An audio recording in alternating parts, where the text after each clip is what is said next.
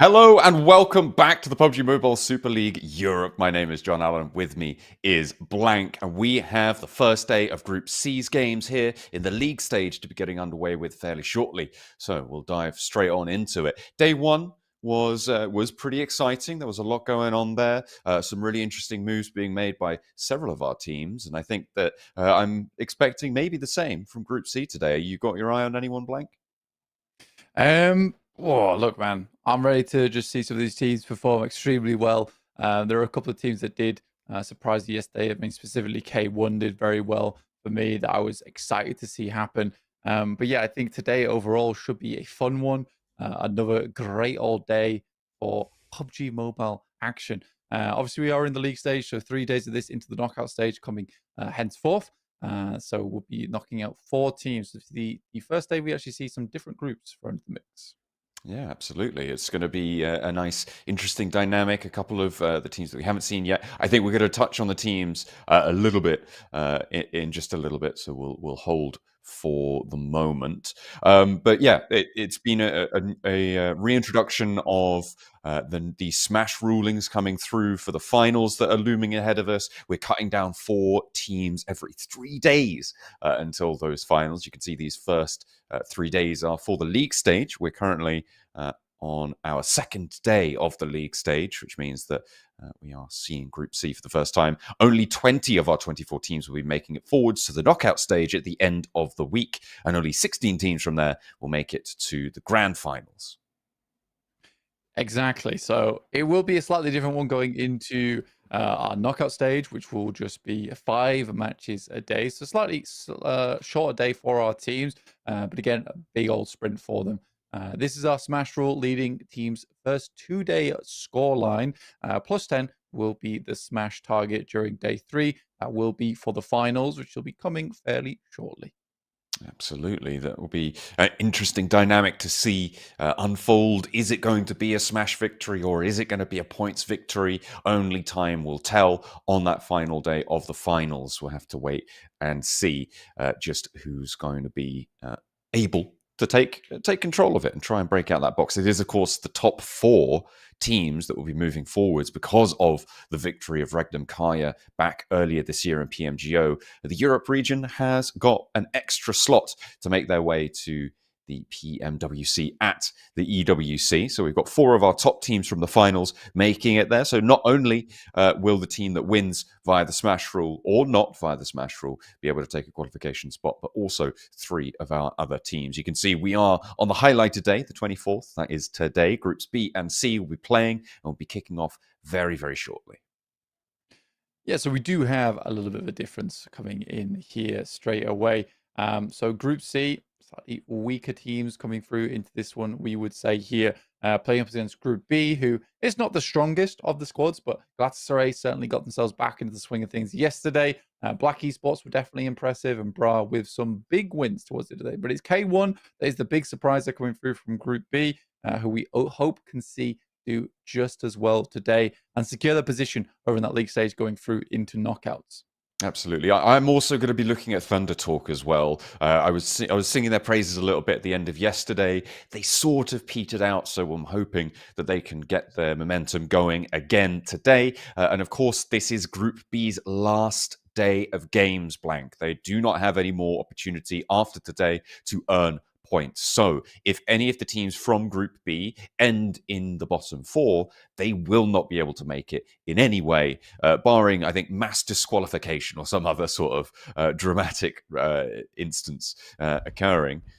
There is no way that they would be able to make it. So it's all important for the teams towards the bottom of the tables to really put as much distance between them and the end of that bracket. And at the moment, that really sits with RUKH, right? That is the team who has to prove themselves today. Really wasn't doing too much yesterday. I'm hoping for a little bit more today. Yeah, I think also Footballist, 100%. Footballist is not a bad team at all. They have strong players on side, but weren't able to really transition that over into any big wins yesterday or big points potential. Like we said, Group B up against Group C. It should be an easier time for Group B, I would say, all round. But there might be surprises from Group C. You never know. Here are all our participating teams from their separate regional tournaments that they all participated in to get towards position. We do have our Western Europe partners as well in Guild, as well as Falcons, who will be joining us here, an invited team from Azerbaijan. And here are our groups as well. Talked about them quite a bit so far. So Group B will be playing today alongside with some new names coming in from Group C. That's Boars Gaming, Carya, Papara SuperMassive, RUKH Esports, Team Ego, MVP Esports, IDA Esports, as well as Beşiktaş. Yeah, we'll be seeing them for the first time here. Out of this team, well, out of this set of teams, we were saying it seems like the weakest group. I think at the moment I talked a little bit yesterday about Boars, and you elucidated further as well that you're thinking that it might just be a little bit too chaotic in that roster. A potential for them to go far, but disorganization could potentially be their kryptonite. Yeah, I think they're all very good players. I mean, Kaus is kind of the only one that's a little bit of a question mark for me. I mean, Havlik, Pusher, and Tulika all have had significant success in the past in certain games. I think it's just a case of sort of pulling back on the accelerator, honestly, for this team and playing things out more smartly. But they've all been reorganized, reshuffled. This is a chance to prove themselves. And I think for Boars, there's certainly a big chance for them. We will see how they want to play this one out going forward, though. They do have a substitute in Viking. Not sure if he'll be playing today, but we'll wait and see. Obviously, Koa was in Falcons yesterday. Yeah, there have been a couple of uses of substitutions, and that's exactly what they're there for, right? Making sure that everybody is ready and raring to go. You've got the best roster on the day. And it's going to be interesting to see how these Group C teams enter into the mix, right? Without, as well, some of the stronger teams, certainly in name, at the top of those tables. I think that there were some really solid performances, and I think most notably from S2G being so consistent yesterday, right? They were able to just keep things going, keep things chugging along, ended up at the top of the tables from yesterday, but they aren't going to be in here today putting up those consistent numbers.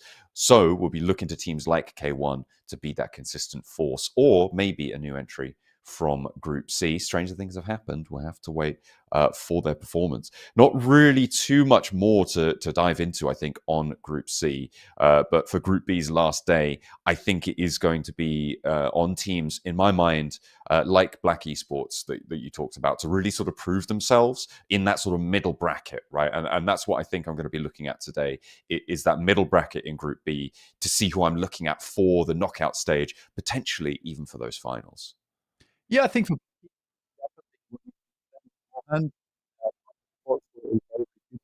29 points total. They end the day yesterday with a slightly unfortunate finish for them over on Miramar, where they weren't able to quite clinch out that chicken dinner, which would have added to their points total quite a bit.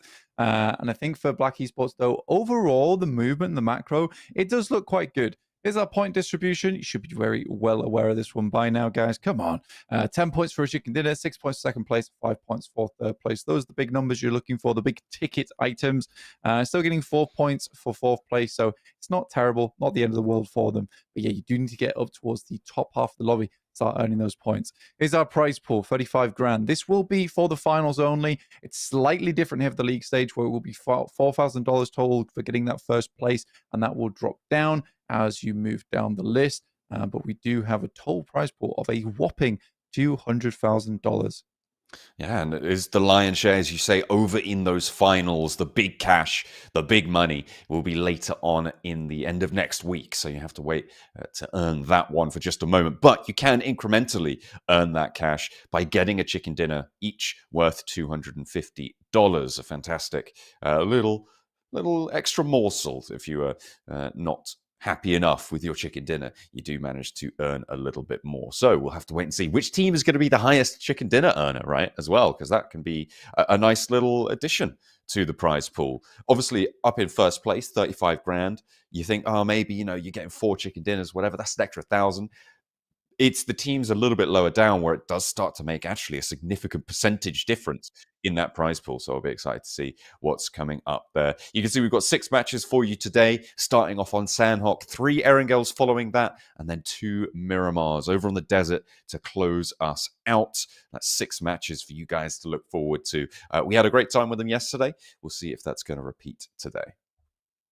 It was cool yesterday as well because Miramar and Erangel, things didn't really change all that much in terms of team and player performance. I think BWNRX were one of the few teams that really benefited over towards Miramar, where they're able to take a lot of that long-range gameplay and smart decision-making, quick rotates, and develop something a little bit nicer for themselves. I was saying that, I was slightly worried about them towards the beginning of the day, but I think they pulled their socks up in third place now at 43 points, tied with Thunder Talks. So that was very, very good from them. S2G, not a huge amount of checker ditters coming their way, but still 59 points. There's not been a single game yesterday where they didn't do well, but they will not be joining us here today in Group B versus Group C. So we're looking over towards some other teams, like you were talking about earlier, K1, Thunder Talks, Bra even, Galatasaray. We talked about how yesterday, it wasn't going amazingly, but they finished themselves off with a chicken dinner. And I think the morale in that camp should be a lot higher coming off the back of that one, so it doesn't all feel doom and gloom going into day two. No, hopefully not. We're still going to be waiting just a little bit longer for our match to get started, but I'm excited for Sanhok. I think that yesterday on Sanhok, we had a bit of interesting rotational play. I think the big thing that stands out was the Falcons rotation getting curtailed. Obviously, they previously known as Enigma Galaxy, and if you knew about Enigma Galaxy, they stay in Sami for basically 2 circles and then come in very late. They weren't quite dynamic enough to make that happen yesterday. Teams started to prey on that, right? I think it was Galatasaray, if I'm not mistaken, right? Over on that south side rotation, cutting it off. Flux able to make that one happen. Yeah, it was a really nice lineup they had, and then they sort of kind of fell off a little bit throughout the rest of the day. But it was some very promising macro, at least from Flux, to begin things off there.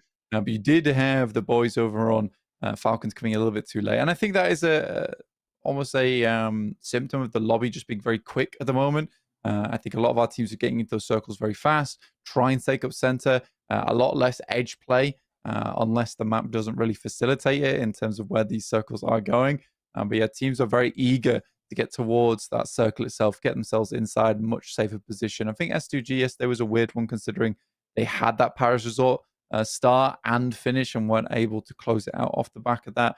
But yeah, it does feel like there's quite a few teams that were making mistakes, which made other squads' lives a lot harder where they were opening things up. It reminds me back to the BX brothers who completely whiffed on one of their air angles, where it looked great for them. It's just a big throw over towards Thunder Talks.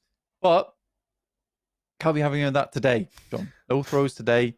We need good, clean action coming through from Group B to ensure they make themselves into that top 20. Yeah, no throw, only catch. That's what we're looking for, making sure that you're able to catch yourself as many points as possible. We talked a little bit about it yesterday, but because of the fact that there's only 12 matches played in this stage of the tournament, right? You can have 1-2 really strong matches in your set, and that can see you safe, right? Because you're only trying to avoid that red zone at the bottom of the tables, the elimination bracket that sits 21st to 24th. All you need to do is outrun 4 teams, right? You don't need to run the fastest, just faster than 4 of the other competitors in this tournament. So looking for those big breakout plays, playing a little bit fast, I think is a very, very viable strategy. And even if you aren't going to get consistent points on the board, like S2Gs, like the K1s of this lobby, actually, I'd kind of take that back. I feel like K1 were a little bit playing on that style, right? Having big games and then not really having it as large games. Towards the end of the day, they settled out. But overall, it was a bit big and little in terms of their performances. So maybe they have taken that lesson to heart. But S2G, nice and consistent across the board. They were able to finish in a second place with their highest finish, but overall at the top of the leaderboards. Yeah, at the top of the leaderboards here with S2G slightly ahead of them. Just one chicken dinner there from K1. I think that their chicken dinner was quite influential. If you take that one away, they've only got 7 placement points throughout the day, and I think they got 15 eliminations, if I'm not mistaken, on that game that was over towards Sosnovka military base. So plenty done there. That's not to say they didn't put a decent run in over the rest of the day. I mean, 7 points and 18 eliminations would have sit them in a okay spot on the leaderboard.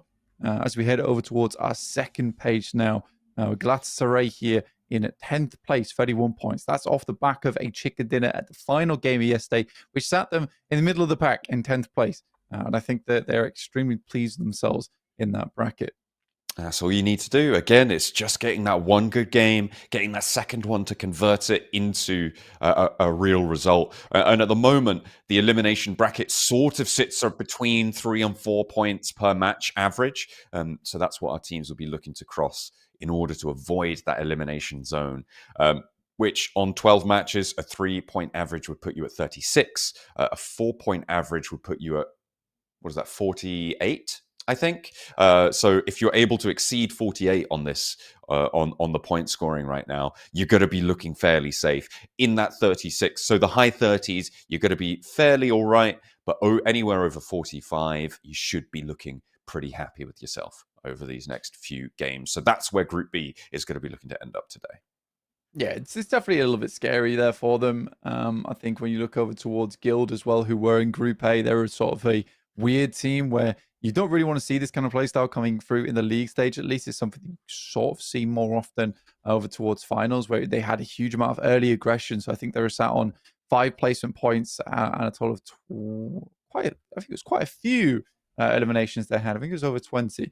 But that's not exactly where you want to be playing at, where you're getting a huge amount of these early eliminations and then not transitioning over towards those placement points. Placement points are still important, guys, very, very important, which is why you see S2G up towards the top there, because they had a ton of salvage games where, honestly, it didn't go all that well for them at some of the start of these matches, but they just persisted, pushed through some of those dark times in the lobby and made sure they could get at least 3-4 points in terms of placements and use that to their advantage to sell themselves a little bit further up in the leaderboard.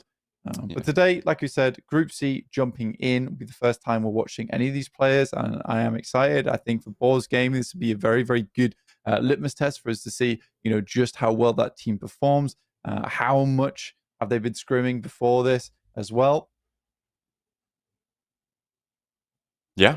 Yeah, absolutely. It's all about preparation, right? Coming into it. How well have they read into other teams' strat books? How functionally have they downloaded it into the IGL's brain and be able to play around that and try and maybe predict the dynamics that sort of fall out of that, right? It's all about how...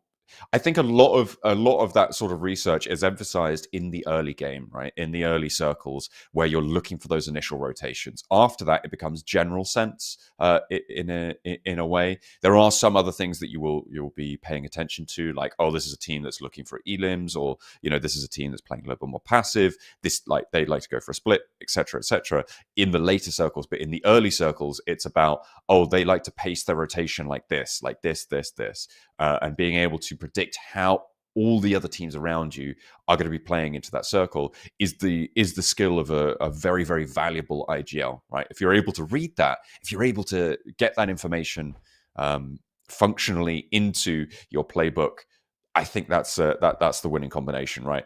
Which isn't really groundbreaking as a statement, but I think it's good to highlight. We're all about those groundbreaking statements, John. Sometimes things that might seem simple, some things just don't do. So that can come back to bite you a lot of times. And there is a lot of times where I'm sure people watching at home, they see something, they're like, what are this team doing? Like, they could easily have changed this here and there. But again, there is a lot of pressure, and I think we highlighted it yesterday, but we'll highlight it again here in just terms of the format, where you do just have those 3 days each and every time. And if you are in that bottom 4, that's it, you're gone. And it's even worse where you consider, each of our games, each of our days are only having 2 groups in them. So you're only having 2 days of play. Here's one of our head-to-heads between East Bad Boy as well as Nico from Thunder Talks, 2 teams that did quite well yesterday. Probably Thunder Talks, we're going to more talk on this side of things with K1 not playing today. But yeah, I think Nico actually did have some pretty significant moments for himself. I think K1 are playing today. I think they're in Group B. Oh, yes, they are. They are in Group B, of course. Sorry. Apologize. But yeah, so these are 2 teams that we will be highlighting throughout the day. And Thunder Talks and K1 battling head-to-head to move even further up the leaderboard. Because certainly if K1's able to play how they were yesterday, John, this is an instance where they could easily get themselves above S2G, but by how far? Because right now, this is the team that's gunning for that $4,000 the league stage win. Absolutely. And I think an interesting stat here is the survival time, right? There's 3 minutes more survival time on Nico, which is about 30 seconds longer in each match. And that's a pretty close difference, right? When you get towards those late games, those extra 30 seconds could really start to add up in terms of points. But a couple of times you'll be going down in the middle of the games where those extra 30 seconds add up to maybe about a point or two difference overall. So having such a closely positioned survival time is interesting, and I think that it's something that Thunder Talks had a couple of times they got very deep into the games, whereas K1 felt like they were more consistently getting to the middle to end game rather than Thunder Talks looking like they get to the late game a few times, but not others. Yeah, I think for K1, it's definitely a case where, a lot of eliminations coming through early and they were trying to capitalize on a lot of the third parties. Thunder Talks did a good job when it came to the macro, at least, John. And I think that that's where they kind of shine getting in towards the late games. I think that that was definitely important for them to be able to get their points up and ready. Though there is a case definitely to be said where potentially we see K1 completely dominate inside this lobby because they're not worried about playing against Regnum, Carya, S2G, Barsay, who even had a decent day yesterday, Flux, S2G, Fenerbahçe. These are all very, very strong teams. So K1 being that kind of big dog inside the lobby, maybe they can take advantage of that in a big way for themselves, where they just obliterate the competition and be up to S2G on their last day to try and chase to grab that $4,000. But for K1, slightly scary because they are setting the pace of the lobby here in terms of where first place might end up. And who knows, they might just completely drop the ball today as well, where they don't get any points and life gets very easy for S2G. Yeah, absolutely. I mean, it could certainly be the case, but as I was saying earlier, right, we're expecting the bubble to be between that high 30s to mid 40s kind of bracket. That's where we're thinking it's going to fall. Or well, I'm thinking it's going to fall. Sorry, I don't want to speak for you. But K1 are already over that, right? They're on 50 points right now, and so getting 10 points today is probably going to be enough to just like fully secure them. So I'm wondering if a team like K1 or maybe even Thunder Talk today are going to be jumping in and playing a little bit more fast and loose with it, right? Getting a little bit more interesting, try to practice some strats that maybe they didn't have the confidence to do yesterday, but now they've got the backing of the points tally that they've earned. Is there going to be a greater risk taken? So I think personally as well is that you're completely right there, but there's also this big outside chance for BWNRX, where we talk about Thunder Talks, we talk about K1. I think that the way that BWNRX were playing a lot of times, it was less advantageous of there's a fight going over here, we're going to go try and third party that, then we'll move into this one. They were a team that was looking for opportunities a lot of times in the early game to grab great central positions, to take advantage of teams on the exit from the outside of the zone. And the issue they ran into is that, yes, they were playing up against Group A, where a lot of other teams were making those same good choices, like Regnum, Carya, like Flux, like S2G. And it was Thunder Talks and K1 sort of taking complete control of the carnage that followed that early game, where it becomes very easy for them because they just walk in and like, well, the entire house is on fire. Everyone's left. It's a mess in here, but we can certainly find a chicken dinner in all of this mess. Absolutely. So I do think that BWNRX aren't going to have to fight up against those really strong teams, are also making good decisions, good macro, and should be able to control the lobby a lot better. So I think we talk a lot about K1, we talk a lot about Thunder Talks, but I do think that BWNRX is not a team that we can forget about. No, you're absolutely right. I mean, with the names that they've got on that roster, you'd be remiss to not sort of mention them in terms of in terms of their potential, right? And of course, you've got someone like Zed Wolf playing on the roster, who multiple accolades to his name, a very, very formidable player. Yet to see them really sort of rise right to the top. They seem to be a roster that's always overshadowed by the teams that sit around them at that top, but it feels like they're a podium team whenever you see them. in a tournament. Certainly with that potential, maybe starting to fall short at that global stage, like at that fully global talent pool, they do start to pale a little bit. But they, at any regional level, are definitely a podium team. So we'll have to wait and see if they're able to step up and play with the big dogs. Yeah, I do think that is the case there where you look at BWNRX and you think to yourself, that they have gone through some they've gone through some issues in the past where we look at them and we say they could have done potentially better. But here we're looking at BWNRX and I think that they look a lot nicer overall. Felt like they kind of find their footing a little bit here. But yeah, a lot of games that we had yesterday, we've kind of gone over the majority of them. Coming into today, what our thoughts are, but we'll see. We'll see exactly what's going on here going forward. Again, Footballers Esports definitely the one that I'm looking at and being a case of right then. Let's make sure we can get back on the bike, doing a lot better overall because Footballers Esports they are an exciting team, and I was looking forward to seeing them do well. I personally was in this boat of look. I think Footballers is a team that is going to put up good performances throughout the entirety of Pmsl EU Spring, and was very surprised yesterday, as I imagine a lot of fans of that team were. Yeah, absolutely. It's been an interesting turn of events, and at the moment, it is Footballist and RUKH, right? Those two teams on 16 points at the bottom of the tables, looking to push up and get the Galatasaray chicken dinner to surge themselves through. Because it was Galatasaray right up until the final match, right at the bottom. Then they found that chicken dinner. Now they're in the middle of the pack on that 31-point metric, which means that today should be, fingers crossed, if you're a Galatasaray fan, a little bit of plain sailing for them, right? They've got 31 points. If they can get 10, 12, 15 points would be great. They're looking a lot safer to escape from that bottom 4 position. And we'll have new entrants to the tables as well coming in from Group C. So things will start to get a little bit clearer as time goes on today.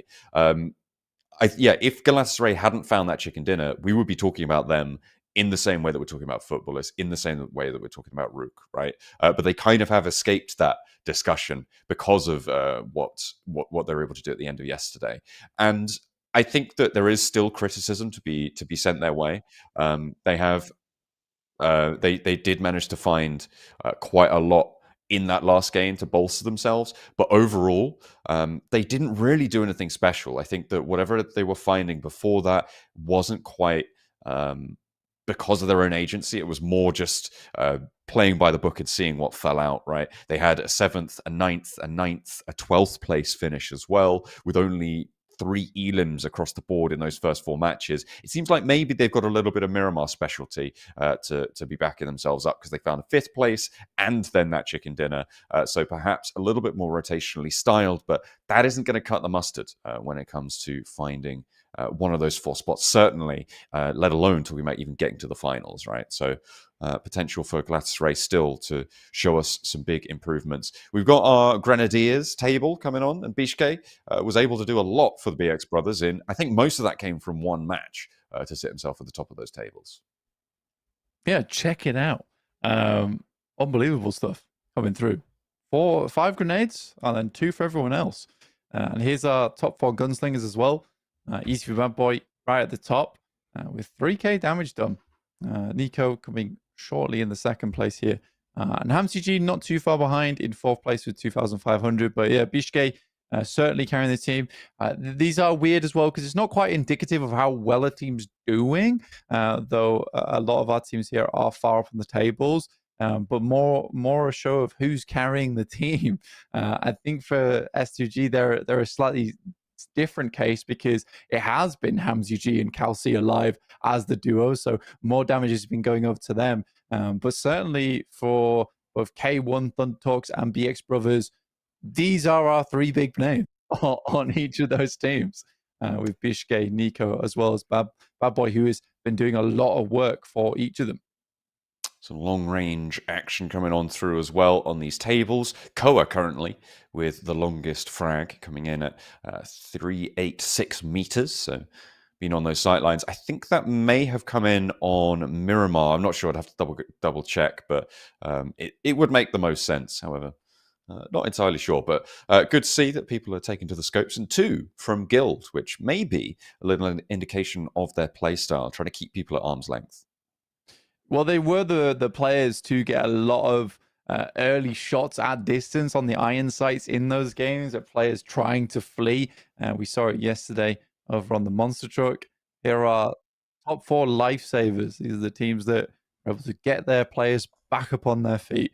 For BRX Kakali, he's in 6th place there because yesterday on that Miramar, it was just knock after knock after knock on the side of BWNRX, where they were just playing over this ridge side, getting constantly peppered by nades from Fenerbahçe, as well as S2G. So it wasn't easy for them. Definitely wasn't easy. No, it's a pretty tricky time all round. A hail of bullets sent your way. It's a bad time. But overall, yesterday's games, I think, did show us quite a lot of interesting situations for some of the teams that we've known for a lot longer, right? And I think that it is situations like when Thunder Talks rolled out towards BX. Sorry, was it the other way around? Thunder Talks rolling out to BX Brothers and going down. It was BX, yeah. BX was rolling out to the Thunder Talks from the high ground down the plateau, trying to find something else. Well, I think they could have just comfortably played out those plateaus a lot easier and forced Barsay as well as Thunder Talks into one another. Unfortunately, that's the case. But, you know, that's how things happen. That's how things go down. Absolutely. We're currently waiting for the lobby to start. We have had word that there was a player network issue, so we are just making sure that everyone is loaded into the lobby before we get things underway. But for now, we're chilling. You know, we're waiting for the games to start again. It's Sanhok up first, so a little bit of a chaotic introduction to the fights. We'll have to wait and see just a little bit longer, though. We will have to just wait a little bit at this point before we get into the game. In the meantime, you know, I had a good night yesterday. Do you know what I did? So what did you do ended? after the games ended? Slept, that I dreamt about PUBG Mobile. Actually, dreamt I got naded. Would you believe it? I bet it was Beach Game. Yeah, it might have been. It might have been. I think I was in the garage, and I was struggling to get my buggy out of the door, and I got completely naded in the face, which is a crazy dream as well to wake up to in the morning to a literal explosion. And so I got out of bed and was like, well, ready for a day of PUBG Mobile, me. Absolutely.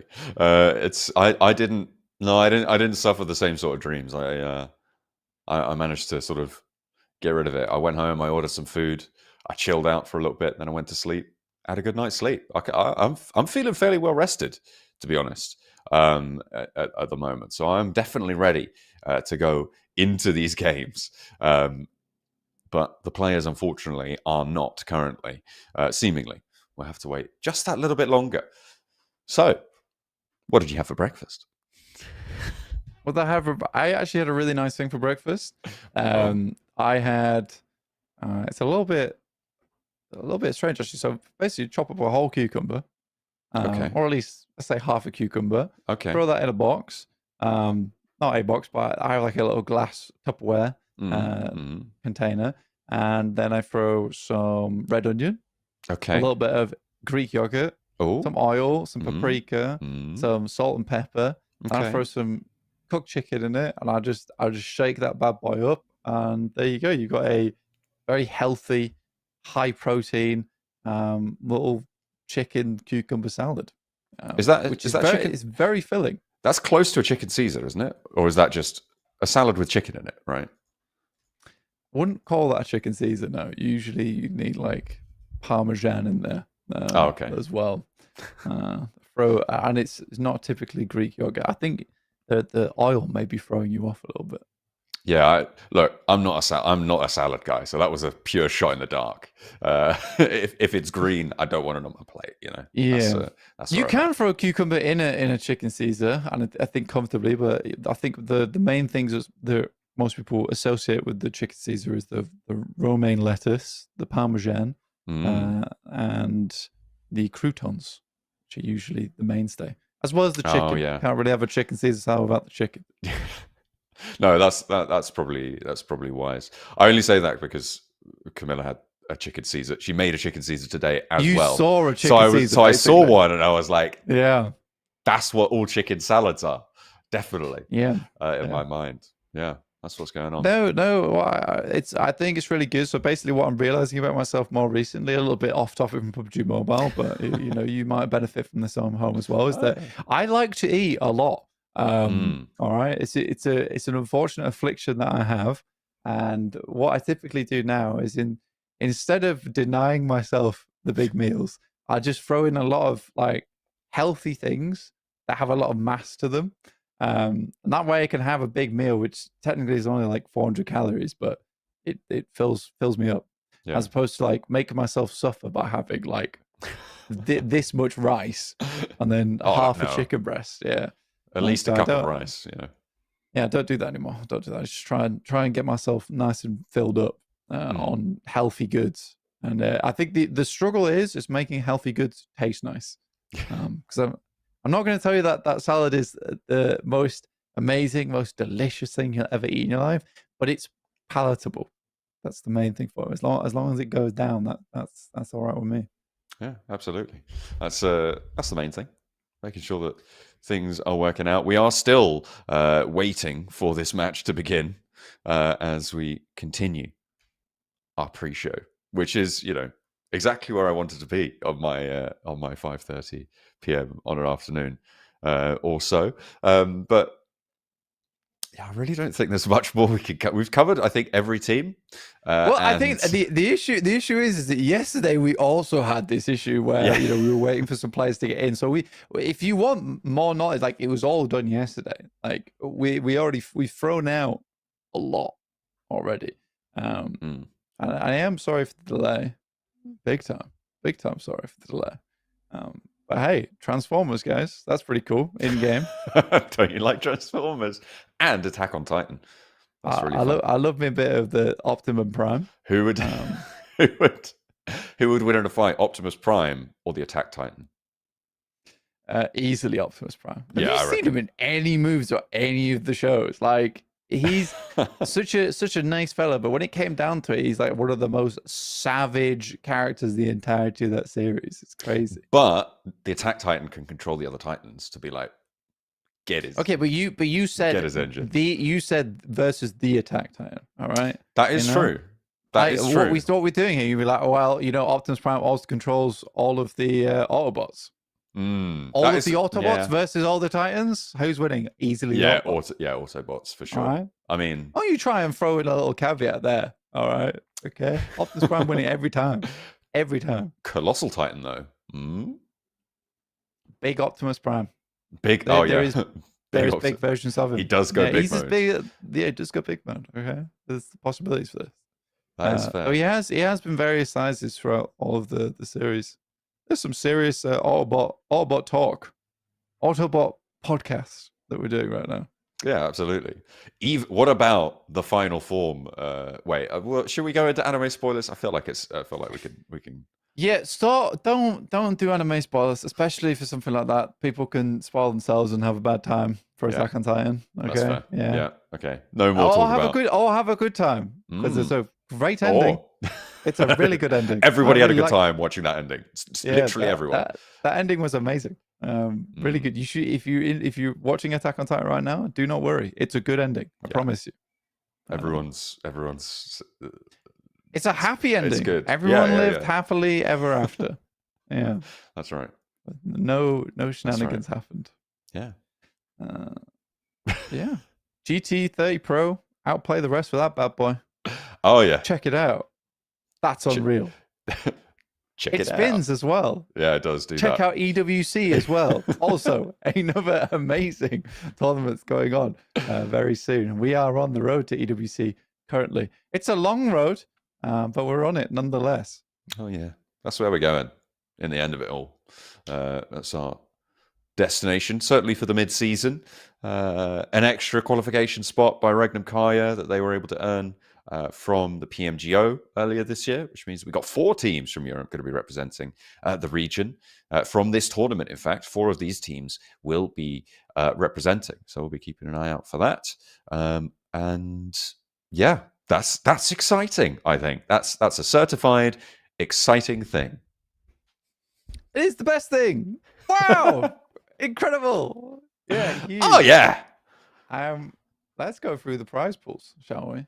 Sure. Because I only did a little bit of the prize pools, but very similar throughout, by the way.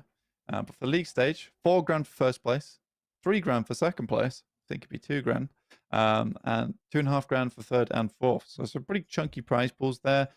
Same throughout for knockout stage, though it is a little less weighting over towards that middle side because we do only have 20 teams, so we have to split it out a little bit differently for them. So, fourth place will be getting $2,000 as opposed to fifth and sixth getting $2,000 here in the league stage, which is weird, right? You'd have expected there would be more money to go around for the teams when we only had 20 teams, but it's only $24,000 going through into the knockout stage and $30,000 for the league stage. So you're at least earning a little bit of cash here.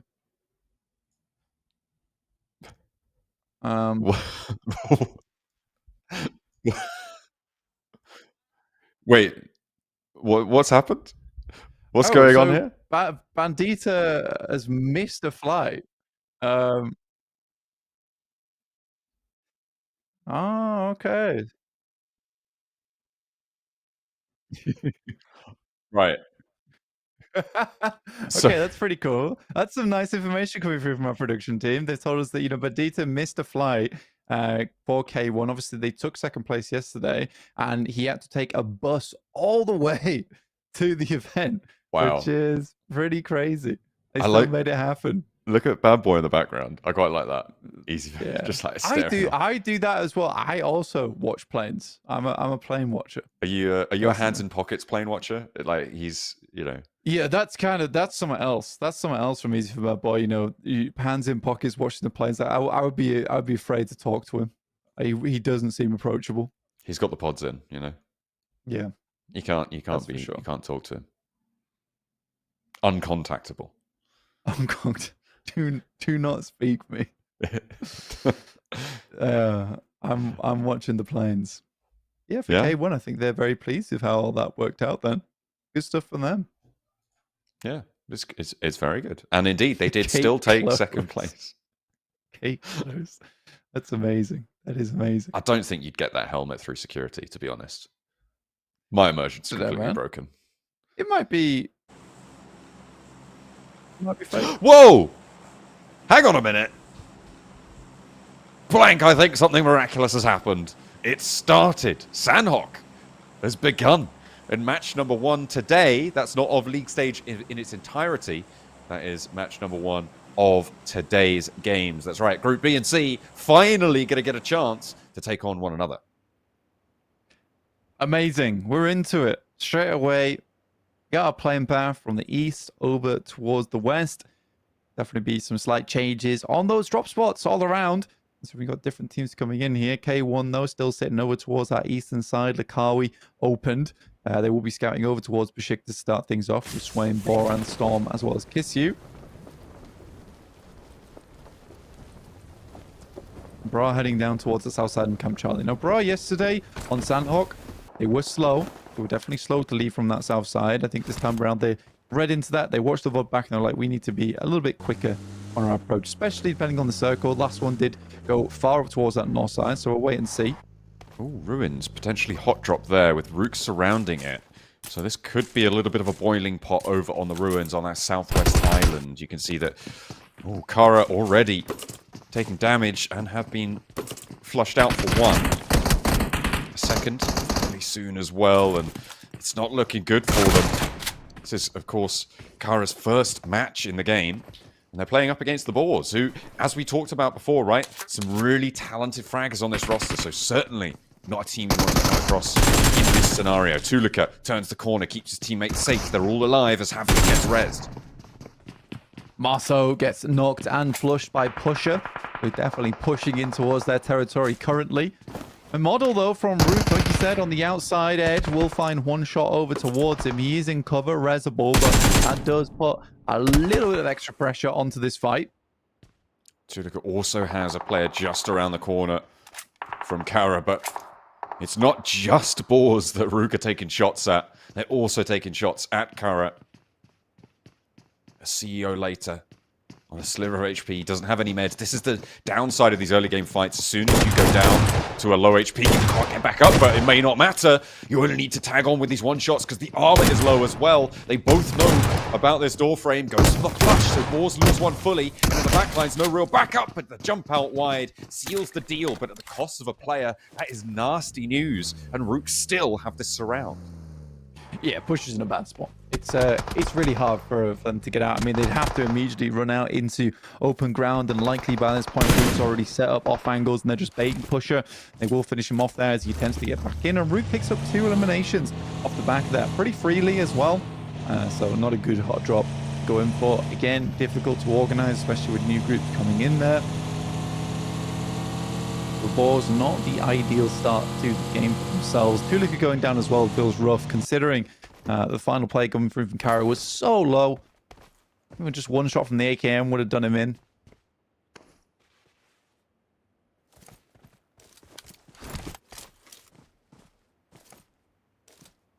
Papara SuperMassive. A fun name to say. Again, with their debut.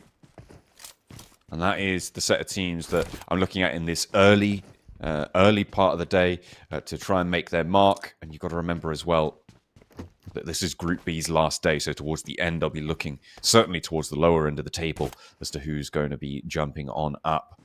You can see on the right-hand side, no, that is not an error.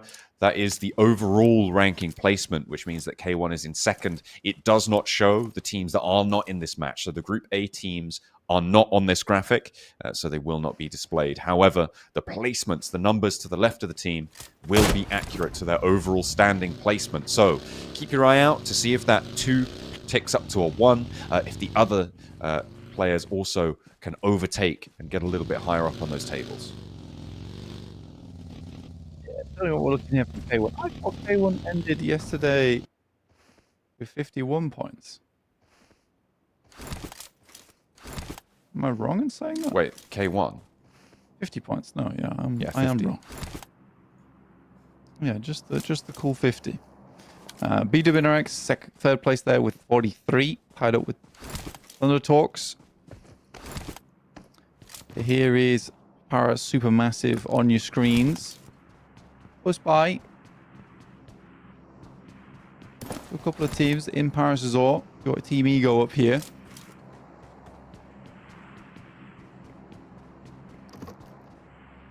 Normally, when teams dropping around each other in Paradise Resort, you see a little bit of conflict as well. So I'm surprised that we haven't seen too much from Papara SuperMassive. Ego sort of have a little bit of an agreement, it seems, to not really go too aggressive here. Thunder Talk as well. Going to be trying to take position on that southwest side. I think it was one of the other teams as well who had a surround. I think it may have been Galatasaray on that surround of Paradise Resort. Have to wait and see. Here's K1 though. They are chilling right now in their walled compound. The high ground available to them with an outpost as well further off. Going to be biding their time.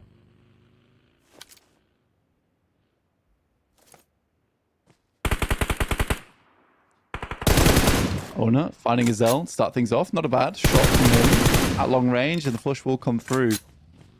So good control over this area right now for Galatasaray. Like we said, the morale nice and high coming off from yesterday's win.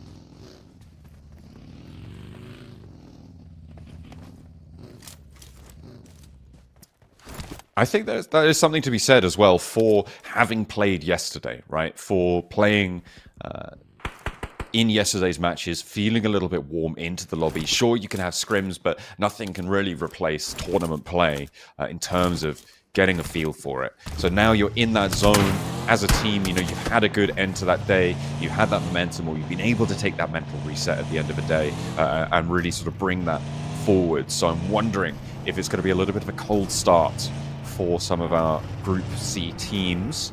At the moment, we've only seen 2 of them really in action. And Papara SuperMassive have also lost a player, so not ideal, as all of our teams who have taken casualties so far do sit in Group C. Yeah, it's Boars and Carya, as well as Papara SuperMassive. And we sort of expected that, right? We were saying that Group C definitely needed a little bit of work. There's ThunderTalk, so taking shots over towards the roof, the distance on their rotate through into the zone. 7 kick, and to get towards safety. Good shots over towards Nico, though. Has stuck himself in, use his last remaining first aid kit as well on that. Spray from Striker, backing them off, but looks like they have found a knock on that off angle. Nico holds his own on the angle, so RUKH taking heavy casualties there. And on today is not the day that you want that to happen. On their final chance to try and make it through, RUKH just going again for another potentially poor performance here on Sanhok.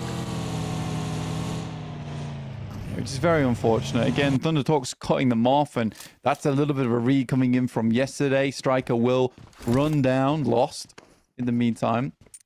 Got to take a quick look at the map feed there. Galatasaray up towards that north side, holding out Team Ego as they make their way from Paris Resort. But it's BWNRX with a nice central position at the moment.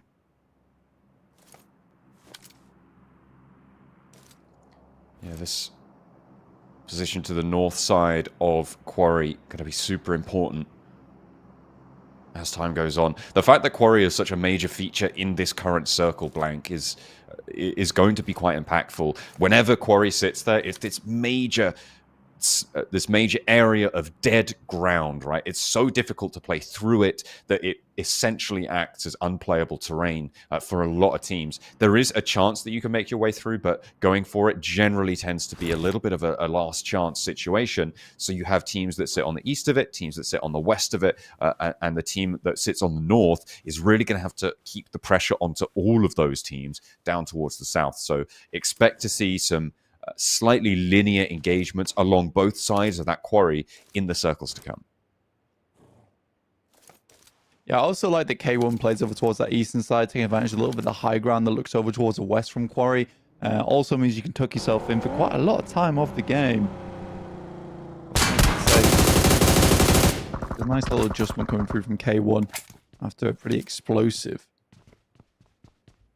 plays that we saw from them. Beşiktaş finally pulled themselves out from Camp Bravo. And Bra made a big swing, by the way. Down from cave side up towards west Quarry. It's always a good position to play, though. You can get locked down in that spot for a little bit of time. ID8 looking over towards TTQ currently. They have eyes on at least. TTQ need to be careful with their next moves. IDA has the angle, but not the team shot reader. Disciplined on the trigger. Not going to go for that engagement just yet. ThunderTalks as well on the northern side of things. Trying to make a little bit more of a move. Figure out their next steps as they head up into the hills over IDA. Of course, this was the angle that was seen. But I don't think they're going to get super aggressive with it. RUKH Esports as well, playing out on this western side. All of them just biding their time, waiting for this next circle to come through, and we'll be able to see where it drops. If it's going to keep Quarry in, if it's going to keep that nasty area to play around inside this next circle. As we bring up our map feed, it heads over to the Quarry, and it does keep all of that ground in. Those compounds, those ridge lines that sit either side of the Quarry now, going to be very valuable terrain, but could also be somewhere where you go and you will not be able to leave, because all of the teams that surround you are going to be acting as a roadblock in one way. If K1, though, they are very, very happy with how this all breaks down. Like you said, Quarry becoming a little bit more playable zone, does cut out a large portion of this map, which is playable. Not going to be able to rock through there very nicely, so K1 gets the pick of the litter going forward in terms of a central spot. Bra is likely looking just to hold off a lot of teams coming in from that western side. That's RUKH Esports, IDA, TTQ, and the remnants of RUKH on that south side.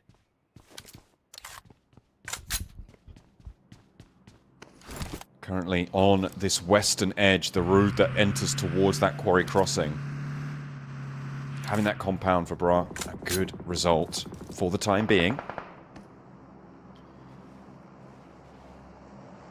Footballist, again, these two teams of Footballists and RUKH both looking to try and prove themselves today. Boars rolling up towards Quantum, but he's staying chill. Actually, he's going to have a little shot out the window there with the DBS. Finds the range on it. Quantum has to be pushed back inside the cupboard and actually drops the Molotov. That's going to slow the approach, give him time to get that first aid off. Actually, he's going to take matters into his own hands. Steps a little bit further forwards. Exposes himself to the window, though, and that could be dangerous. Is along the way, though. Just about gets the first aid kit off, but not able to pull out the DBS just in time. But good moves coming through from Quantum. 3 heading in. And 2 coming through from Ball. And for Bra. There was a hope that they were able to hold out a lot of teams, but they are just getting peppered from all directions. K1 even taking shots from across the quarry itself. Long-range engagement. The Boars go down in 14th place with 5 elims, though. So, again, that's going to be good enough, right? To find a game like that on your first game, it's going to be okay. You're not going to be too disappointed with that, especially when you had a hot drop on the cards as well, over in Ruins. Full surround by RUKH there. But now, Bra struggling to get out of there. They've only got 4 eliminations as well. With 39 points on the card, though, again, not a disaster. RUKH Esports with 3 players right next to BWNRX, who is, again, another team we're looking to really prove that they're not just a podium team. They are a first-place champion team. But for now, I have to bide their time. Keep themselves nice and tucked away. It's TTQ who were very, very quick on the trigger there, finding themselves in a position where they could hold out. Boys coming through from Bra. Here's our map feed. The circle moves down towards the southeast, keeping Bra in, and TTQ actually have a very nice look on this one. Meantime, IDA moving through, and the 2 remaining players from RUKH holding on to a ledge right now. 1 player does fall. Galatasaray did a good job on that north side, though, John, being able to hold out Team Ego. Making sure that they've got that ground under control. Oh, is that Beşiktaş? Yeah, have lost a player. Swain falling on this northeast side as well. BW next RUKH trying to push on in from this northern edge as they try and sweep around. 3 eliminations. So a fairly solid result. The west edge of quarry, that compound that Bra held so early on, really, really important now. And it looks like no one really contesting for it just yet. Instead, TTQ have the lion's share of the territory here. We'll see if they can hold on to it. Man takes a bit of a tickle through from that Molotov. But yeah, in a tricky scenario to get out from there at this point in time. So Bra just holding on, though. They had a really good position to play in, and they're going to try and hold on to that position as long as possible. Went down to 3 players, and it was fairly good that they were able to hold up as 3 players. They went down to 2. Much, much more difficult, but TTQ... not taking any prisoners there. We'll find another shot over towards them. Galatasaray also in a difficult position. 9th player from Papara SuperMassive. Kamikaze does go down the distance, and Galatasaray continue to put up points this game. The run down over towards Beşiktaş as well on the eastern side in the meantime. Footballists holding on this north, but the blue zone will push them out, and Yekta needs to get on the road into the vehicle. And they have got that forward outpost to route towards, so should be okay there. Kisyu spraying down towards Ona, who's down on knee already. Beşiktaş playing on with 3. Looks like they're going to keep this one rolling on the eastern side. They are trapped, again, behind this quarry, which could potentially be a real stick in the mud for their gameplay this match. Surprised Hardman lived that long, but does finally get taken out by BWNRX, who are holding strong with 4 players currently. On the northwest side, RUKH Esports were very close to them. We're now just down to that 1 player now. Footballist looking to put more numbers up today. Absolutely. 21 points here, but 4 elims already found so far here, John. As our next circle cuts out a lot of teams, and TTQ get themselves a lovely spot. Look at Nico as well on this big off angle up towards that northwest side. It's bold, but I like it. He's got Lux under lock and key right now, and BWNRX going to be the major contest here. Bra having all 3 players alive that they have remaining. That is a really solid pickup for them as well in their position that they hold. The K1 on the eastern side, though, they're in a compound that is fully cut out by this. And they're going to have a lot to do to try and get across, with FUT as well in the way on the northern edge. With even beyond that BWNRX, you've got competition on the south side. Teams are going to have to start to send into the quarry now, Blank.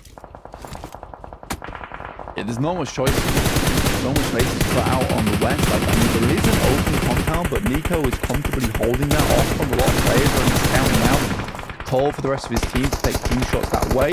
BWNRX, though, cutting footballers from Talq, the Carly finding Doctor Machine, and that seemed like a whole lot of knocks coming through and does lead to the entire team-wide Beşiktaş making sure teams cannot make their way off the back of this one. It's surprising me that K1 gets cut down so succinctly. And we're able to get 2 players still running, but like you said, we'll have to head in towards the quarry itself. Down to 6 teams. It is BWNRX who make that first move into the quarry. K1, they were able to take out Beşiktaş, but they are trapped across the way. It is a really difficult transition to make from these compounds, and the north side is so blocked off. Getting across this quarry is nigh on impossible, and there were 2 to 3 rosters up on that northern side. So for K1, it's about salvage here, but they will go down. Only the 3 elims. 6th place, though, so not a terrible point-scoring result, but not what they would have hoped for.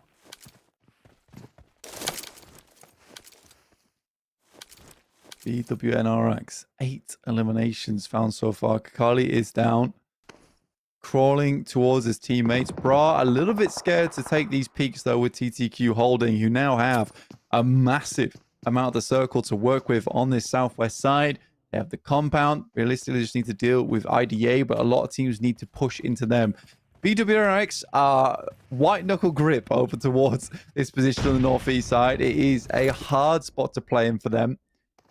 I do think that Kakali fell there, actually, unless he's on top of Kine. Getting rezzed up. Down. I think he's down. I'm not seeing it, no. I think, yeah, they're playing on as 3, but they're fairly safe, all things considered. I don't think IDA make it across towards them. I don't think that's going to be the choice that they make. The transition, I think, on the cards for IDA is to take on the backline of Thunder Talq, which could potentially be assisted across the way by BRA. Such a cool push out from Nico, actually, from TTQ. I really like it, especially with the vehicle giving him that maneuverable cover. They know they have a huge amount of workable space on that southwest side that could afford to have him in this position for a long time. Just needs to be a little bit careful, but those runouts did feel a little bit worrying. Darkin will find Lux, though, which was the player that Nico was looking over towards for a long, long time. Although he doesn't find the pick-off, Ooh. Doesn't really matter. Did force him into an unfavorable scenario. Good first nade over towards Symphony, though. A bombardment sent over to him. That's going to leave the ears ringing for Symphony. As in they go. The cavalry now looks for their assault onto the back lines. That's exactly what I thought they were going to go for. They were able to surge straight on up, and it is a little bit of a missed trick not to expect that team down in the quarry. Thunder Talq allowed this to happen. They lacked control over that direction. They were not looking for information. But the zone is further north on this one now, Blank. It's going to go over the road and straight to the BRA compound and the ridgeline that sits behind it, that big rocky ridgeline that sits up to its north. It's fairly exposed when the circle is wide and open, but as soon as it gets smaller and smaller, that is when things start to get tricky and when it can be a massive, massive high ground advantage. You can see that rocky outcrop just ahead there. Yeah, Bra's been extremely lucky to be able to hold onto this compound for a long time, but they have been scared, quaking in their boots. Not wanting to peek all that often, happy to wait this game out. Either way, though, BWNRX, 8 eliminations. It's been a strong one. Zedwolf has to back off as Rita does get the explosion on. Though I will say, it felt like a slight overinvestment of Q2 coming through from IDA. They have little to nothing to work with now. And Zedwolf is comfortably harassing. Nice nades going along from BRA. Zedwolf standing his ground on the slope, but will go down. but may have slowed IDA down enough. The blue zone, I think, sits on top of one of the BWNRX players, but for the rest of them, they're all out and in the open. IDA may be drawn short here. They have to get across. No two ways about it with the blue zone pushing in. All these teams are being drawn down to their last as Gabriel falls on the inside, but the damage is done. An IDA fall, the reses may be potential there for BWNRX, but I think this may be as far as they go. They're just going to have to hope that they can find a second place if one of these two teams goes down first. The fact that Striker finds that shot over towards Bra in the middle of all the action, John, is somewhat crazy. Talq is very good at taking multiple fights on separate directions. This, again, is a ridiculously good off angle, been set up by NiKo, immediately knows where he needs to be, at what time. He's tearing BWNRX apart at the moment. Left them down on just the one player.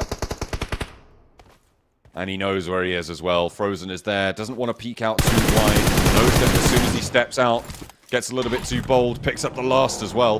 He will be in the BRA sightline, so nice discipline from NiKo. That's exactly what you need from an off-angle player. Kairos wants to be a snake in the grass. They're waiting for him. He's waiting until their run-out comes on through. They check the angle, but the spray down is there. He's drawn the attention, and that's what he needed to do. Swash trying to stand up, trying to get some suppression down, and NiKo does fall. Kairos is close, and there's a chance here for BRA. Rolex, though, not connecting. Striker goes down, and now it's a 1v1 around the edge. Rolex steps out wide, but Kairos is there to seal the deal. It's Thunder Talq for the first chicken dinner of the day. It almost looked like it could have been the Bra win off the back of that one. Was a fantastic shot up towards NiKo, which is not an easy play to make. And Kairos was completely exposed there. So one good DBS shot could have been the end of them. But for TTQ, what a very, very nice way to finish out that game from them. Again, they had a lot of control the entirety of that game there. Really good movements overall. I think NiKo had to be the star player from that map, though, for me. That Sanhok was just dominated by him. Yeah, absolutely. That off angle over towards Lux from earlier and BWNRX, right? The force BWNRX into the quarry rather than being able to take that hillside. Fantastic. And then that late game off angle that you were highlighting there against BRA on that engagement. Magnificent. Yeah, fantastic. A credit to the team. And that's exactly what you want to see. And that's the team that I said I was going to be looking at as well today to really prove that they've got more than just playing a little bit spoilery, right? And they demonstrated, I think, some real class in that last match. Yeah, 100%. For Bra, though, I do think that they do the right thing, which is to hunker down. There was so many sightlines through to them that they couldn't really afford to peek out. Even when they did towards the end there, immediately Strikers taking shots. And Thunder Talq is quickly becoming one of the favorites inside of this lobby, honestly. Although not right up there at the top of the tables, despite that, they have had some of the coolest performances. No surprise that NiKo's up there in terms of our top four gunslingers. But yeah, it's great stuff, John. Great stuff. Yeah, I mean, considering as well, they came in as sixth place qualifier from the Turkey national championship. This is really great stuff from the roster. I'm really happy to see that one. We'll have to see if they can keep this one going. And I think they've definitely already done enough, right? That's again something that we'll talk about. They've done enough now to see themselves safely into the knockout stages. So they could get a little bit looser with it. And maybe that's what we're seeing in that first match, as we were talking about before, right? They are actually now reverting to, let's just play a strong game rather than try and go for points to try and secure ourselves, which day one seems to be for them. Yeah, and I think for TTQ, if they can continue this throughout the day, just take advantage of the new group coming in who does feel a little bit weaker as opposed to our Group A, Group B matchup, this is where they can find themselves a ton of points across the board. Though there were some of the successful teams. I think K1 going down quite early was a weird one for me, but BWNRX from a very difficult position within the quarry make it through all the way to third place, which is by no means a bad start for them. They will get 8 eliminations as well on the cards. So I think for BWNRX, they'll be happy with that.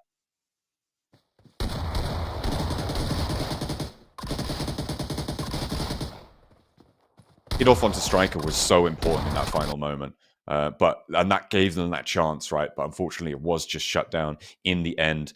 And there we go. MVP, rightly so for NiKo. 5 elims, almost 1,000 damage. Not quite. Try again next time. And 22 minutes, 21 seconds of survival time. Really great stuff. I think that, yeah, there's no more deserving player in the lobby than Nico for this one.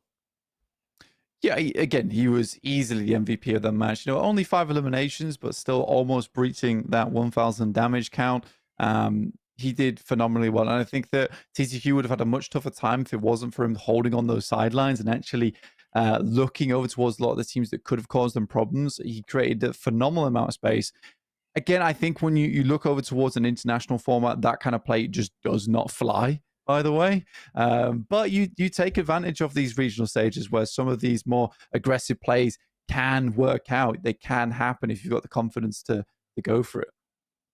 Absolutely, and they certainly did this time around. Maybe with the departure of Group A and some of the more internationally renowned teams, they felt more confident in going for this play style, right? As you said, doesn't necessarily fly at that stage. Let's take a look at the match stats here. Only one grenade elim was our top spot, and that goes to Gabri, although I'm sure there was a few others across the board from BRA, who I think it was a formidable hold on their location. I think there was one point they were just down to the one player on the inside of their building, getting picked apart by K1 and anyone else who was anywhere nearby. So fantastic stuff for them to be able to hold on to that.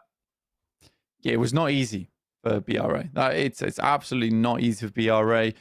They were simply just trying to keep themselves in a better position that entire time. And here are chicken dinner statistics with Symphony only having the one knockout. Nico doing a lot of the damage there with Striker and Kairos. But again, I think that props to Striker there. He was very on the money, on the ball in terms of having that 360 surround sound, knowing exactly which player was popping up at which time. He was there for it the entirety of that match. No one could really push out to look over towards Nico, look over towards the rest of the team, just instantly taking those pop shots.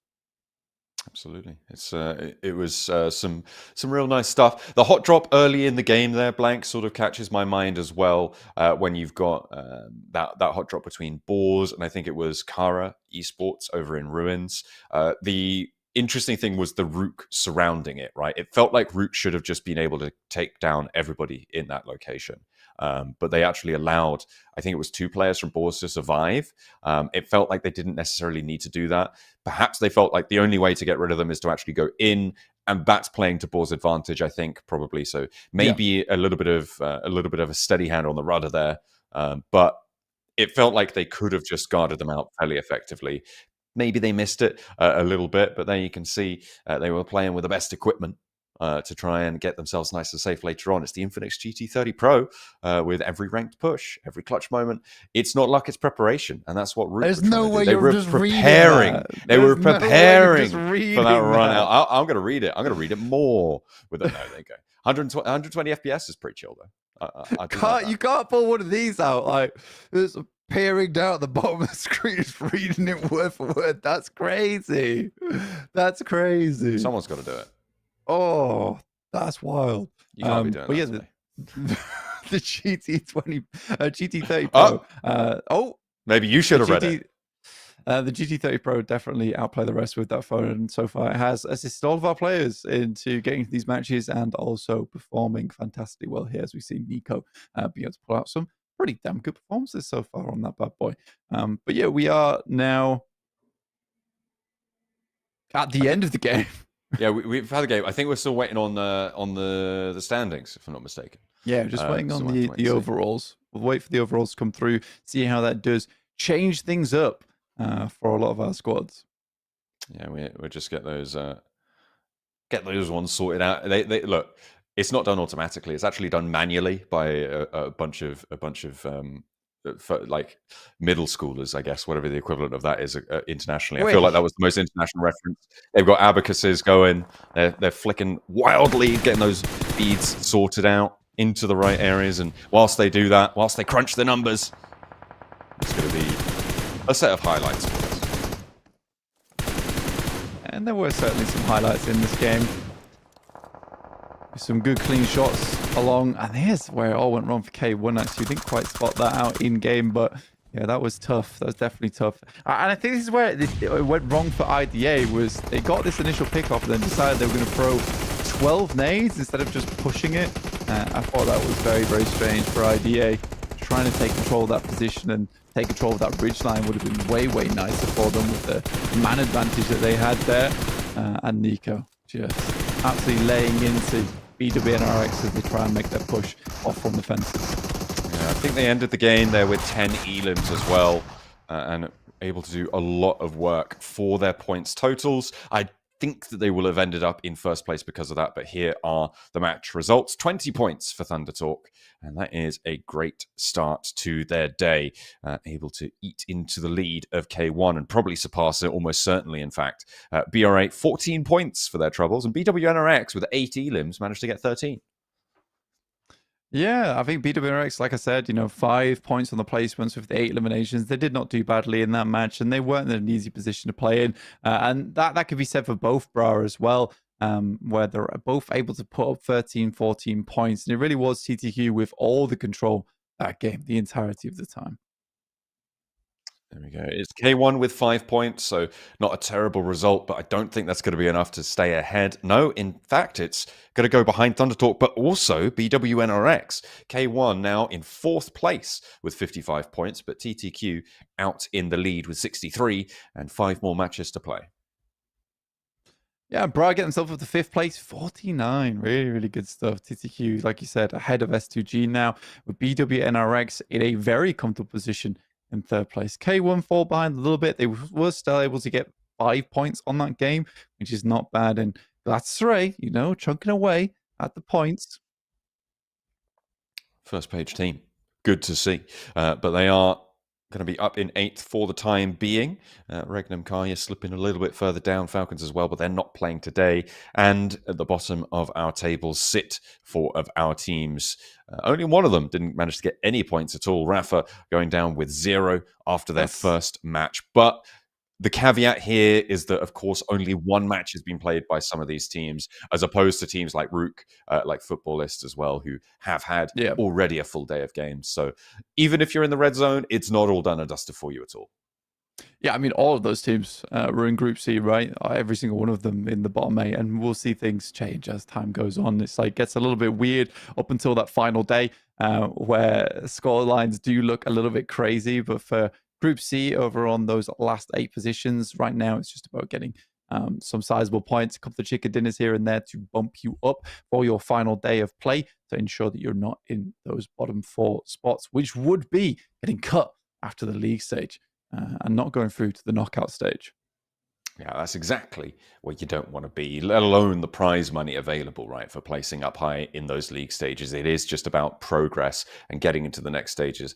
If you're talking about money, the place to be is at PMWC, at the EWC. The prize pools there historically have been very, very large, and just getting there on its own is a great little money spinner. So getting into the top 4, if you can, great result. But not only that, in our finals here, you can earn quite a pretty penny. Just for getting to the finals, it's $2,500. So we'll have to wait and see who's going to make it to those finals. We'll go to a short break. We'll be back with the next match.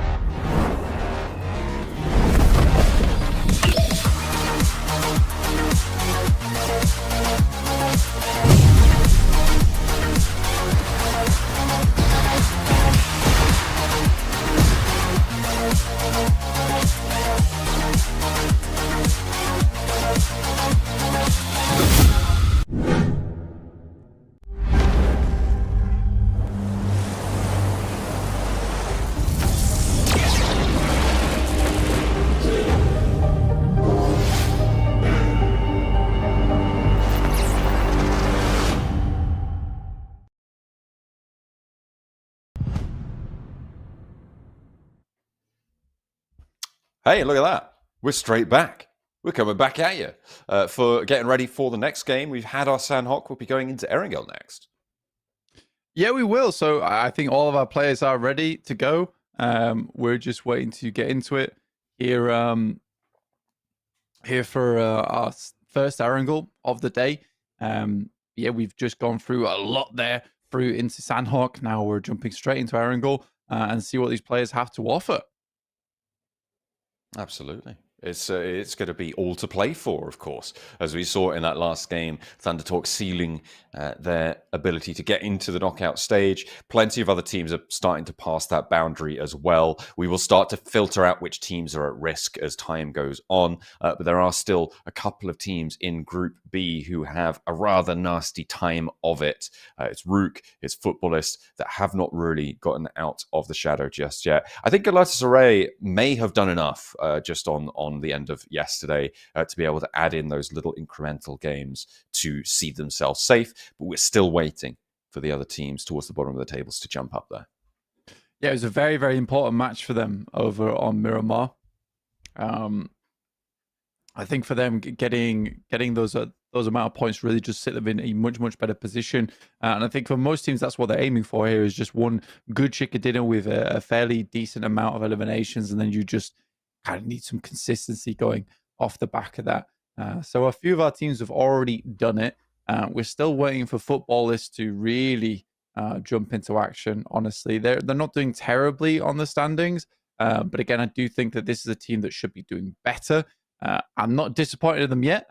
There are still plenty more games for me to be disappointed or impressed, conversely. Absolutely. That's what it's all about. Impressing or disappointing, blank. That's how I live my life as well. Right now, I feel like I don't know. Am I in the black? I don't know. I have to wait and see. I don't know, bro. I'll check my credit at the end of the day. See a therapist about that one. Yeah. That might be the best thing for you. But yeah, we'll be waiting to get into our game. It's ready. I've been told it's ready. We have been told that. Yeah. So I think what we're waiting for right now is for me to press the start button. Yeah. I'm pressing it really hard. I think I'm gonna buy a button that says start game. I think that's something I'm gonna do. Yeah, you could do just like slam it, like one of them big buttons that you can slam. Oh yeah, like, bang. Like you know those buttons that people get for their pets. Lid. Like so dogs can like talk to their owner, kind of thing. They like. I don't believe in it. You think it's fake? You think it's coached answers? Yeah, I think so. Okay, yeah, fair enough. I think they go. You press the yes button when I make this sound, and then I'll give you a treat. And then they just slowly add more. I think it's all placebo. But either way, that's still impressive if they can remember that many buttons, and then be like, "Oh, I pressed this specific one for this." I ain't saying dogs aren't smart. Dogs are some smart creatures. Do love me a dog. That is true. Yeah. I don't have one, but at some point I'll have to get one. Yeah, I just have to. It's the rule. Don't make the rules, just follow them.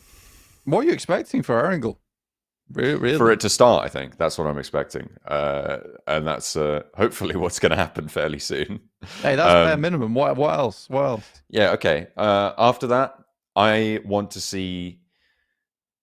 I mean, I've kind of highlighted what I've wanted to see from a couple of these teams before, right? I wanted Talq to show us a little bit more than just playing spoilery. Maybe now, like you highlighted in that previous game, we want to see some more sort of global level strategy being implemented, being sort of practiced maybe before they get to the point where it's going to be super necessary to play at that sort of level. But then again, I think on the flip side, it can often be the case that you play too smart in a lobby like this, right? You're sort of overthinking everything, and it can come back to bite you. I think you sort of don't go for opportunities that you could have gone for that end up losing you a lot of momentum.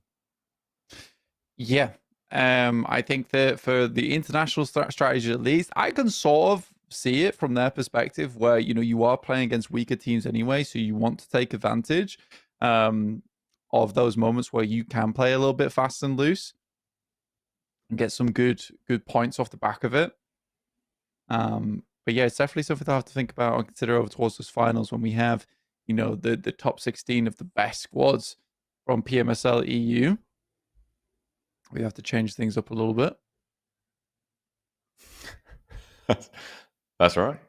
Definitely do. We are still waiting on this plane to get going. We were told it was on the runway, but it seems to have lacked a little bit of fuel. We're getting that one nice and topped up as the day goes on. Erangel, in general, are going to be a little bit safer on rotates. Teams are going to be very familiar, but I think even looking forward to places like Miramar. Of course, we talked a little bit about Galatasaray being stronger on Miramar, sort of night and day almost at the end of the day. So maybe we'll wait and see a team sort of really breach out later on and see themselves safe, because I mean that's what they did earlier yesterday. But I'm not holding my breath. I think at this point it is going to take quite a lot to change my mind about teams like RUKH, about teams like Futbolist. I'm not super expectant on that. Yeah, I think for Galatasaray, they struggled through yesterday, and I think they even struggled through their Miramars, but there was a case where there was some serious, you know, resilience from that squad where they put up the golden shield and just made it through, essentially. Some of those more stricken moments for them towards the end of those games. And it is nice to see, you know, that they can work their way through some of the sludge in those matches, you know, swayed through those swamps of difficult moments in those games and come out the other end looking and smelling like roses. That's the main thing for me. I quite enjoyed Galatasaray yesterday because it didn't feel like they ever gave up at any point, which is what you want to see in most teams, really. But I think when you get to that 6th match and you can do it there and then after having a tough day, that is definitely an impressive moment for them. Yeah, that's something that you need to be able to do, to be able to bring it on back is all important. Yeah, we are just waiting for this lobby to get going. I think there has been a little bit of a remake, as far as I'm aware, for that one, so we'll have to wait just that little bit longer. Some technical difficulties on the back end currently at the moment. They were waiting for to get sorted. Yeah, I'm out, dude. It's a tough one. It's definitely, I think for this game at least, I'd like to see maybe something different from BRX Esports, because I think yesterday when we watched BRX Esports on Sanhok, their macro was good, and macro was something I was quite excited to watch. I think you can somewhat forgive them considering it was a very difficult circle to play in. There was a lot of this downhill approach for them that they had to work with. And that's not easy. That is not easy. No, it's something that it takes a lot of preparation, a lot of gumption, a lot of synergy to try and take back control of. But they're going to have to bring that through. I mean, that's what this competition's all about, right? This is the Super League. This is where you do need to step up and show that quality, show that top tier situation. So the question is who's got it in the tank, right? And who can go in that distance, to paraphrase Hercules from, I would say, maybe what are my top 6 Disney animated films? Yeah, I had that bad boy on VHS back when VHSs existed, and probably a lot of people don't even know what a VHS is anymore, really, which is quite sad, at least. Now we're all on Blu-ray DVDs, which I don't think are very used either. What are you talking about? No, it's all downloaded content, you know. Yeah, absolutely. Streamed live to your device. Which is the way to go these days. But you do lack fidelity, actually. I don't know if you know this, but what do you say? What do you say about me? You lack fidelity. You Thank lack you very fidelity. much. I think you're fine.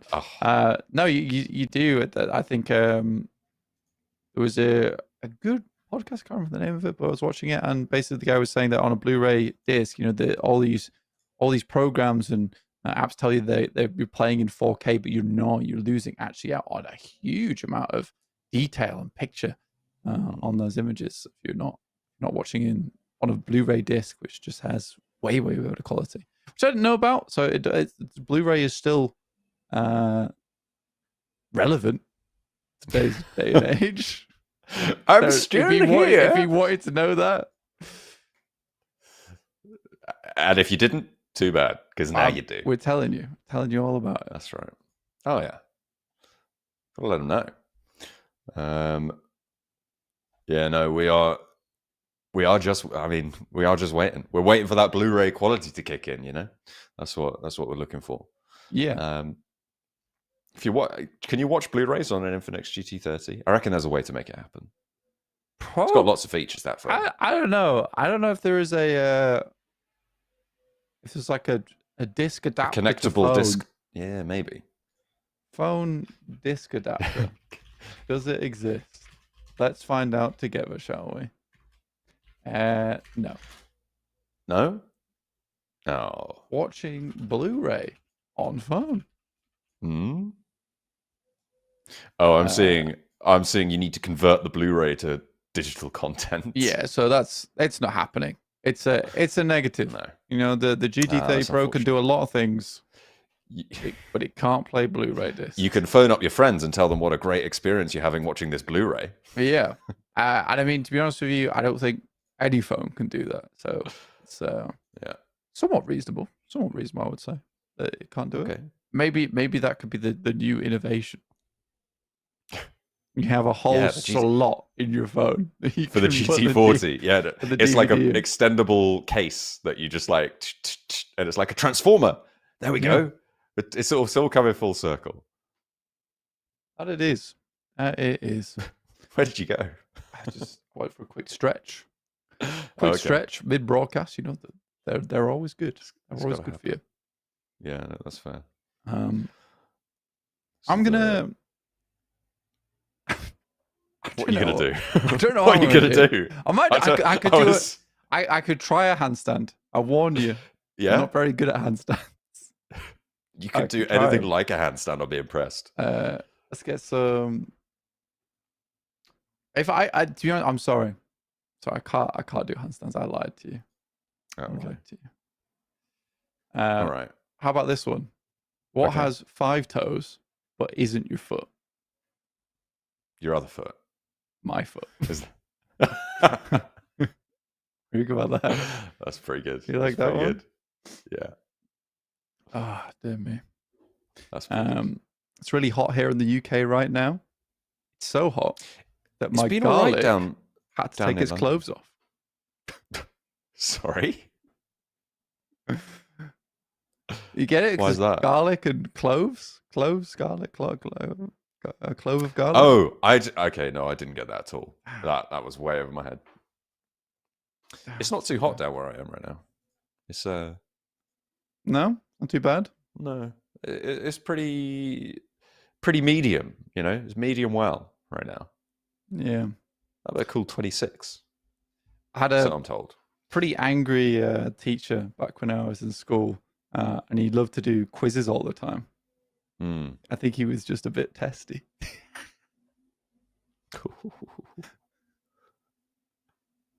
It's pretty good. It's pretty good, actually. Like so, that one? Yeah. This is a good Have fun with that. A good setup. Yeah. Have you just Googled like bad jokes? Is that what's happened? There's some of my favorites, man. Okay. All right. Yeah. I'm Googling the so there's a famous I don't know if it's a competition, but there's the best jokes at the Edinburgh Fringe. The best one-liners at the Edinburgh Fringe, a competition each time. Mm-hmm. And this is what won the 2024. I haven't vetted it for quality, so we'll see. It's a joke by Mark Simmons. I was going to sail around the globe in the world's smallest ship, but I bottled it. Oh, that's quite good. I quite like. It's pretty good, isn't it? That won the 2024 Edinburgh Fringe one-liners. Yeah, no, that is a fantastic one. I quite like to go to Edinburgh Fringe at some point. I'm going this I've summer. never It's been. Are exciting. you actually? Yeah, yeah, yeah. Nice. I'm really happy for you. Yeah, not to perform, but to see the sights. Oh, mate, you could be a great performer. I'd love to see you perform at Edinburgh Fringe. Okay, all right. I'll get writing. Okay. Yeah, you need to get some material on board. Yeah. Yeah. Well, you know, I have been taking salsa lessons. Doesn't feel like I'm making much progress though, because it's just one step forwards, two steps back. Very, very nice. All right, it's time for the game. Enough of the jokes. It's time to get into another match of PUBG Mobile. This time on Erangel. Stalber down to Novo. Down towards Nova Rep. Nice. Very eastern playing path on this one. Where we're going to be getting teams out. Slightly more difficult to get over towards the western side of the map, which will send a lot of our teams over towards that east side. I'll make some rotations a little bit more difficult.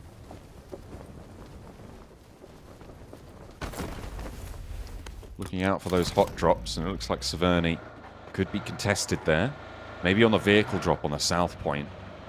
We'll have to wait and see if that pops off. Over near Pachinki as well, maybe. A little bit of contest. When it comes to that location. Carya and Galatasaray close to one another as well. So some actually fairly close by drops here. And some shots ringing out from Galatasaray as they lose a player. They do. Not a good start for them. Beşiktaş, some good shots at the start here. Kissu does go down on the ends of the SKS spray.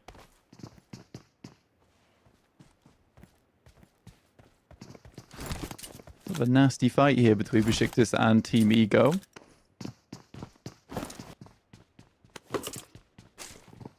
Very quite low, but that's about it here, John.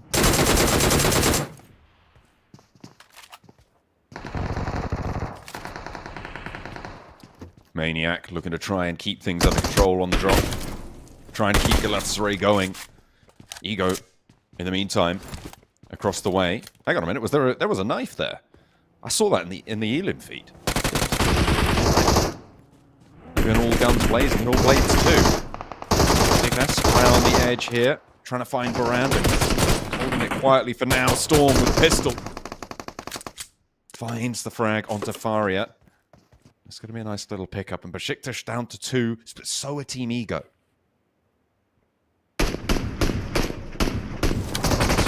Trying to hold on here. Swain on the sidelines getting taken down is not good, because I think Swain is kind of the big name on that team. A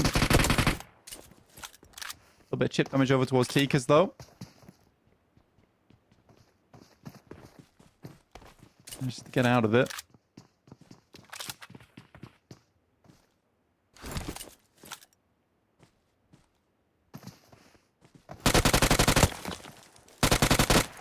Baran taking the challenge.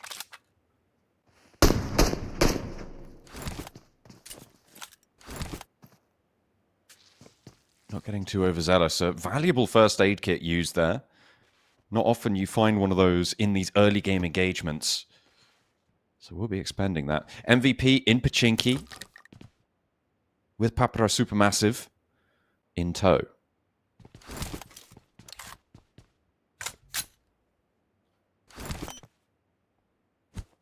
Sticky bomb sent out over towards Para. Get that one off. Doesn't do all that much damage though. Para SuperMassive.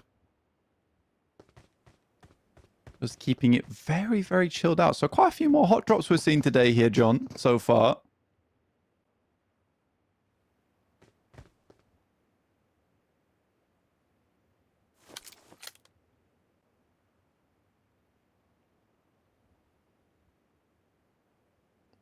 It's surprising, I think, to see so many hot drops in this scenario.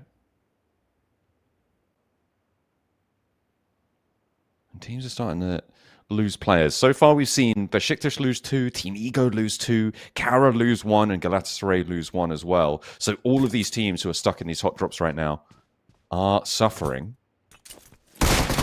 Papara SuperMassive as well. They'll be losing one to MVP. Rampage through the streets of Pachinki. Keystone caught on the cross, but a nice trade from Hardman, and he's going to find that res as well. Kamikaze backed off the angle. There is an off angle as well for MVP. So a nice setup for them on this fight.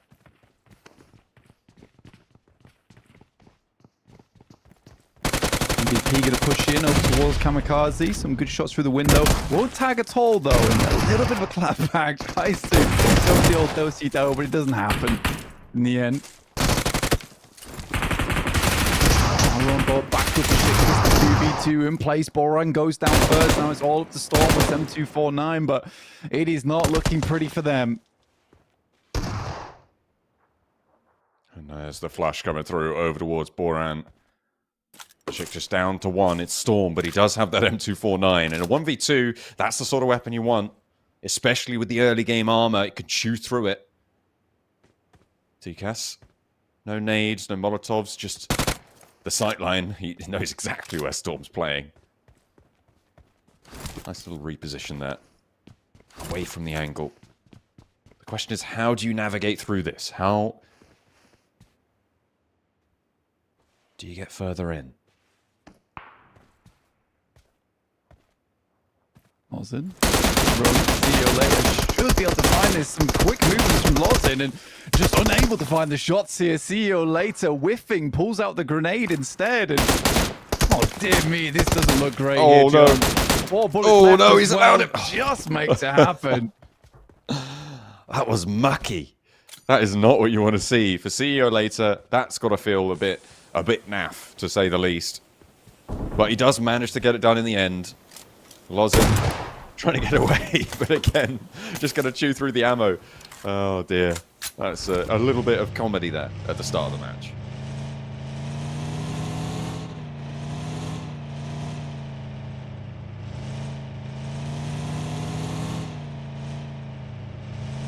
Back on board with RUKH now. We had a little bit of a more difficult game last time around. Struggled to get themselves out from inside of Sanhok and into a better position inside the map. And getting cut off. It was a good start from them, though. I like the read over towards Ruins. Marso. Compaction around the window.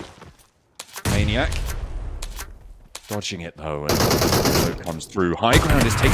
CEO later launches that nade that he didn't use earlier. Over to the top rope, and the Quacks goes down. Maniac soon to follow. Marso capitalizing nicely. And Carya get away with all 3 of their players who still remain.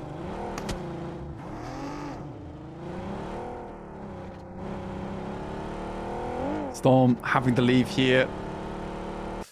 Leaving that horrible fight in the dust. Team Ego will sit out in the blue, waiting for a vehicle to be transferred over. Ekas comes back with that one. TTQ, though, going off again as Lord Cedric takes a tumble. Want to see Black Esports do a little bit more, but already TTQ terrorizing the lobby.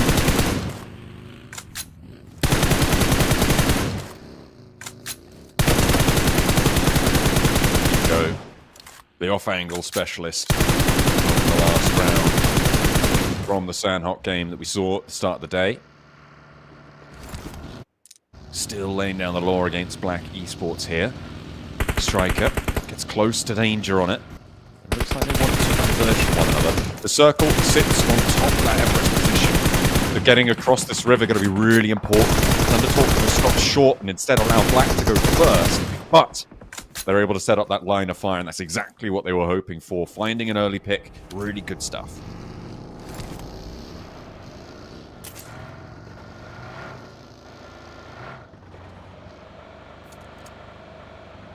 BRX there down towards the southwest side as well. Looking to move up towards Everest. We have that northwest shift on the circle. Kind inside the hovercraft, so quite a nice little bit of cover. Kakali spotted by Gabri, though. It looks like BWNRX have somewhat got off ahead of Bra. The fight looks like it is brewing, boiling away in the pot here between BWNRX as well as Bra. Of open area to be played here too.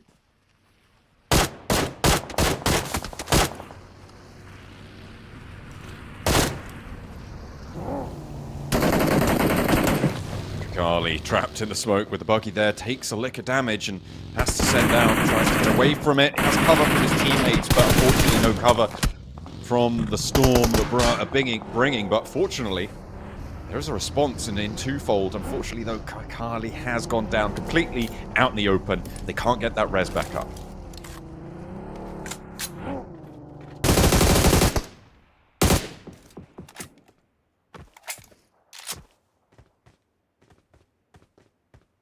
Okay, one up on high, over towards Everest. A lot of sightlines available to them. Being able to certainly some good scouting done throughout this game. Carya, who we saw earlier, taking a fight over towards Pachinki, now making their movement out, but they're in the blue and probably will be for a little bit longer. They head towards the zone itself. Only 3 players alive and limited on supplies. The 1 first aid kit and the med kit on CEO later, at least. A lot of it was used in their engagement towards Pachinki.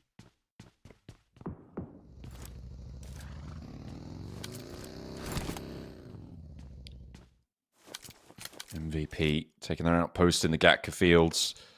Remember that center circle sits around Everest. Taking the top of it could be pretty valuable. Talq going to try and challenge against K1 for not only the top of Everest, but potentially the top of the tables. Yeah, with TTQ at 65 as well. I mean, K1 definitely wanted to get that back under control for themselves. Now, TTQ coming up against K1 is a frightening possibility. Or K1 at least, as TTQ starts to show their claws, their fangs, the last 2 days of play. Ooh.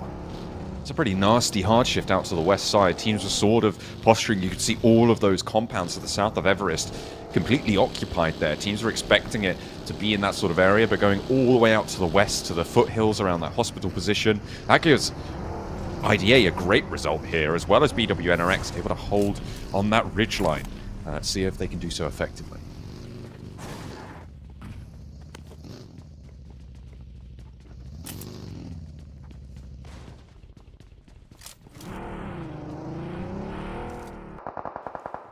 BWNRX, who made some moves during that game to get over towards a better position. They're directly, they were directly over towards the center of the fielded area, which gives them a very, very good chance over towards this match. It's BRA, who were slightly behind them, weren't able to quite leapfrog when they saw them come through. K1 did also make a move, regroup with the rest of the team. They did have Caprice down the side of Everest, so good forward thinking from them.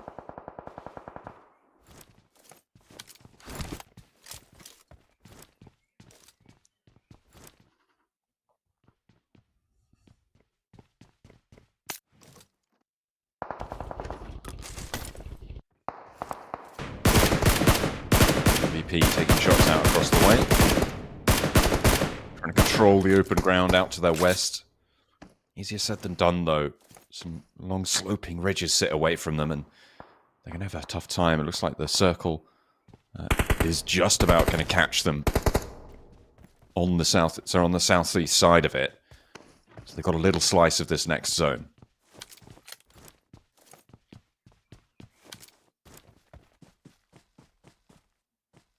Towards Rafa, looking over towards BWNRX, who are down towards the swamp area. Really nice position to play. They do have an outpost as well. It's a little bit further forward, but losing one player does diminish at least the defensive capabilities of that position. Slightly unfortunate for BWNRX. Team Ego coming across from Georgia Pole, so they are quite far out of things. Over towards hospital side. IDA basically controlling the entirety of the western side of the map. At least they'll be happy with that to get some more points on board. I mean, they didn't do terribly last game. 9 points total. Good stuff from them.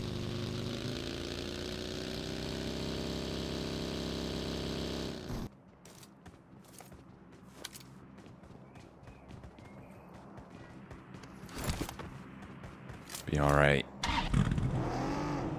posturing on the open ground again as the next zone pushes us even more to these open open zones. Gabri right now in a pretty important position, right? Out in the middle of that field that sits on top of that mound that overlooks the surrounding area. If you can keep control of that, if BRA can do so successfully, they are onto a winner here, Blank. They're going to force everybody else to play against them. I think the second position in the circle is BWNRX's ridge line that sits up against that road. They can have a lot of power there. The question is, does a team like on the south side, do they try and move in and try and take that away from them?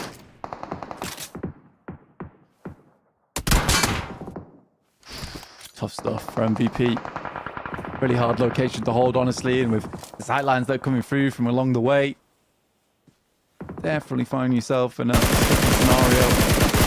Good shots, though, from Khan, though, to at least take the pressure off after placing down a smoke that does limit those sightlines over towards the rest of his team. Ensure they can get themselves back up, so able to hold on. K1, though, not too worried. They're still inside the zone, but there is a team behind there. Waiting the wings, looking to head in.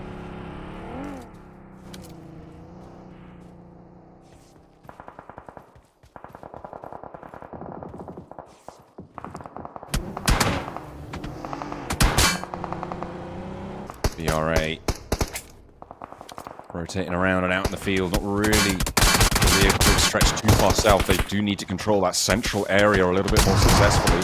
Pusher, though, around the side of the rock. Not going to allow MVP to control it for free, but it looks like they're not going to provide too much resistance. Only the long-range engagements from Boars Gaming is going to have an impact here, and it leaves it just as TULIKH. Just TULIKH left standing now for them as they try and navigate their way through. This is that high ground of the mound that I was talking about for BRA. They are currently now sharing it. I think that is Footballist out on their western side, Blank. But for now, they have got the position under control.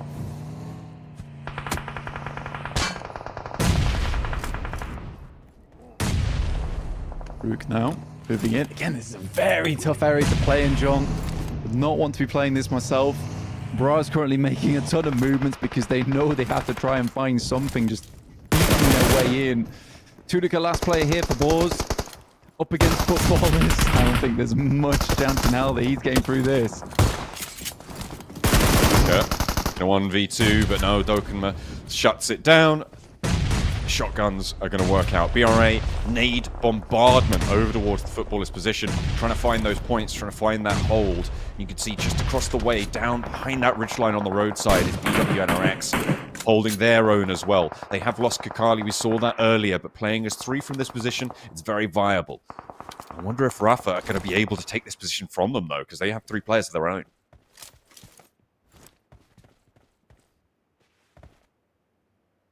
The BWNRX, though, they've been holding this position for quite some time. They've got this little ridge to play around with. This does keep them safe. They'll be able to maintain a lot of their supplies, utility. The level 1 helmet does not bode too well here, John, at least. Footballers do hold on. A lot of nades sent their way, and they had to quickly switch over. Bra likely doesn't have too many more in the back pocket to work with now either after that massive amount of bombardment that came off the back of it. RUKH Esports get thrown a bone with this next circle, which leaves a lot of teams down towards the south, high and dry here, all having to push over fielded areas. That's Rafa, Carya, BWNRX, as well as RUKH, and K1. They can play on this eastern edge, live far into this next game. Flux cooking the nade up towards the high ground there. Pyros backing up the rest of the team. Nico, nade up high. Ozzy's there, but no weapon out. But unfortunately, it's too quick on the swap for Ozzy to be able to get back up the stairs. Mows him down with the MG3. That's what you want to see. And Nico continues his reign of terror on the north side for TTQ. Extremely good player. Almost a nasty grenade coming through from Symphony. Flux does have to back off, and again, this was a good play coming from TTQ. It's under the purview of a lot of other teams, but they immediately saw that this is going to be one of the critical locations on the map, and they take it off him. So far, this has been an awesome approach from TTQ in both games on Sanhok, and now here over towards Erangel.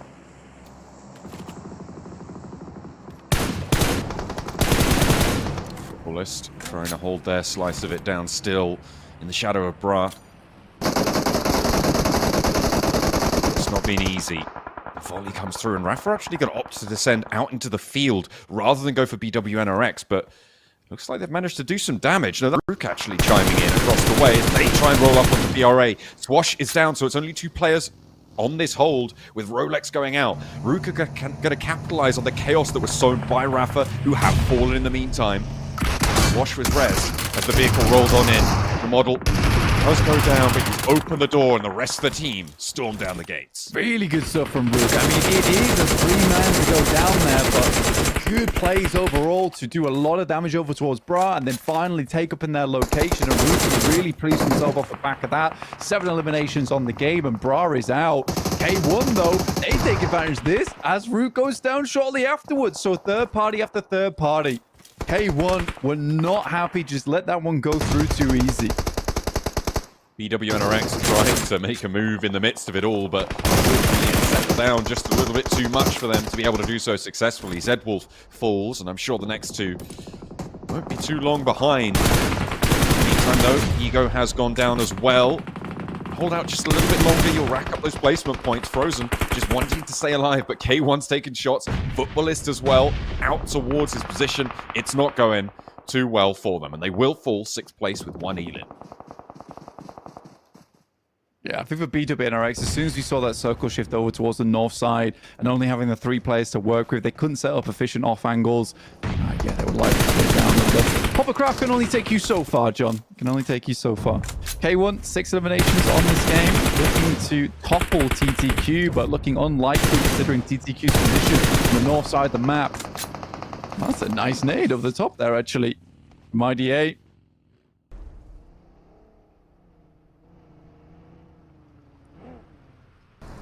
To launch themselves into the circle. IDA from the southwest side. I mean, they have had a little bit of a tough time getting across this open field, but they've been fairly uncontested because it was so focused on the fight down towards the south side for the top of this hill that K1 have managed to finally conclude that IDA have weathered the storm. They are now into the top 4 teams, playing this western side on a nice wide split, but everybody alive has 4 players blank. It is all out, all strength for everybody.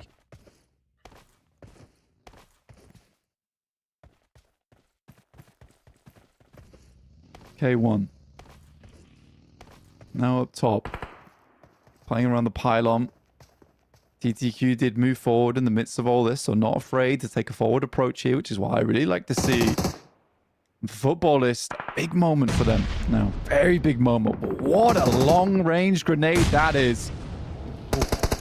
Perfectly found onto Dokuma. Kvic's going to try and capitalize, but is taken low. The rest of the team going to move on forwards as well. They are a little bit on the broadside here. The TTQ, though, on the north. And Nico wastes no time in tearing them to pieces. IDA wants a slice of it as well. And K1 may have just made the mistake that's going to kick things off in the circle. Footballists are going low as well. And now K1 are down to 1 player. So are Footballists. And it is just the 2 teams out in the open field who are going to try and take this one down, take this back into control. In fact, it will be now a 4v4 out in the open.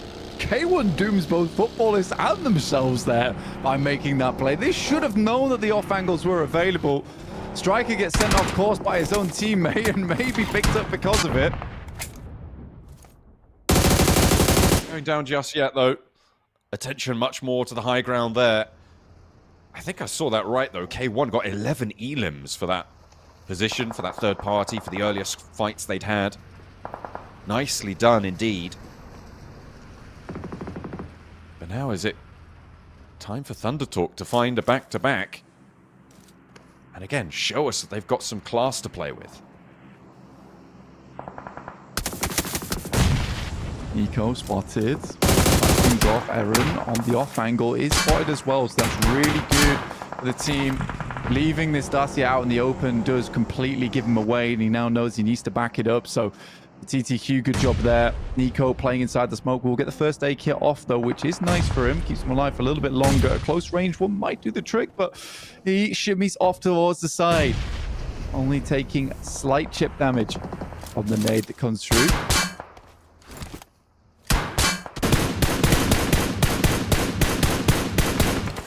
Aaron trying to find a little opening to make a move. Emre as well, charging forwards. Nico close by to a 1v2 here. Doesn't really have the amount of backup that he needs to take it convincingly, but do they know he's here? With the MG3, all he needs to do is spot that first player, but not going to be able to connect with the MG3 spray down. The hovercraft goes in, highly protected vehicle, going to make it really hard to try and eat through that armor. The MG3 will be able to pour out a lot of damage in quick succession. However, IDA outside the circle will need to move in. That's a good nade though from Emre to make sure that TTQ didn't have that forward outpost. I mean, Nico's been living for so long there. The fact that Emre doesn't peek over the top and try and go for the quick snatch on towards the flush there is allowing Nico to crawl back over towards Symphony though. Striker does have angle, so does Kairos on that hilltop.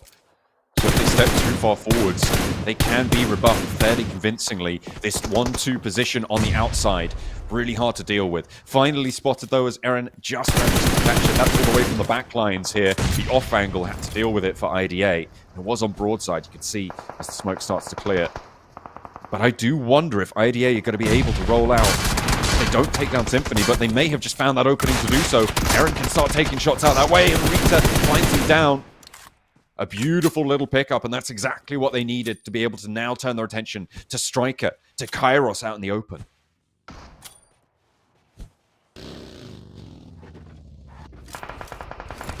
Emre moves forward. TTQ in a whole world of hurt now. To get themselves out of a sticky pinch. They do have the circle, and both, or most players from IDA will now have to pass over open ground, but plenty of vehicles available to them to make it work. And only 2 angles to work with. TTQ going forward. This will be an unbelievable game if TTQ can bring it out the bag. For IDA, very important match for them in terms of their points rankings.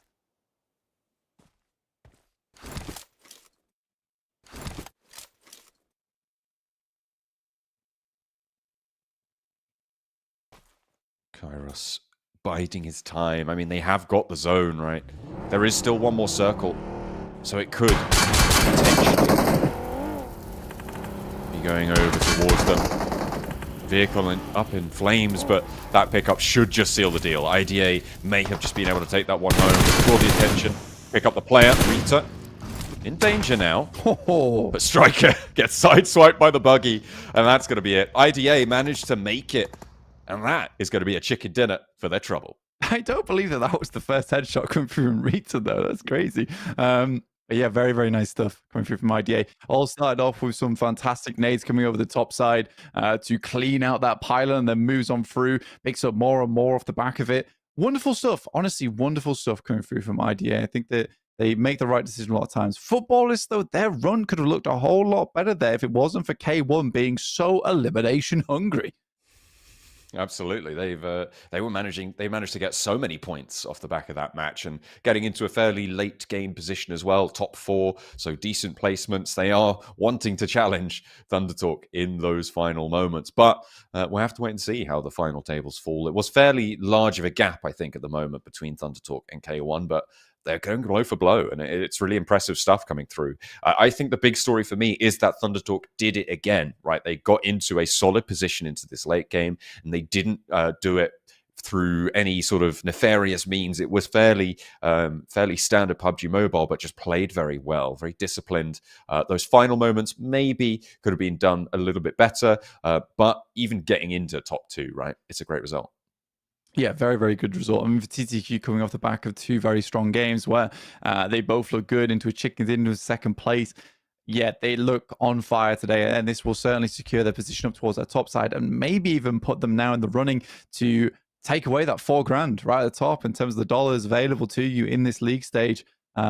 Only have to perform, 4 more times, and right now they look to be on fire.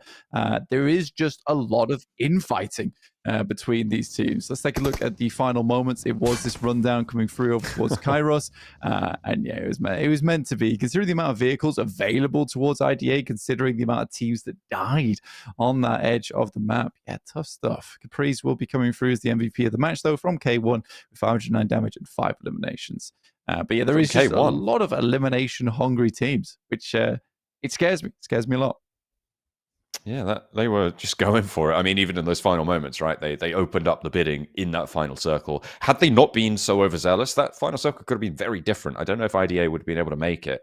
They were on a very open hillside from their position, but not to be. However, Capri's from K1 still managed to get that accolade, finishing in 3rd place. You see 7 nade eliminations, and 2, including one of those final eliminations, was a vehicle elim. Yeah, big vehicle elims coming through that game. Plenty of airdrops that were looted. 356 meters on longest distance elimination was nice as well. But yeah, overall, very, very tough match for a lot of teams when you head up towards the fields on that northwest side. I think that TTQ right now is just playing pretty much just take advantage of a lot of what I would say somewhat overzealous plays on the map, very bold plays. Footballers could have easily lived out there for a lot longer, but that's under the understanding that no one's going to push them because it would be mad to do so. Yeah, it sometimes, a little madness is just what you need. Other times, it's just definitely not. And that's what came through there. The longest elim came through from Lost, making sure that he was keeping people at range. That was from RUKH. Remember their roll-up that actually opened up that big third-party engagement on the south side. Although it was sort of initiated by Rafa, moving in from that south edge, RUKH were the first team to try and jump on that, right? They were the first third party, and then K1 came in and cleaned up the rest of it. So a nice little opener from Lost 7. I wouldn't be too surprised if that was where he got that distance elim. Yeah, again, I think RUKH had a better game. They had a much, much better game. It did come all crumbling down, a slightly hectic fight where K1, again, when they smell blood in the water, they're like sharks. They're upon you almost immediately. So you got to be very careful when taking fights where multiple of your players go down. You got to be very quick on the swivel that teams will be heading in, especially open area like that where everyone wants a massive amount of action in the process. Yeah, you've got to be incredibly worried.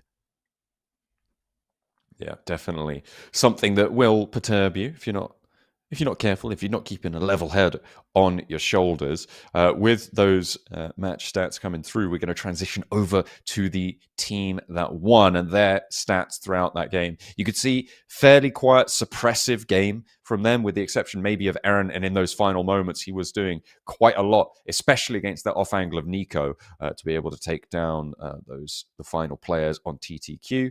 687 damage, 2 knockouts. Fairly standard sort of performance here from IDA. Not special, but certainly valuable to them. Yeah, again, for the boys on IDA, really good nades across the board. And it was much more calm and collected. We saw there was a huge amount of hectic action over towards the center of that circle, and IDA takes advantage of that and just sets themselves up very nicely on a long lineup, which works out really well. And it was that case of IDA being a much more reserved team that actually is the big winner for them in the end. Yeah, it's about time that they managed to get some points on board as well. We'll be happy to see that they have now entered the running to be able to grab up towards those spots, moving towards the league stage. Let's take a look at some of the highlights from that match. A lot of hot drops at the start of the game, Blank. I think that was really the big story that gripped us early on, right? We had these, I think it was 3 big engagements, full 4v4 scraps on these hot drops early on. Yeah, this will work itself out going in towards knockout stage as more and more teams are removed, but at the moment it is definitely causing problems towards some of our more, I don't want to say less significant teams, but are less well-known teams that don't have drop spots that are just their own. For instance, no one really challenges Falcons in Pachinki, no one challenges S2G over towards Papara SuperMassive just because they have that name brand, that brand caliber behind them. It's like that team pretty much owns that spot. We shouldn't go for it. So it's much more infighting towards our teams on the lower end of the tables. Here's that initial push that came through from RUKH where it all went wrong with a lot of off angles on there, and K1 swoops in, take up the rest. BW and RX actually set themselves up quite nicely towards the swamp. It's not meant to be though. This is a really difficult push to make happen. Yeah, and if they'd have maybe been a bit quicker and been moving at exactly the same time as K1, they could have potentially fourth partied, but it's a move that you can't really blame anyone for not taking, because it's sort of a coin flip if you go for that, and maybe you think you're going to have a better chance if you stick to your guns. As things started to whip themselves away, those final moments on the hilltop going down, and then Striker. That will never not be amusing to me. That side swipe on the buggy, just making short work of Striker down in the dirt. Here are the match rankings. 9 elims found for IDA, getting 19 points on the match. K1 with 16. Yeah, I think the big surprise here is K1 with the 11 eliminations and 16 points. Is that, although, yeah, their playstyle is fairly crazy. I mean, they're making it work with the elimination count they're able to get on board, and that shoots them far ahead of TTQ, who are only able to get away with that game with the 11 points and only one more placement point above them. So I think for K1, their main prerogative in that game was just to go for instantaneous pushes, cut down the amount of teams in the lobby, ladder up that way, and get a bunch of eliminations. And it does work. It does work, but it definitely surprised footballers to drop all the way down towards 6th place off the back of that. Yeah, here are the overall rankings. Now, TTQ still in first place on 74 points, but K1 are now not too far behind them on 71, a 3-point difference there. But there is a big drop-off now down towards 3rd place, a 12-point difference between 2nd and 3rd place. And from there, it's very closely fought. Over onto the second page, you've got RUKH just about peaking into 16th place. IDA as well, up on 28. Yeah, IDA see themselves in a much, much better position. Like you said, only a few more good games from them. They've got another day to do it in too. And our teams that would be going home right now are Team Ego, Boars, SuperMassive, Papara, as well as RUKH. RUKH with 0 point total over 2 games is not a good place to be in. No, but again, all of those teams in the red zone are from Group C, which means they played 6 less than some of our teams here, and a little bit less than that. What was it? 4 matches less than Group A and 6 matches less than Group B. So they do have a significant disadvantage right now when it comes to those tables. However, you're right. A 0-point average is basically as bad as you can do. So RUKH need to step it up when it comes to getting those points on board in these next few games. 100%. 100%. I think, the 0-point average does need to change soon. I mean, IDA, they'll be very pleased with how that game goes out. 28 points is a massive jump start. And especially in match 2 as well for them, out of their 12, it's a wonderful boon to have, knowing that for the next 9 matches, they don't need to have anything too insane. The next 10 matches, sorry. No, it's going to be a nice little calming breath of fresh air for them. And again, that is the interesting fact of how having these shorter form tournaments plays into it, right? When you get these big games, when you get these big results, you can just chill out for a little bit longer. Let's head to a short break and get ready for our second Erangel of the day, match number 3.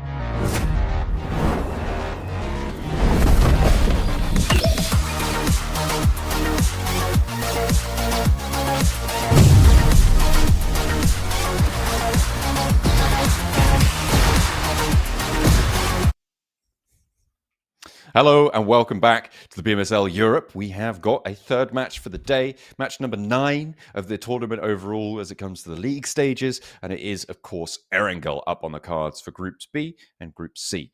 As Group B has continued with their final day to try and put those points up to avoid elimination and head to the knockout stage. Exactly. Only 4 teams will be leaving here in this league stage and 4 into the next. So we're cutting them out quickly over just 6 days of play. So they've got to keep themselves up and to date with all the metas forming here and all the gameplay coming through, because we have some hyper-aggressive teams so far in our matches. Yeah, it has been quite quick, quite thick and fast in terms of the action when it starts to unfold, and it is going to be pretty difficult to try and navigate your way through that sort of chaos sometimes. But hopefully, we'll see our team start to emerge that can survive that sort of chaos and can bring themselves towards the top. Hopefully, match number 3 will be getting underway fairly soon, and we'll be ready and raring to take you guys through the action. Yeah, almost halfway through the day now with our second Erangel coming up. I'm excited to see it all break down. So far, K1 continues to impress here, John. And I've been very, very excited to watch them play. Very much a dark horse coming into this one and then performing massively well, similarly to Thunder Talks too. None of our usual names, I would say, really coming out swinging. No, it has been pretty calm from some of our teams that maybe we would have expected a little bit more of. I think that the notable one here is RUKH Esports, right? This is the team that I said at the start of the day I was hoping for them to show that they were sort of a worthy contender. Right now, at the start of the day, they haven't really been able to display that. There is still more time for them to do so, but not been great for them just yet. And I think that the big name that you're looking at here is BWNRX, right? And not really having the second game to back up their results overall, but they are still going. They are still chugging along and having a decent time. Their Sanhok was very, very solid. They were able to get nice and late into that game as well. Decent elim count there. And they are still going. So as much as they haven't been big standouts, they are as consistent maybe as S2G was yesterday in these first 2 games. Yeah, absolutely. It's definitely a cool one to watch happen. I think BWNRX as well, like in that position of just slowly slogging on. I mean, most of the positions they've taken in these maps haven't been terrible. Just not quite able to deal with just the fast amount of pressure being applied by a lot of our other squads inside of this lobby. And that's certainly been the thing. Again, it is kind of a symptom of the lobby having some teams which are much better than others, and then some that are a little worse, where they're not taking advantage of those scenarios and areas of the map. And specifically looking at Sanhok, where Nico was playing out in the open for such a long time away from his team, that could have been punished quite easily, but there's no one there to punish. So Nico gets a huge amount of free space all to himself. Yeah, absolutely. That's what he thrives as well in those angles where he's got that sort of space to play around with. So can't be letting that happen. It's making sure that you're shutting that down will be high on the docket, I'm sure, for everyone involved as we get ready for our third result. Hopefully, the teams will have noticed that that's what he's doing and sort of folded that in with these breaks between matches. You've got to imagine that coaches, that analysts are starting to fill in the teams about what other players are doing, what they've spotted, what little adjustments can be made. There's no real time between matches to sort of fully re-strategize and sort of say, okay, we're going to completely change our rotational playbook. All you can really do is trust in the plans that you've set before, that you've trained, that you've scrimmed, and make the small adjustments like, oh, if you're facing against this team, to look out for this a little bit more. Yeah, it's very much a thing where you do need to look towards where these players are coming from. And look at that, straight in towards our third Erangel of the day. So we're getting underway with this one, which is lovely to see. Playing path on the south side, Milta Power over to Primorsk. So a little bit of a south cut, potential for more hot drops here, as well as vehicles to move up north will be fairly hotly contested. Maybe some more residents over on that military base as well. Have to wait and see who's going to opt for what, because we did have 3 hot drops at the start of that last match. Yeah, again, I think that the hot drops are coming through thick and fast here when we're looking at these games, and people just aren't finding the spots on the map they'd like to play. I mean, reminiscent of yesterday when we saw Fenerbahçe playing 3 separate areas of the map here on Erangel, which was surprising to me.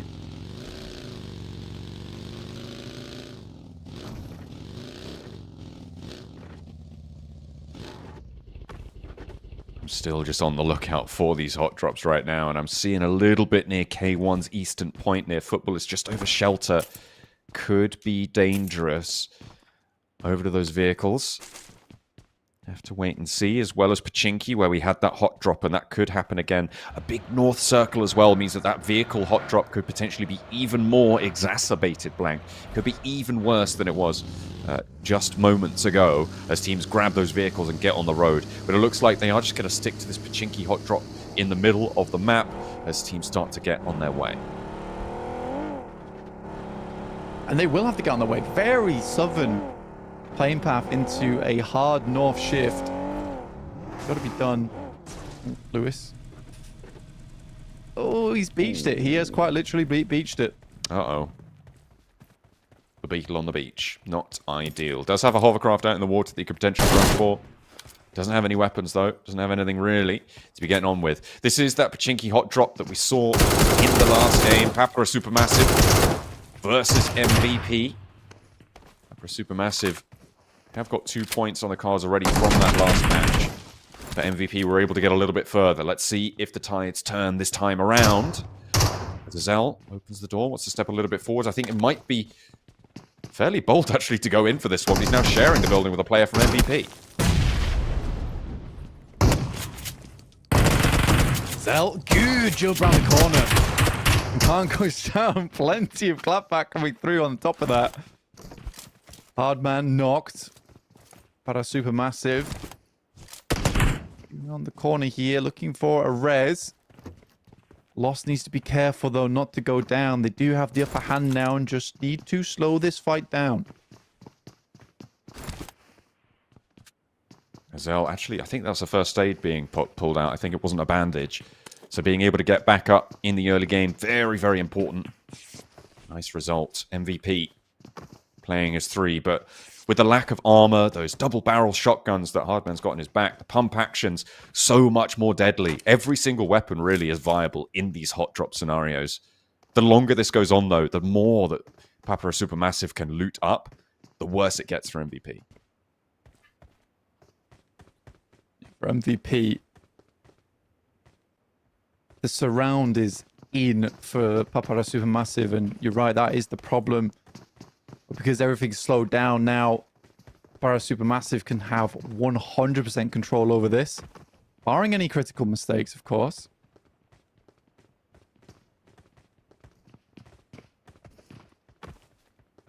Kamikaze. Across the rooftops.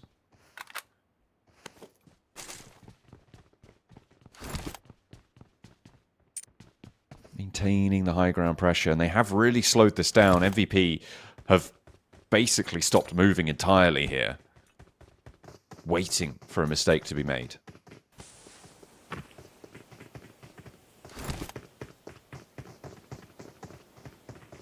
That's all you have to do. Should being slightly outside the circle as well. Not many teams likely to make a pit stop over at Pachinki, so they can slow this fight all the way down, John. Launch through Kamikaze now. Across the way. Wants to get out the next window as well. Footsteps now heard from Pool. As Kamikaze wants to put a nade in as well. The Cook needs to be good here. Can bounce it off the wall to his back, but Kamikaze steps out the way. Nice and deft maneuver coming on through. To try and stop that one going kaboom at his feet. Has a nade being pulled as well. Bounces it in off the window. That could be good, but not quite on target. Pool up the stairs, and he knows it now. The heels were spotted as we hop over the way, over towards Bra and Galatasaray, who are now locked in a hillside combat. That's right, in 7th place at the moment. Papara SuperMassive Kamikaze will find Paul. I'll leave them down with just 2 players, and they are slowly lowering the guillotine here versus MVP. So, very much non-cinematic guillotine maneuver, but it's working. Yeah, they are slowly but surely extracting the value. In the meantime, Galatasaray have lost 1, and it looks like they're about to lose a second as Quacks gets spotted trying to hide amongst the shrubbery. Unfortunately, not going to be carry on in this match. It's down to 2 for them. MVP still giving a good fight. in Pachinki, but you've got to wonder, what can they really do here? And that's exactly what they wanted to find. Flush will be found as well. It'll be really valuable for them and actually really nasty for Papara SuperMassive. As Elf finds one, but losing Tron, yeah, it's not what you want to see in a 4v2. Even if they're finding Hardman easily, playing out from Pachinki, being able to move smoothly over towards that north side with 4 players would have been fantastic. And not getting the read there is bad. It just comes off the fact that they're playing as a lot of solos here, and I don't think you need to do that anymore. You can play as 2 groups of 2, especially in a 2v2.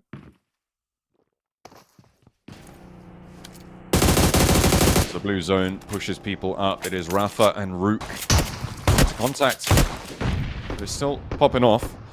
A little insight into the fight there. The rundown for RUKH actually going fairly well. RUKH not really having too much to say about it. Gentleman not finding any shots really from that off angle. It's something you need to be doing. It's not going to work out. Potential for BWNRX to maybe step in on that angle, but and third party and Pachinki, we'll have to wait and see.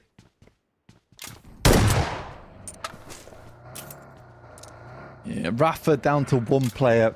No eliminations found off the back of the shots coming through from Gentleman. Ooh. The sticky bomb will do the trick over towards Hardman. Finally. Took a while. Mousetrap was sprung.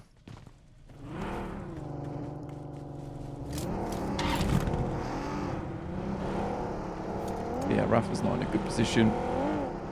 Maybe Gentleman gets 1 point, but I think they're all just sending it now. It's another 0-point game for RUKH. Good, not good news. Gentleman, nade sent towards him and goes down to the first one. Caught in the crossfire. That is unfortunate. But, again, staying on that big duck egg. No points to be found. Military Island is encompassed. The next zone is going to be popping up in about 5 seconds as well, Blank. So they're going to have to get on their bikes fairly soon for RUKH. But they are fully looted. Looks like they're nice and healthy. For Group C, it's actually a big deal that RUKH goes down again with 0 points because it means more points overall to be siphoned off to the 7 other teams. So I think this is actually quite important for Group C in terms of being able to get in and out from that bottom 4. I think at this point, unless there is a huge difference in performance for RUKH, it's very likely that they are one of the first teams that we're going to see falling down and getting knocked out in league stage. Especially after 3 matches. No points in 3 matches. It just doesn't bode well. Carya are really keen to just stay on this bridge. Wait for the teams moving forwards. Have to see if they actually get any value out of it. They have been able to get 10 points out of the lobby so far, so give them the benefit of the doubt. See if they can get a few more. K1, in the meantime, have plenty of teams nearby to them. That's TTQ and not too sure who that is up on the hillside either, right next to as well. But 3 teams in the area. And there we go. Looks like they are going to get a couple of points. RUKH, they win the rundown, sure, but 20 falls as well and has a very convincing hold on the bridge for Carya. Yeah, it was pretty easily set up, right? And the amount of time it took for them to finish off RUKH, all the time in the world to set up. TTQ, though, up against Boar. And TTQ down 2 players in the midst of all this, and Symphony on life support. This is that 3-team engagement I was talking about, Blank, with Boars being that team up the top, next door to Thunder Talk, and K1 rolling around in the hills underneath, just ready to tear you down as soon as you step out of line. Pusher, goal in the door frame, Symphony not giving up the ghost just yet, will take 1 and get the flush. In comes Edith the Bad Boy, though, and I think Symphony's going down here, whether he likes it or not. Will fall down to Boars, but they're losing Havlik on the off angle, and K1 continue to put the hurt on this fight. Yeah, K1 sniffing this one out. They're immediately in. Slonic's taking shots from around the side, but K1, 2 players down. Not looking too terrible for Boar here. Might be able to get a comeback on it. They have surrounded the building. Havlik's down on the outside. These bad boys should bleed out, leaving them just 2 players, and that's Footballist to join in on the foray. Nice nade found there by the breeze. Goes in for the flush as well. K1 wanted to keep this one back under control, but another team rolling up now. Footballist find the end of Boars. One player left standing for them, but now they also have K1 on the ropes. This is a prime opportunity for them around this Stauber location for K1 to lose not just the one, but the two on this off angle, leaving them just on one player as well. A nice little flex out from two of the players from Futbolist is going to do so much work for them in the long run. Yeah, Futbolist will be happy with this. 3 eliminations. Sees them still kicking inside this lobby. 32 points. Pusher waiting. S12K. The best thing to have here. This kind of scenario. Very, very close to another player. As another nade gets sent in.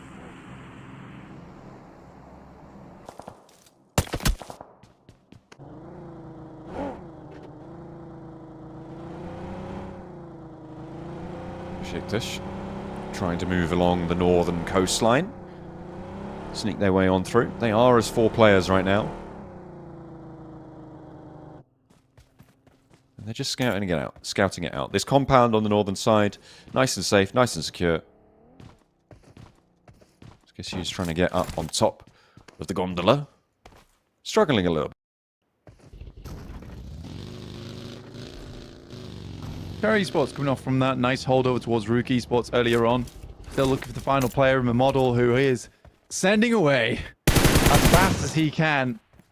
Does get behind cover. Looks like Zedwolf. There's the angle for shots, suppressing the team off in the distance. Trying to stop them going for this rollout. They will be out of the circle in that compound, so they're going to get pushed in and away from the zone. Stage 3, so it hurts enough to motivate them to go quickly. I think that's Ego off in the distance. Because you did manage to finally get up on top of the gondola and on top of the Oh my! the tram lines. And BRX Esports BRX Esports seemingly have no idea, but he is so exposed in response. Yeah, but you get a spray down. This is not a suspectful position for him. Needs to grab 2. Do BRX Esports know? Providing information back towards the rest of his team. He's waiting for Cover there is the issue. He's waiting for another member of his team to try and draw some attention. With Ego engaging BRX Esports now, some attention has been diverted. But look at the rest of Beşiktaş. They are struggling to make this opening and losing players because of this. I feel like, you know, Septimus is taking these shots. Kissu is right there. You could see him on the screen. They're just not paying attention to this line. Needs to light them up. But he knows as soon as he takes this shot, if he doesn't get an immediate 2-piece, it's not going his way, right? Because he is out in the open. The only option he has is to drop down, and that's an immediate knock if you take him damage. Yeah, desperately needed to find at least Septimus there. Going over towards our map feed, though. Galatasaray. Nice compound for them on a bit of high ground. Beşiktaş definitely want to get through BRX Esports, as you can see. There's the first. And did good damage on the second. Not quite found there, like you said. Immediately spotted by Septimus. The rest of Beşiktaş flying in. Actually getting a lot done. The openers are there. 1 and 2 go down, so they have controlled this zone. The drop down can now come through off of that railing. Potentially look for the res here on the back lines, but they need to be pretty snappy about it. Boran looking to pick up their team, and they have managed to keep all 4 players alive. A nice result for Beşiktaş. Yeah, really good stuff. Yeah, he had to pull the trigger at some point. Been way up there the entire time, and the fact that he gets some good damage over towards Septimus means he's a clean pickup for the rest of the team from Beşiktaş when they did eventually make their way on over. So a good spot to take control of for Beşiktaş going forward. Let's get further and further into the lobby. You can see Galatasaray off there in the distance in their Iron Throne.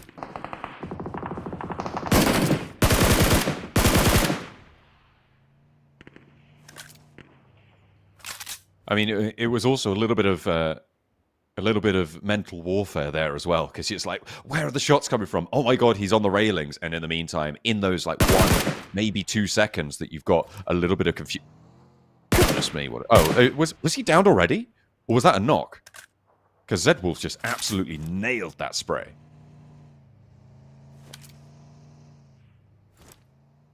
was a really good couple of shots. We know Zedwolf is a very clean player, and he's still tapping away, still finding shots just underneath the vehicle. Ball is off in the distance, doing damage over towards Bra at the moment. You are down on that look. Zedwolf still attempting to put shots in, but only 40 bullets left in the chamber for him.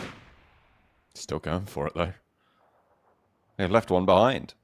Okay, they're going for that baseline of fire. They want multiple angles to contest. Can't be sprayed down so easily. Papara SuperMassive lose one player early.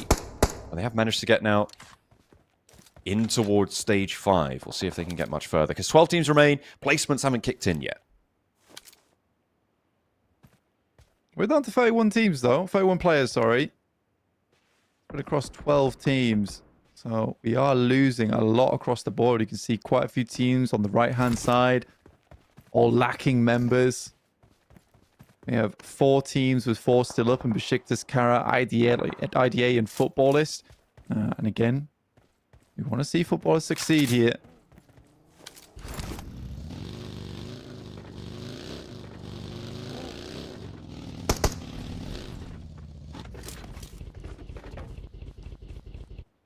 Zedwolf giving up that position. We'll pick up a little bit more 5.56. You can see they're just re-divvying the ammo. That's why he had the confidence to go for those spray downs. He knew the rest of the team had his back when it came to the ammo store. Nicely done. IDA trying to hold the southeast side, have shots down towards Lux, have this ridge line against Carya. So nice and safe for the time being, but the next circle pops and it does keep them in. So again, a really nice position for IDA. Yeah, keep them nice and safe. I mean, coming off the back of a win here on Erangel, getting another strong result, as we know, is the team that doesn't have to do all that much. And we said they could kind of relax a little bit now, but looks like they want to get it all done in one day. Better than that, they want to get it all done in 2 games. Yeah, nice little back-to-back position would be great for them, but we'll have to wait and see. There's still 12 teams remaining and plenty of time for things to change. The hovercraft sends them straight up and into the fight. The auto shotty is more than ready to chew through the approach. And there's the spray from the off angle. Look at Rita repositioning with a hovercraft of his own. Meanwhile, over on the northeastern side, Beşiktaş are being given a run for their money as we hop back over to IDA. On this southeast edge, Carya now with 1 player left standing. Yeah, pretty crazy play coming from Lewis, just to roll up here in the hovercraft and then just get out and expect not to get sprayed down or a shotgun in his face.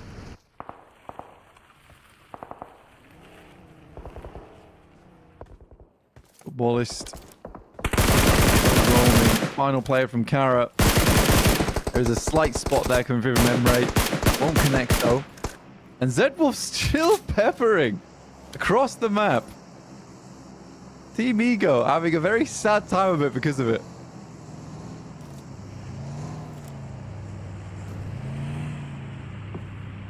Zedwolf still keeping his eyes out. He knows there's one more.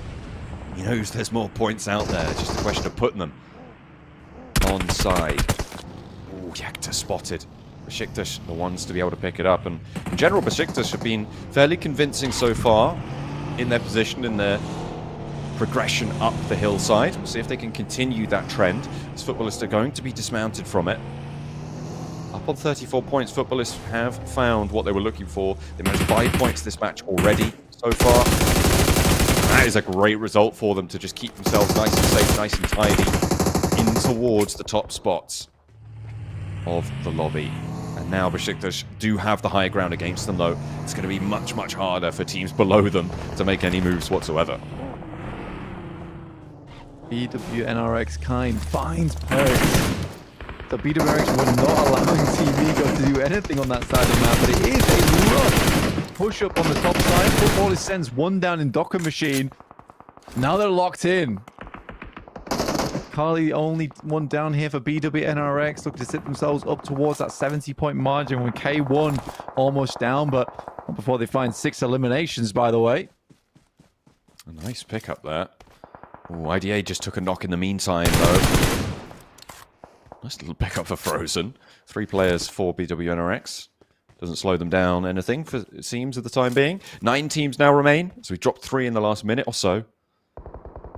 IDA looking to get that res, do manage to find it there. You see That green bar coming on back on the tower graphic on the right-hand side. K1 eliminated, but they did get 6 elims. They will stay at the top for the time being, unless BWNRX can jump up there and force their way into the top position. So now there's a big decision to be made by Galatasaray, where they're going to have to come off from this hillside. They do have the pick of the litter, where they have good ridge lines to play around with, but it has to happen soon, right? Fighting over towards either Beşiktaş or BWNRX. BWNRX are definitely weakened as opposed to Beşiktaş. So that's their possibility. And that's their market to run with.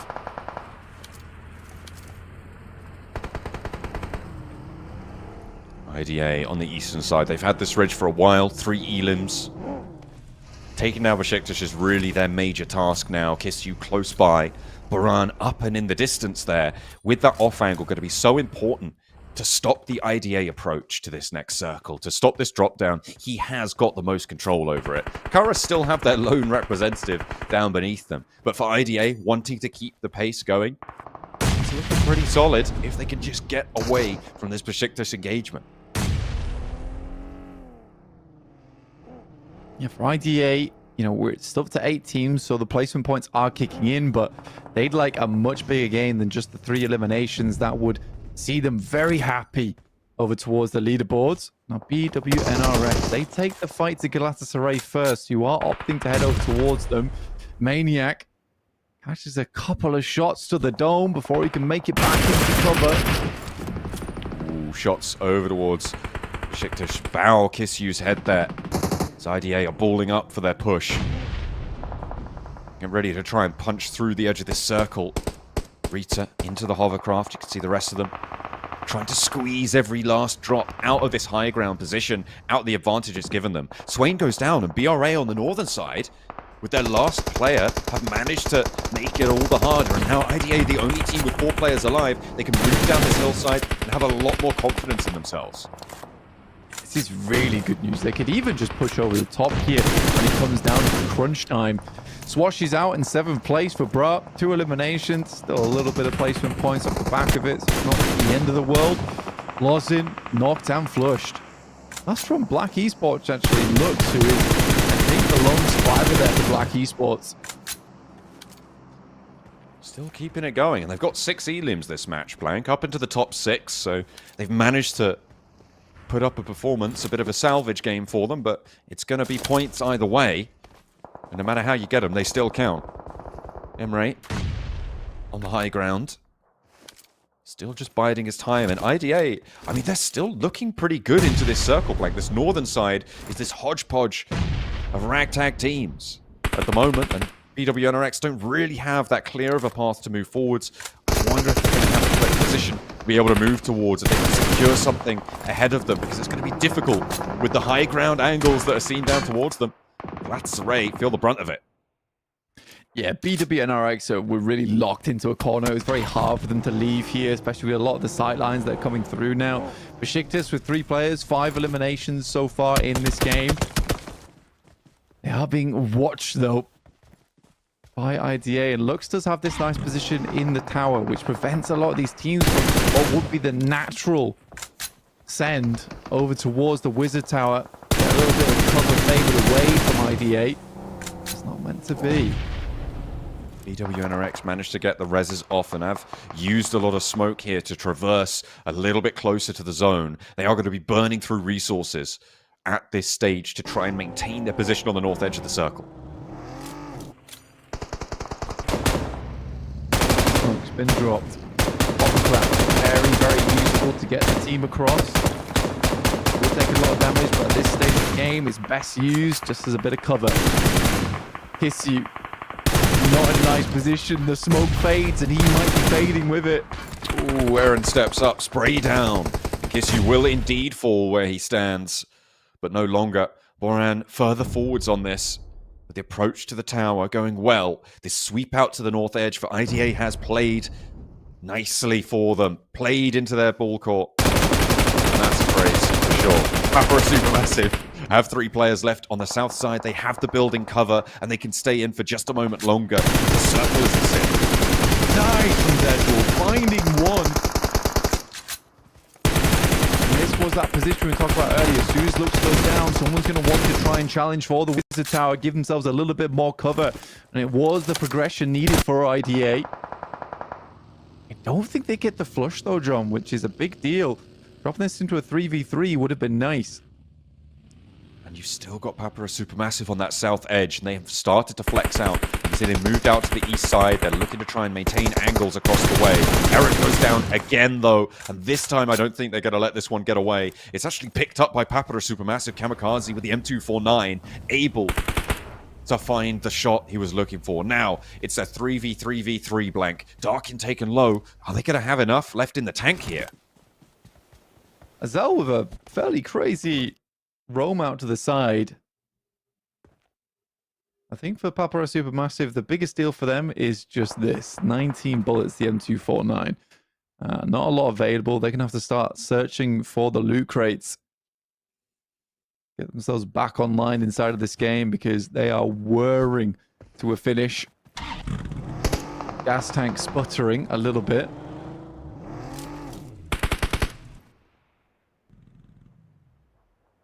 Complaining. All the warning lights are on. Nothing's looking healthy, but you've got to make it work somehow. The circle closes and then it goes central. Papara SuperMassive have the inside track on position here, but you're right, that ammo is dry. Gonna have to rely on that pump action, waiting for those teams to roll up. We'll have to wait and see. Zed Wolf, not similarly starved of ammunition, will go for the spray down to Darkin, but catches Emre on the off angle there. Darkin's hit the deck. Will look for the heal, but he goes for a second salvo, and we'll be able to connect it. Rita now the last to stand for IDA, and it looks like that might be all for them. They cannot get off this ridgeline safely. The smokes are there, but all too late. That is a cruel spray down coming through from Zed Wolf, with the fangs around today. Frozen looking for another, and that will be the full wipe over towards IDA, leaving us now in a 3v3 between BWNRX and Papara SuperMassive as they immediately put tail and chase. Frozen's going to get over towards that top side. Azel immediately positions himself with a nade in hand. His will be popped sooner. Goes a little bit too far. Frozen looking for one slightly better. And in the meantime, Zed Wolf took down the off angle for Papara SuperMassive. Nice. Frozen wins the trade, and out the open, there's the off angle. That's Zed Wolf, who was done with his part of the fight. Thought he'd handle the rest of it as well. BWNRX brilliantly closed down that match. A nice little rollout. IDA pale away, and it is going to be Bushido Wildcats next through you to take home the chicken dinner. What a quick cleanup as well coming through from BWNRX. Just almost instantaneous onto all of those players. Man, they'd let a trap down and they walked over it and just closed on top of Papara SuperMassive. Tough stuff. Very, very tough stuff. I mean, honestly, for Papara SuperMassive, there is also that consideration that they were running on empty. They really were. They were huffing and puffing and grabbing for an inhaler at that point in the game. It was not working out well for them. Yeah, they were having a bad time at that point. But all things considered, I think that was a fairly well played final circle for most teams. I mean, for IDA, they did flex out to the north. They could have potentially left a backstop down to that south side that may have made Papara SuperMassive's position a little bit harder. I think that those decisions in the final circles for IDA could definitely be polished up. But in general, I think that there was no team I was incredibly frustrated with in terms of how they went down or where they went down, except for maybe the hot drops. I think that's where I would still throw some criticism. Yeah, I mean, it's hard to fix this stage of the game, especially when you got 24 teams all playing. Like, you're going to have hot drops here and there. But yeah, that end game was played very nicely by BWNRX, even with the 3 players they had on side. They had a very, very nice position to play with. They were blessed by the circle slightly, or it just cut them a slice of the pie. And I think if it was even just a little bit over towards the east, that game becomes really difficult for them. Either way, there was plenty of moments there where I think with slightly better play, IDA could have taken them down. Especially at that last moment with the DBS just over the top. Let's take a look at the final blow, and this is exactly what I'm talking about. Azel and Lost. Azel just sending these nades completely wide. Yeah, that is not where it ended, but could have done.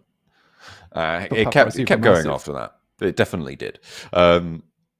They live in a quantum superposition right now. That's what's happening. But they did go down. And BWNRX, I mean, Zedwolf had the angle, and there was a flex out. There was an attempted flex out for Papara SuperMassive. I think they didn't realize that Zedwolf was there.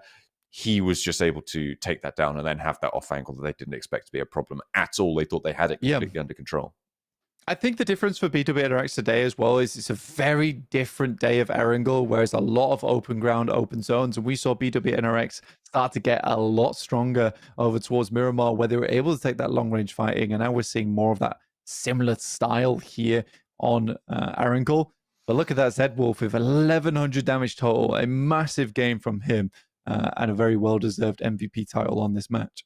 Absolutely. 1,132 damage found for Zedwolf. He will take the highest elims and most damage in this match. There was a couple of nades being thrown back and forth, but no more than one for Caprice to be able to find that one for K1. Yeah, I mean, for K1, 6 eliminations, I think, was total for there. So no matter what happens, they're at least getting the eliminations on board and keeping their point standings going just based off the fact that this team is bloodthirsty, which is really nice. A 400-meter shot from Zeptimus. That's crazy. That's a new record. Max distance you could see. That is actually insane. That's pretty nutty stuff for him to be able to pull that one out. That will be topping him the tables of the snipers. As we take a look at the stats. Pretty much forever. The Bushido Wildcats next to you. Here are their stats. You can see Zedwolf there. Kakali was able to sit back and relax for most of that match. He was chilling. He was dead. Exactly. Yeah, Frozen, Kine, and Zedwolf doing really, really good job there to get themselves through the end of that game. 6 knockouts as well for Zedwolf, so he's not just cleaning up eliminations, he is putting in a massive amount of work to make them happen. But overall, it's a very, very good hold, and maybe if we saw that circle a little bit further towards the north on our previous Erangel, it's a different story altogether for BWNRX, and they come out swinging today.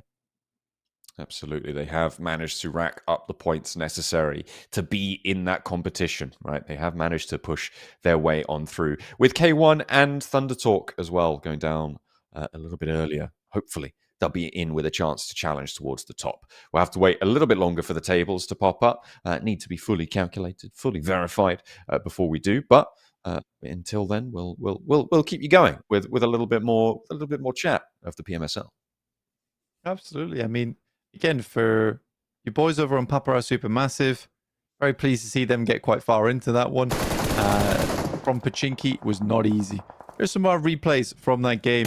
RUKH just weren't able to get out from Sosnovka after putting the final nail in the coffin for Rafa. Another duck egg over a game for them.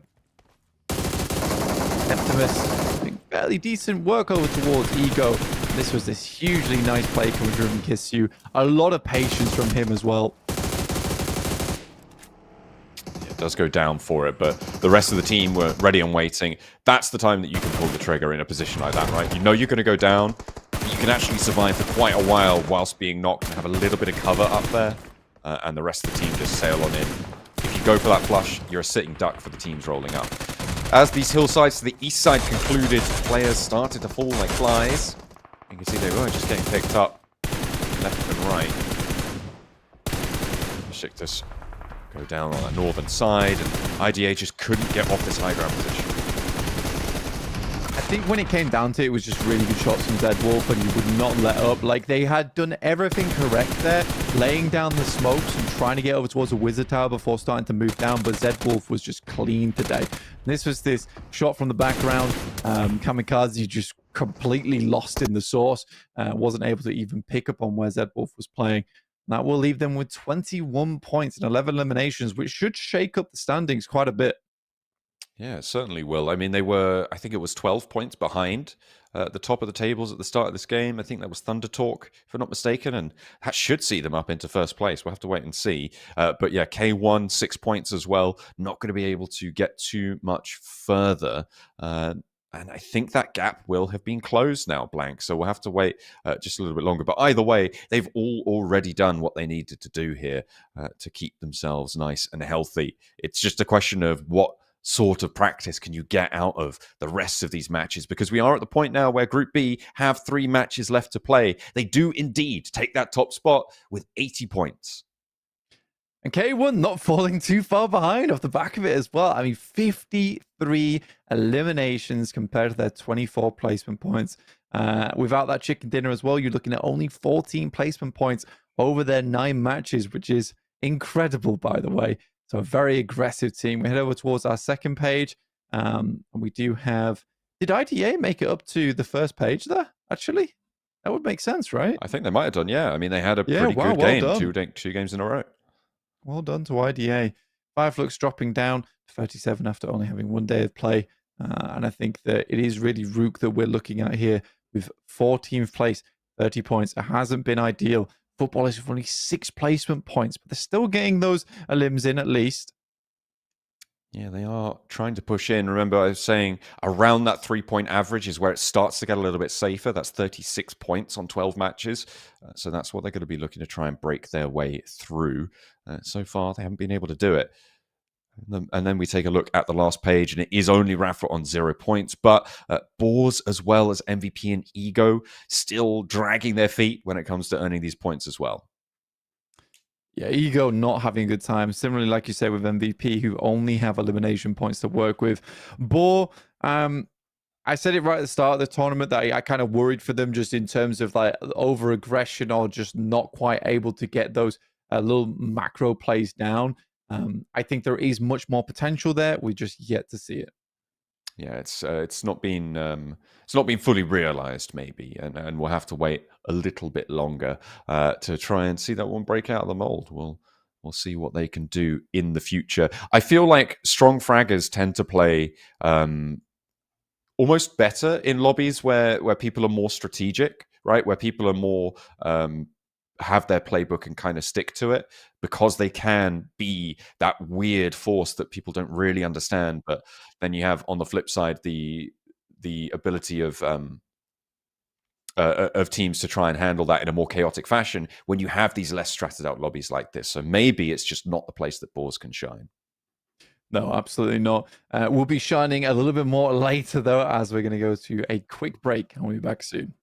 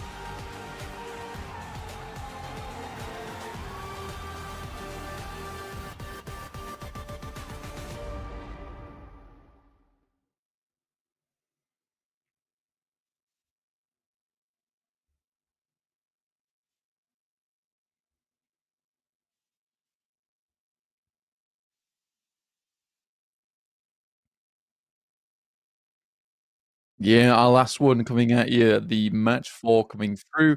We'll be heading over towards Miramar in 2 to finish off with, and overall very excited.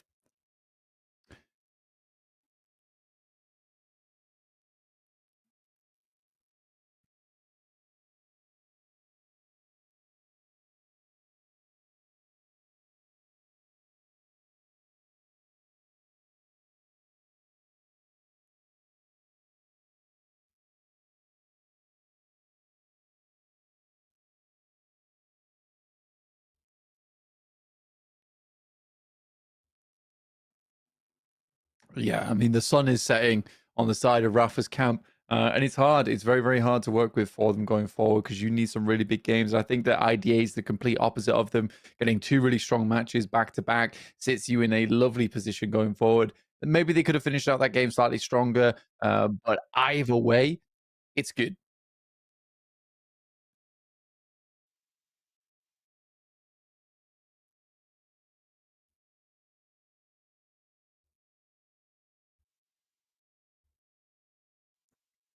Um, yeah, we'll be continuing to get into this one whilst John has his tech issues fixed.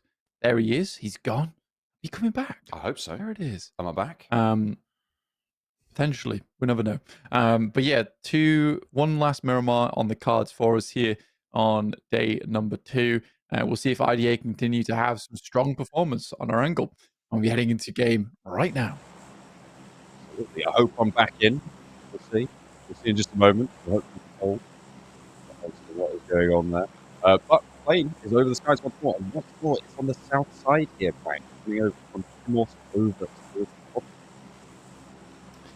Yeah, absolutely. So we're going to have Primos to Lipovko. We've had a lot of starts over towards Primos. This time around, it will be Beşiktaş taking up that position. Very favored position from a lot of teams so far.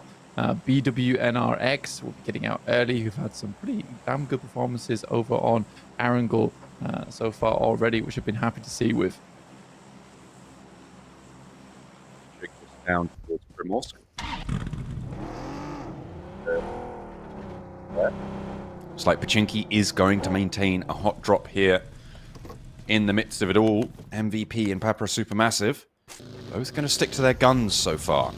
No diversion for either squad. Are we going to see that roadblock potentially as well on one of these bridges from Carya, who were able to do a lot of work last time around? Rafa potentially looking to send down towards Novo again. The circle out towards the west once more. Northwest side, more towards Vodafone this time around though, which is always nice to see. IDA will be sending around Gatka to start things off with Imigo and Muja. MVP breaking the basement. Not going for the fight on the hot drop just yet. Have they reached an agreement here? Do you think they've decided, you know what, it's not worth fighting for either of us. Let's just play north-south split. Oh, beg your pardon. North-south split. That would be the ideal maneuver, right? It is shareable as Pachinki. It's never comfortable to share it. You know, you got a team brushing up against you. But it's certainly possible. Certainly possible going forward. So, Papara SuperMassive is getting looted. Potentially both teams just opt to send away. I mean, they're not in the circle, right? So they will have to leave at some point anyway. Likely with not all the vehicles they'd want on board.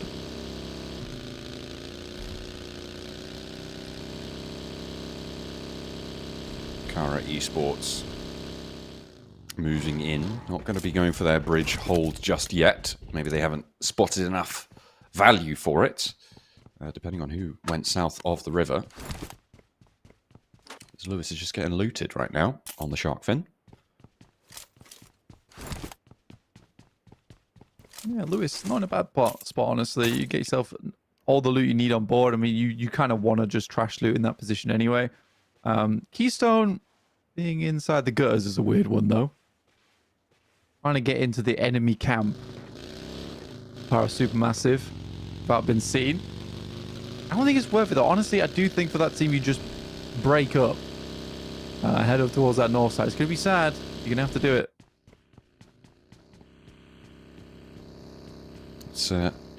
It's going to have to be done.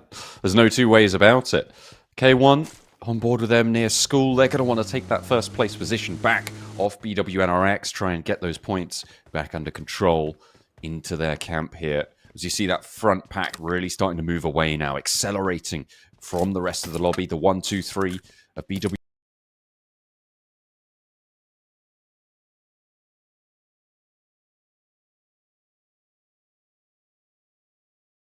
SuperMassive, it's their debut day so far, and they've already put 15 points up on the board in their first 3 matches. They should be nice and happy with that one. To be able to keep that 5-point average, that should see them safe, but they want a big gain to try and complement that. Not quite as explosive as IDA, with 39 points total.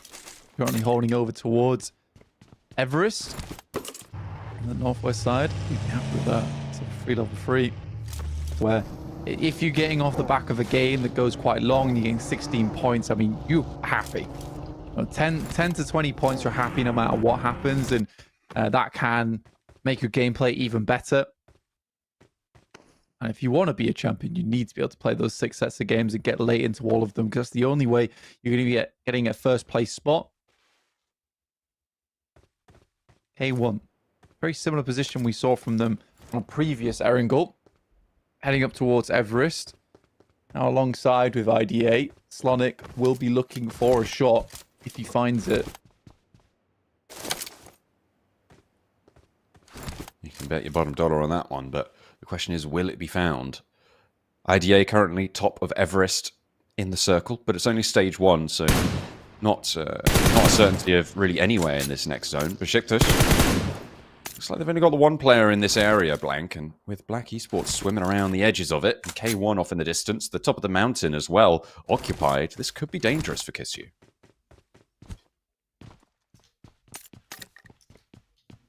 And Beşiktaş at the moment in a slightly scary position here for Kisyu at least. Hardman will find Maniac on across there. Headshot onto the knock will drop him down. It's Galatasaray who are looking to increase their points rankings today and see themselves safe up towards 45 to 50. An amazing start from there. Great shots from Slonic though. Rita steps a little bit too far up. I do think it is dangerous taking that much of a scout out on Everest over towards this side. You don't own both areas. Realistically, you can have two teams up towards Everest, but Rita was taking a very bold cross there. Definitely deserved to be knocked and flushed because of that. Yes. Not going to go through, though, not just yet, the entirety of them. MVP, as we hop over to them.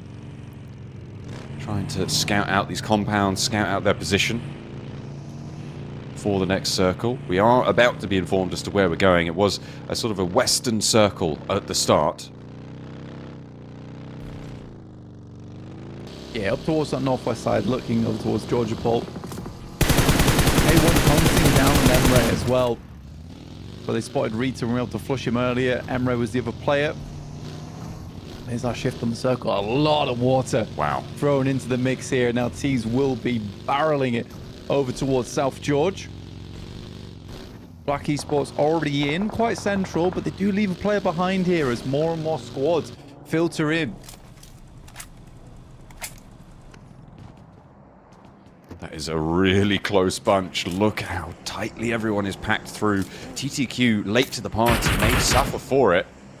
They have to find maybe positioning crates if they have to get there super late. But look at how tight everyone already is in Zone 2, Blank. They have within about 100 meters squared there. You've got about 3 or 4 teams per unit area of this next settlement, of South George. It is still continuing to get more and more full as well. It is going to be messy. Slonic down to start things off as IDA already controlled this area. It's a good comeback from them at least. Plenty of teams looking over their way. K1 takes another knock.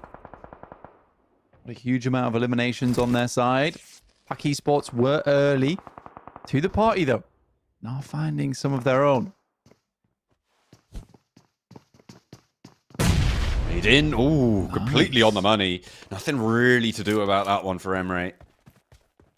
Unless he was watching out the angle for a nade. There's no way you're getting away from it. Cut across though. Beşiktaş are there, and that's the danger you have when there's so many teams so tightly packed. Is that if you go for these fights, you can't really follow up on them because everybody's going to be looking your way. Darkin. Then some shots across. Capri's in a worrisome situation. Bad Boy does go down in the midst of all that though. IDA looking to send another one over. IDA don't lose that third player just yet though, and there is a possibility for a res. Kisyu from Beşiktaş just shooting the tires, understanding that movement's going to be crucial in these next circles. So getting rid of vehicles will be a blessing for you later on. Gabri with a chance, but more drawing the attention so Rolex can pull them back down to the deck there. A nice nade actually from Gabri. That looks like it might be on target. Not quite finding it. It does actually connect. Oh my goodness me. Matagod falls to it. Gabri hooting and hollering about that one, I'm sure. Great little pickup there, and that opens up the off angle for them. But still in North George, it doesn't look like it's going to be ending up there, so they will have to likely move fairly soon. High grenade like that is not easy to hit. So well played to them. Footballist. Doing a lot better now. 34. This is just open season for them. Last player from K1 does go down, and they'll be out with only the one elimination. Circle centers up, though, so it's a very kind one. Really nothing changed off the back of that circle. See ball playing over towards Everest. The options are limited going forward, though. I think he just threw the pan at Matagod to get the flush. on that rooftop. You could see in the picture-in-picture there that Ego have him pinned. He tried to go up the top for the flush, did Gabri. I think he threw the pan to be able to get that flush. That's pretty good fun. That's pretty good fun. Tikas, though, not able to quite find that Elim. Everybody get out to shut down south. Here's Thunder Talk. They did end up having to go into the crates, but it's likely they're going to have to leave it as well. RUKH Esports still doing well. I like that position. Enzo with some nice shots. Gets the first one through. And then he goes for the quick spray. Oh, you have to hit that. Yeah, 100%. Now they just have to hold the angle here. 20 has to hit some good shots. Model squeezed himself into the corner. But there can be some quick sprays, even through that smoke. Rafa rolling in and will actually find a knock over the pole. Will it be their first point? Could it be? Indeed it is. They have managed to get off the mark here. And Rafa playing on the edge of the swamp. Doesn't have to leave, so one more step necessary at least to be able to get further into this game. But Keystone sprays down and finds the first knock. And this is Rafa, who have changed their fate. They have 1 point jump in this game. 1 elimination was acquired. So at least they will end their tournament value on 0. That's guaranteed. That's locked in. They've earned that point fair and square, and they'll be able to take that one maybe all the way to the end of the tournament. We'll see if they're able to get any more as they carry on their campaign and keep their volleys up towards the top. The high ground there for Keystone. He's got oversight on it. As MVP, they're not looking super good on the scorelines either. They only have 9 points so far. And they only have 2 players in this match as well. See if they can do more. BWNRX in the meantime, up on the west side, have a nice wide spread here against Carya, a little bit more inland. BWNRX, a name that has come up quite frequently today, currently in the top spot at first place with 80 points. What a great day for them, and can only transition to do even better, as we know they're more of a Miramar team from yesterday. Done phenomenally well here on Erangel.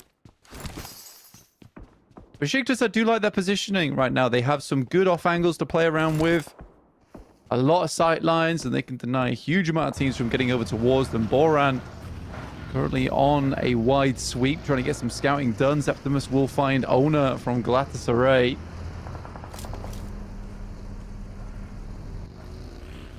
Rafa, reposition a little bit further west. They get away from MVP. All 4 of their players still alive. Finding that res. In the meantime, northeast side here, Footballist have the sightlines over towards Carya, who are fairly low. Ego encroaching. A fairly successful transition, I would say, out of all of those very tightly packed positions for so many of these teams. With surprisingly few casualties, although some people are starting to fall now. Ego taking the brunt of this punishment from Footballist.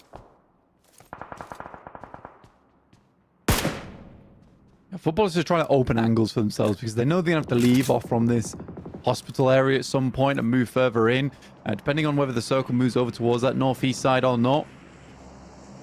So they need to have a lot of impact from that area because they've got a lot of windows, a lot of sight lines they can use. It's not easy to pinpoint the exact location where the Footballers players are going to be.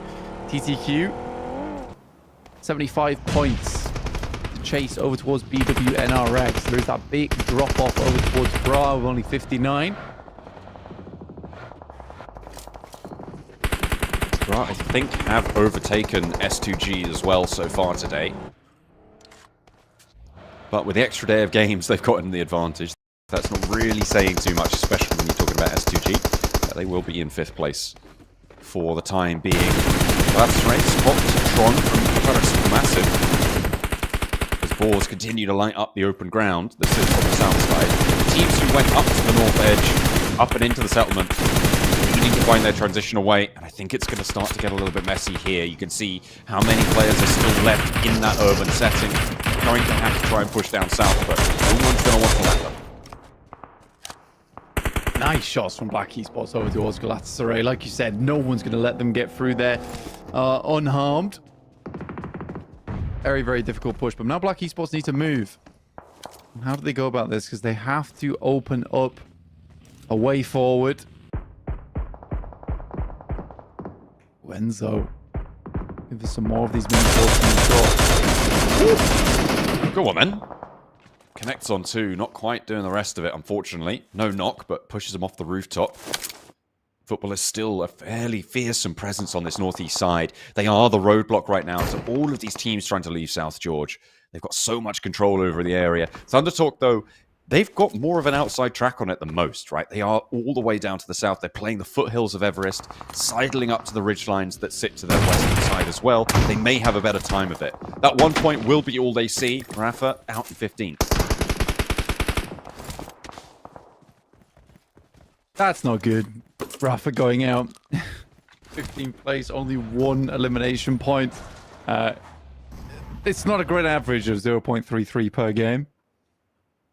It's 0.25 now, because that's that 4th match they've completed. Oh, yeah, true. So we're going into our next circle. See where that takes us off to. BRX Esports taking a bit of punishment. And we'll be finished off. So we had that little transition there. But BRX Esports no longer in, weren't able to make their way in. This big rollout, you can see in the picture, going all the way up north, actually taking the fight to this north edge and clearing out fairly convincingly. They do lose Nico in the process and only 2 elims, but they've managed to take down, I think, 2 teams and the remnants of them over on that northern edge. The question is now, can they push past Footballist? That's what they want to do. I mean, Footballers have had good eager eyes over the top of this lobby the entire time.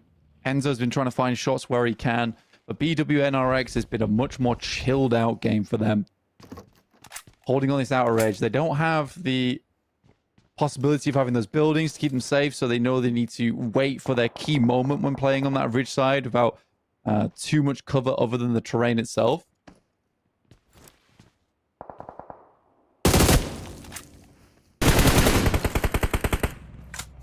Carya backed off the angle.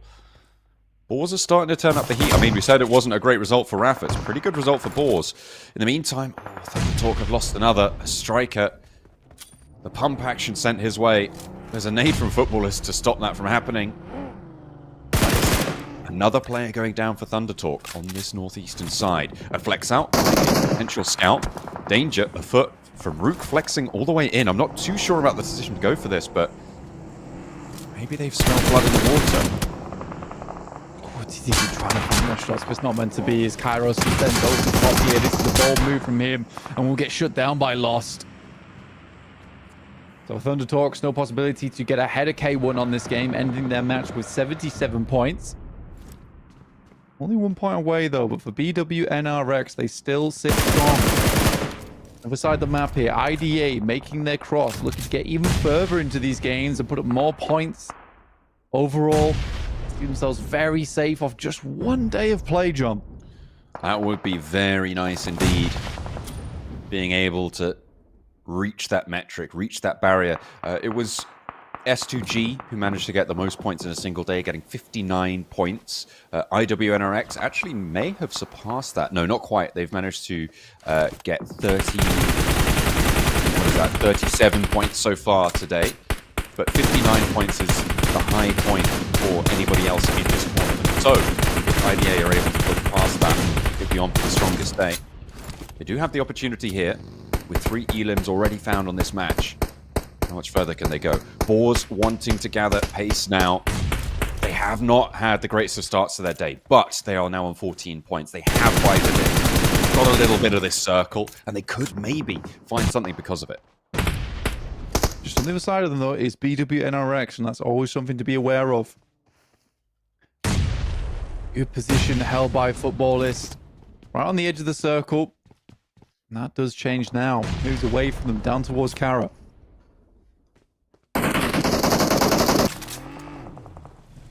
All these teams who have been circling the edge are going to have to push forwards over their respective ridge lines, over their lines of scrimmage. And Beşiktaş going to have to divert from the backside of this hill. The rounded edge of it, traded in. Sharp Flux there. Dokkan Machine, nade over the top. This could be big, but doesn't quite go as far as he wants it to. Molotov to follow it up. This could force them to take some peaks that they don't want. And a nade to follow it up.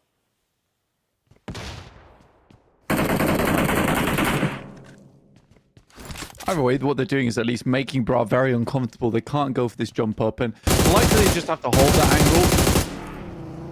Boars looking to get themselves out of dodge. They get themselves into a building, and BWNRX realize that maybe they need to go for a bit of a crash here. IDA saunter quite comfortably, relaxed actually over towards Beşiktaş. 2 players from IDA down. Storm looks to pick up the points for them. It's looking quite well, but they are going to be able to claim those. Swain goes down in the meantime. On that ridgeline, looks like they will be able to find that red. You can see him down there, crawling forwards, but a third party coming on in from the southeast side. This is BW, next Ruya, stepping over the ridgeline, and Zedwolf lights them up from behind. Has got the backup as well, and IDA fall. They aren't really on the chase anymore for that top spot. They've got 43 points so far today. RUKH, in the meantime, falling across the way, and one more game goes poorly for them. Only up to 33 points blank. They've only got 2 chances left. Yeah, they've definitely got to go a little further. Luckily for them, though, there is certainly some other teams inside this lobby that are also similarly struggling. BWNRX, a nice position, good wherewithal on the map as well to understand where that third party was coming through and how they could capitalize on top of it. Now they have a great lineup to play up against Footballist. You just need to wait a little bit for them to get pushed out. On this next circle, it's going to require them to drop a lot of smokes. Luckily, there's a lot of death crates over there, and I imagine a lot of loot to be picked through. Certainly is. A little bit of an arsenal in tow. For Boars, this is a good result on the game. They are up into the top 5 now. BWNRX actually moved out. And they might actually be able to take the same fight that BWNRX took against this position, against Beşiktaş. Let's try and find this one. We'll see if BWNRX can have a better time of it. Tulika has taken damage and gets backed off somewhat. And the nade over the top does get that second half of his health bar. Kakali goes down. They're taking a fight on 2 fronts, though, because across the way, Footballist chiming on in, and Boars are taking a fight on 2 fronts. Also, it seems like we've got a 4-way engagement going on so far. An MVP finally fall in the midst of it. 4 teams now remain. Yekta trying to stay alive. BWNRX, all 4 of them still alive. And the Boars retreat. They fall back. Yeah, BWNRX definitely have the advantage here. Football is pushing into a awkward position. It's a good nade. Does a lot of damage. Again, just those little tags. Up 4 only has to tag a tiny couple of bullets over his way. Up 4 still up and alive, and Kakali falls next to the back line from Enzo. That mini 14 is good, but Zedwolf has a nade right at the feet there. Yekta tries to spray down, pre-fires the angle. Kine has to spray down towards the smoke. The DBS is out now, and they're trying to find more, and more they will get as Zedwolf couples. Now 3 players alive, but only 2 of them are up in this fight. Enzo now rejoins it, and Kine cannot weather this one. Damage has been done to Footballist. Who will be able to try and extract the value from it, or are they going to get all these reses? Yeah, great game there from Footballist. Great fight as well. Very, very tough to make work. The nades look good. Avlik, as well as the other 3 players on boards that can take shots over towards Carya. And for Carya, realistically, they should have swung on that north side. They tried to clean up versus Footballist in what was a hard fight. Instead, CEO later has the angle finally. That is exactly what you want to be looking for. A slow rollout on the back of a buggy. No easier a pick you'll find. The CEO later all too happy to add that point. 7 elims found for Carya. Bore up into a 3rd place game. This is good news. And for Footballist, this is a great game to find as well, because they were a little bit down in the dumps at the end of yesterday. So in their final 3 matches to get into the top 3, be fairly convincing as well on this north side, they're going to be happy about it. Avlik just trying to take shots, preventing Carya from moving. This is why I kind of wanted to get out of this building a little bit earlier, because this escape now is very, very difficult. Lewis does find Yetka. He tries to get out of dodge there. Boars low. They are immediately on the team shot. That will be Footballist out as Carya attempts to take their position. 10 elims though for Footballist, and third place is a whole chunk of points, and they'll be happy to add that one to the tally. Now, who's going to take home this chicken dinner? It's a 4 versus 3. Carya have this out position on Marso. The vehicle, though, will give the game away as to where it is, but will that matter? Boar can play up to this ridgeline. They've got a little bit more latitude to play around with. Yeah, the main difficulty right now is the 4v3 approach, as well as the hovercraft being an unreal bit of cover available for Carya.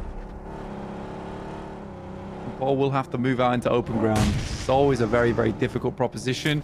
The good thing for them is they do have this ridgeline to play around with for quite some time, though, John. Yeah, they're playing with that cover, that hard terrain cover. And you can see that position that Kaos has, that Havlik has as well. They are in the next zone. And as it's stage 8, it will close dead center. They are closer to the middle of the next circle as well. So Boars have the inside track, but they're down a player. What can Carya do to leverage their numbers advantage? Boars basically just have to take this lineup and try and find players as they're creeping over this open ground. There's definitely opportunity for shots. Havlik has to be very careful to immediately duck back behind cover as soon as he spots a player on this side swipe. And there is a player looking over towards him currently on Carya, but yeah, a hard play to make here for Boars. Requires some very accurate shots coming through. And some good scouting coming through from Havlik. He's out wide on that angle, going to be pushed in a little bit by the zone. Poser, the same story.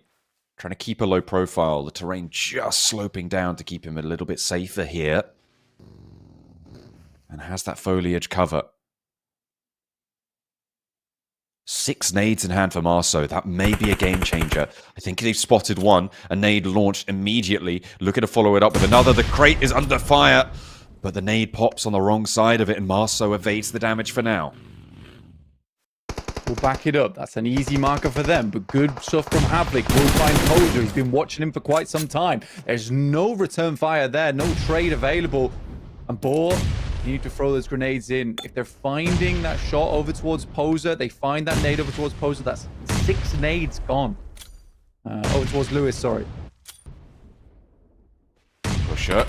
Spots CEO later, standing up, hits the deck, knows he's there, looks for the spray, but the tree trunk eats the damage, eats the lead, and his position's given away. No trade, and there is an immediate volley of fire in response. 2 players now for Boars, playing on the middle, slightly closer than most of Carya, and they will find the opener. 2 versus 2 now. Havlik still on the off, full HP. Lewis and Marso turn their attention to Kaos, but Marso's down next, and the Boars are looking to ride this one home. It's Lewis now trying to find something, and he gets into the 1 versus 1. Full HP on both sides, and he moves up to the crate. Maybe a refresh. I think that's already been pilfered. Havlik has 1 nade, has an opportunity. He's looking to cook, has got the pin pulled over towards Lewis, over towards the crate. He needs to read this one well, or Marso gets back up into the sky, and Lewis goes low. Doesn't go down just yet, though, but the flash is there. No res available. He charges forwards. Lewis looking to get the heal off in time, does so, steps out with the DBS, but takes a little bit too much damage in the process, but he turns around the corner, and Carya take it away.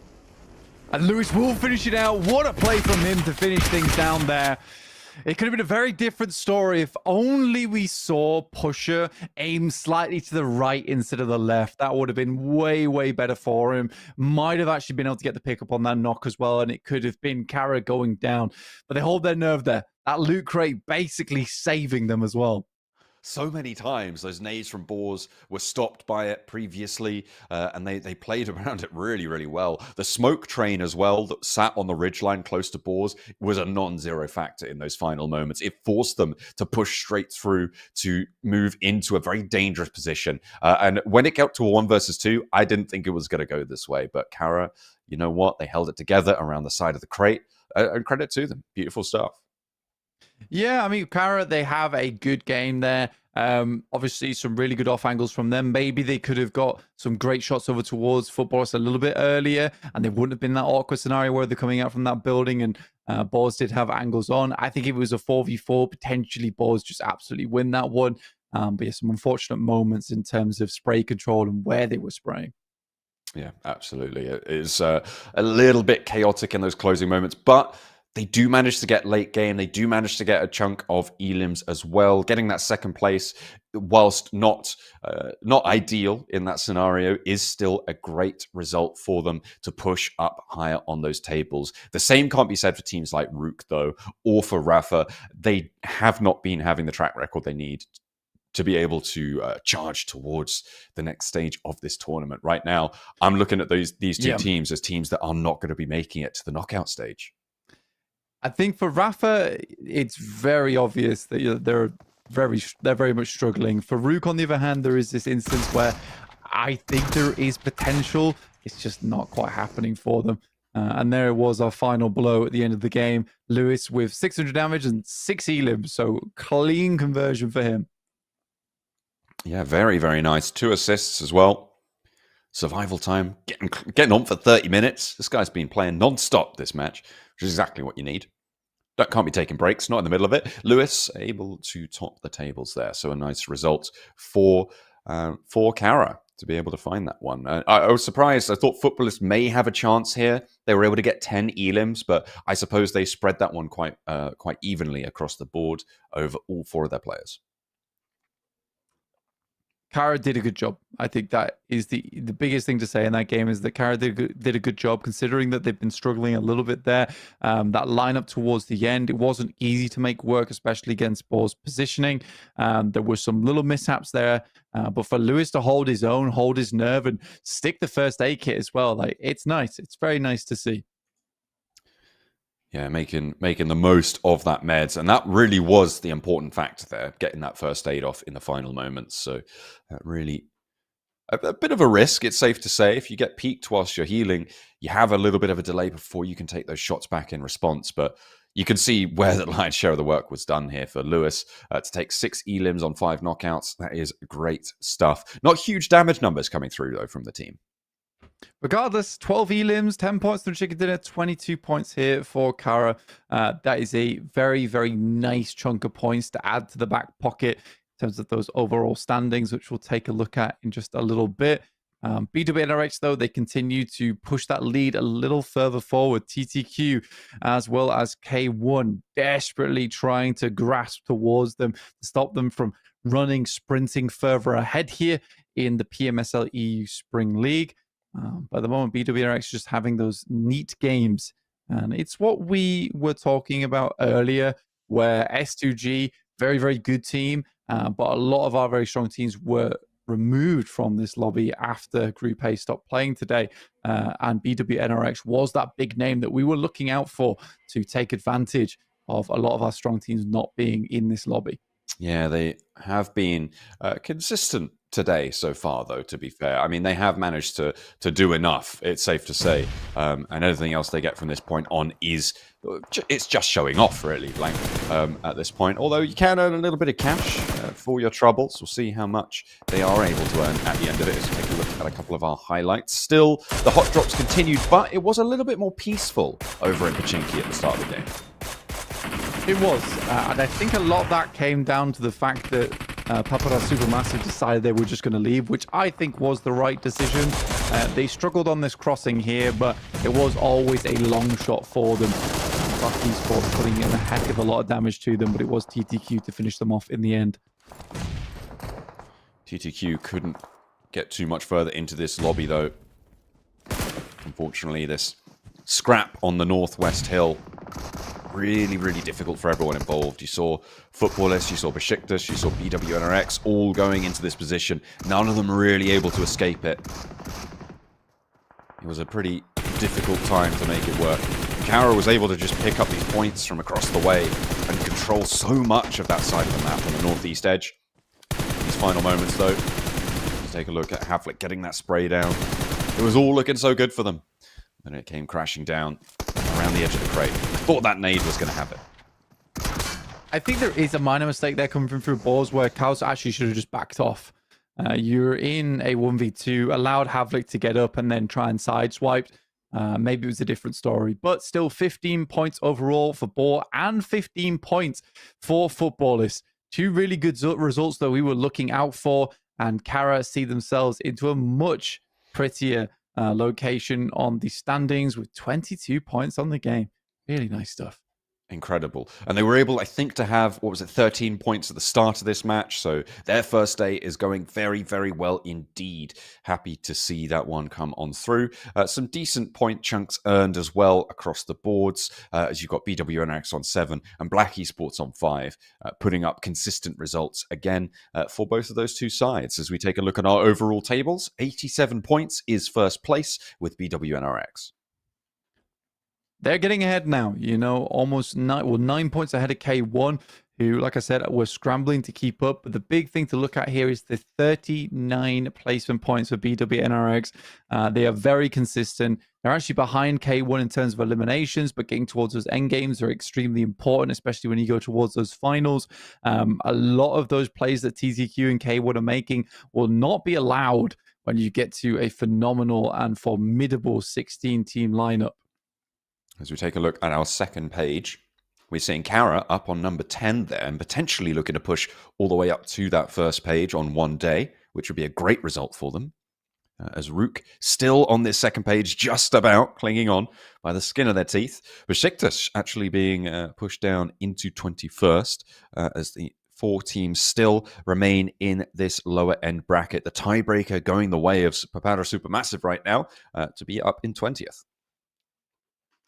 Yeah, I think Team Ego and Rafa are the ones we're really worried about. Those are the teams that we are very much scared for at this point in time, in terms of actually getting removed from our lobby into the knockout stage. Rafa need a complete turnaround going into tomorrow. But remember, tomorrow they'll be playing against what we theorize to be the strongest group. So it's going to be even harder for them to perform there. For Team Ego, it has been moments of promise, but not too many. No, they have managed to get 7 elims on the board, so they are winning a couple of fights here and there, but over the 4 matches they've played, it just hasn't been quite enough. I think MVP, for me, is also kind of in that bracket. Sure, they've had a couple more. They've had 2 more placements and 2 more elims, but it's still just not quite there. Beşiktaş in that last game, I think, had a pretty decent showing, and I think that I'm going to give them some benefit of the doubt with the names that they've got on board. They've got a little bit of name power behind them, but that faith is starting to wane for me as well. With 2 matches left to play today, they want to push as far as they can. 19 points, it's okay, but it's not going to be enough. No, you need a little bit more on board to make that happen, especially as we head through to that knockout stage. Though I think a lot of our teams have done enough. And we are, again, seeing plenty of moments where we're looking at these teams and we're thinking to ourselves, actually, there is a huge amount of squads, huge amount of rosters here who all have quite a good potential. Well, we are going to see if that potential can unfold in our Miramars at the end of the day. But to get there, we need to go to a break first. So we'll see you guys in a few minutes.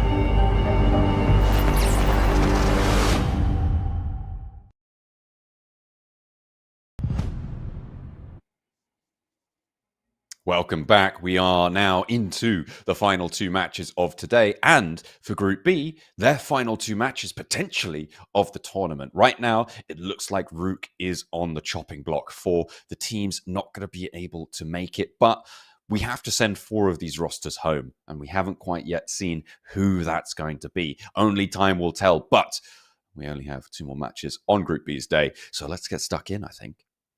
Yeah, we'll find out tomorrow of how that all breaks down in terms of our last remaining teams to get knocked out. But in the meantime, teams are desperately scrambling for more and more points. And BWNRX, after their 2 days of play, have done really damn well to not only get themselves into a safe position, but potentially a chance of that $4,000 at the top of the tables, becoming first in the league stage, which would be huge to them. They've already earned $500 so far just off chicken dinners alone, John.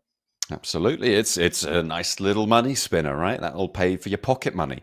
That'll pay for your train rides to and from wherever you're playing from in these offline situations or these online situations. Maybe the plane tickets over towards the LAN event. But no, of course, they'll be provided, I'm sure. They're going to be pretty happy with that. That'll add to their tournament earnings. And we'll have to wait and see if they're able to earn a little bit more on the games as well, with 2 more left to play today. So far from Group C, the teams that have stood out have been Carya and IDA. These 2 teams have managed to put up a lot of numbers, challenging towards some of the top rosters from day one and from Group A themselves. Yeah, I think that for some of our players, I'm excited to see more from K1 personally, just because of the kind of play style that we're seeing from them. Similarly from TTQ, I think K1's definitely more aggressive. So that I'd like to see over towards the finals and like throwing some spanners into the work a little bit. I'm pretty sure we will see K1 go into the finals if they can play like this in the knockout stage. Also, it's not clean, but it is flashy and it's getting the job done in terms of eliminations. Absolutely, it's kind of what you need in this tournament scenario. It's how you need to be playing in shorter form sprint type formats. Going for a little bit more flashy play is kind of expected at this point. It can be very, very profitable. The difficulty comes when teams start to be able to counter that really very effectively, when they are so coordinated that going for something that crazy doesn't quite pan out, right? When you get to those global stages, if you are going to be able to make it to Riyadh, it may not go your way if that's still what you're relying on.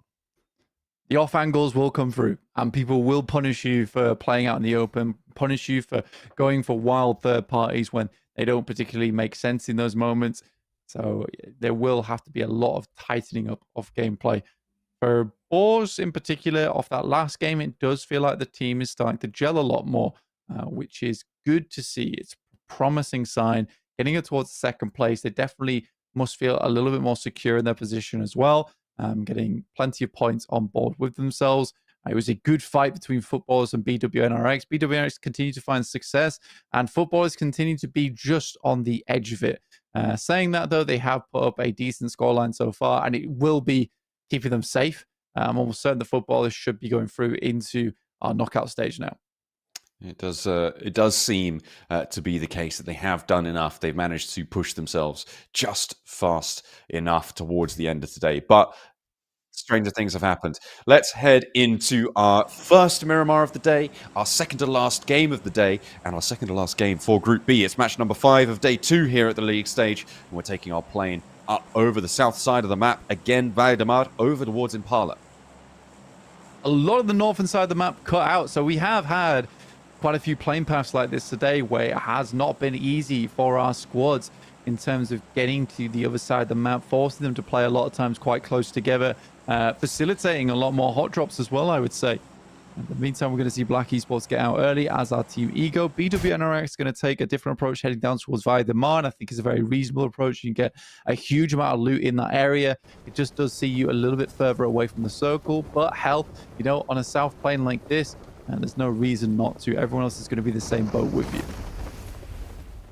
BRA, maybe a little bit of a hot drop. They have got, I think that's MVP right next to them here. They have managed to pick up some weapons, so early fights on the cards again. And a lot of teams dropping out on the east, going to be close to one another as well. Or a bit of a hot zone on today's match. BRA yet to draw first blood. MVP, same story. Pole with a nade. Could do some damage here. Could do some real damage, but does get tagged back. And through the way. Won't quite have the angle. Steps up. Not going to connect either. These sprays just not quite hitting onto BRA. Yeah. Pole on the ground. Good shot on the shotgun from the side. It's actually Gabri to make it happen. Always nice. If you're in a hot drop, you find all the pump shotguns. Keystone nowhere nearby to help out either.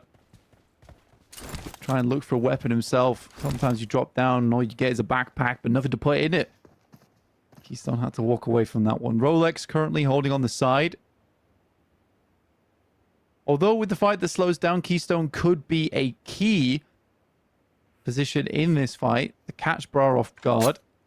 RUKH and Footballist both going toe-to-toe right now. Footballist down 2 players.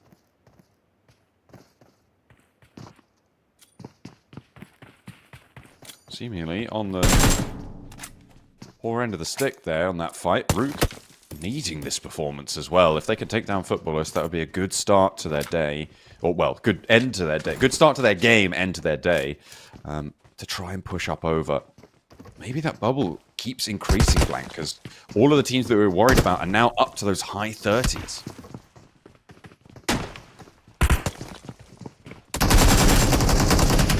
Looks up top side. 7 kick goes down. Good flat back coming through from up 4, but not quite enough. Took a little bit too much damage on the initial trade. The res will come through, leaving Footballers with just the 1 player John remaining. 49 points, so I think they've done enough. For RUKH, this matters a whole lot more for them.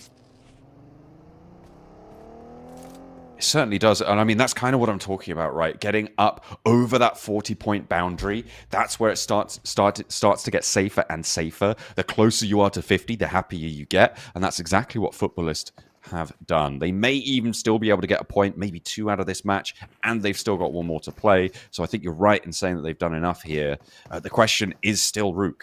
If they get a big match, though, who does that leave? And where does that put the bubble, right? That's a really interesting scenario that could potentially present itself here. Behind, I mean, Rafa definitely in the conversation. Team Ego, if they can't find anything more, the end of this one, a lovely nade from Quantum, by the way. Launching it over towards Keystone. And leaves him crumbled. Yeah, it's a gorgeous nade over the top.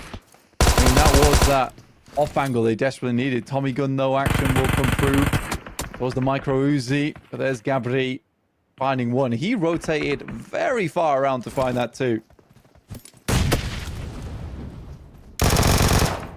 Rolex. I think he threw the knife there. Be able to get that flush. In the meantime, though, Quantum does go down.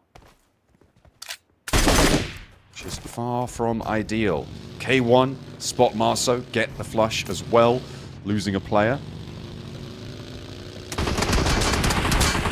Spray down onto Lewis continues. They are hounding at one another's heels there. BRA continue to surround Hardman. And they want another point now. Up in 4th place on the tables, they are sitting pretty to get to the knockout stages. Just trying to punish MVP for daring to drop anywhere near them. I think as well that elimination point's quite meaningful for them. They want to stay in the conversation for the top 5 just for prize pool alone. Any extra bits of money is good. Push around the side. Sad that Quantum went down. I think it was an aggressive push though, right? Yeah, definitely. Found the knock, and it was definitely an off angle, so there was no way someone was going to go to res him. Definitely a risk. And I don't think, yeah, they didn't know about the player cutting across, right? That's the only explanation, really. Rolex into the ground floor. BRA still just on the hunt for the last player. Hardman does get tagged by that nade. The Molotov will start to burn. No big spread, but they know he's in the building. They know he's in the room. Hold the door and see what you can do. It's already off the hinges, so no way to close it. Rolex in, but the stunner's there. Not going to matter. Full white out on the screen, but MVP full either way. Yeah, it's a punch that leads to a blackout there. Well, the boys an MVP. I think that when you look at it right now, when we make that discussion about where the bubble's going to lie, I think MVP, Ego, and Rafa continue this kind of performance. There's really only one in that position now. Rolling up though and find Carya and immediately taken down. To be fair, that is 4 players rolling up in a monster truck. I don't think too many people could handle that. Yeah, I don't think so either. I really don't think so either. Pretty defensible. Rafa all rotating in one vehicle though is scary. And if these players get popped out from the back, deserved. Yep, there we go. There's the first. You might have great presence in a close range fight, but when you turn it around, when you're going for a long range rotate, people have got your number. That's going to be a bad time in the back of the monster truck. They have to stop that rotate and will lose the second player. That is not nice. Carya and K1 were trading long-range engagements as well. Carya was the team to get a little spray down onto Rafa, and then K1 took down that outpost. So maybe a little bit more pressure alleviated for Rafa. One of their players has been flushed, but they have got a res potential on the backlines. Rafa might be able to get General back up, and they do. Wipe stands up though and completely exposes himself to Lost, and Lost will happily grab that elimination. So Rafa just delivering themselves on an open platter here to Papara SuperMassive. IDA currently out in the blue as a footballer, and Bra to make their way in alongside Bor and Beşiktaş. Lost looking for the angle underneath the vehicle, but peppered from the long-range angle of Carya. They've been eyes on this fight for a long, long time. I mean, they lost a player to that Rafa roll-up in the monster truck, right? So they do want to extract some value from this position.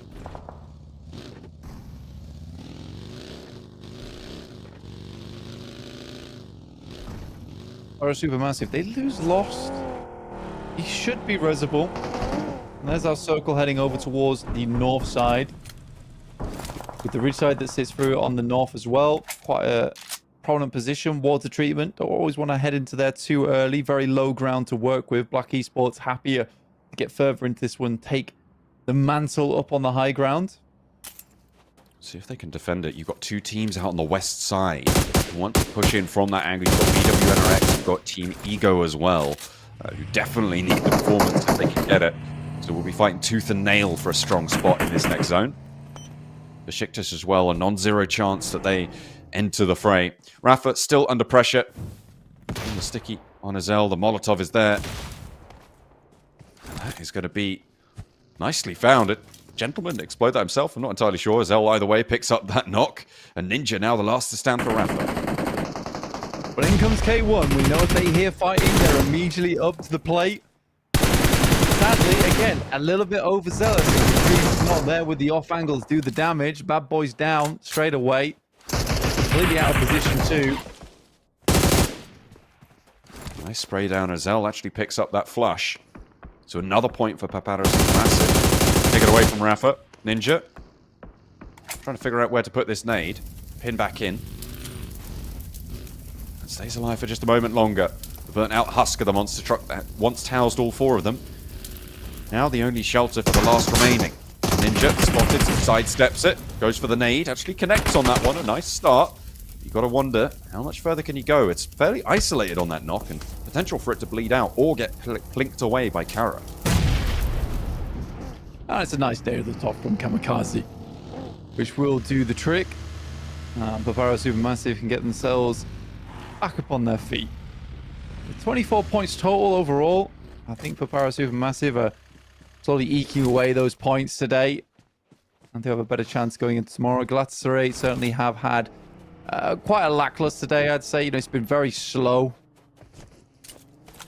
But they get themselves up to 39 points. It's not incredibly safe, but it is safe to say that that Miramar match from yesterday, although kept morale high, didn't turn into anything spectacular.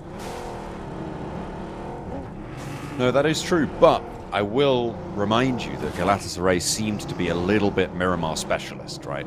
At the end of yesterday, they were going into this Miramar phase with not too much to their name at all, but they really turned it around. They started with a 5th place, it ended with a chicken dinner on those 2 Miramar games, so maybe able to find something as well here.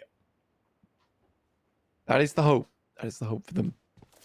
Circle starts to close, and this is a position we were talking about earlier where RUKH Esports find themselves a really, really good position over the ridge side, which forces BWNRX to play into them going forward.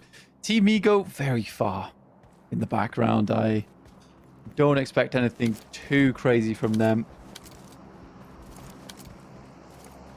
A good chance for RUKH this game over on that northeast side.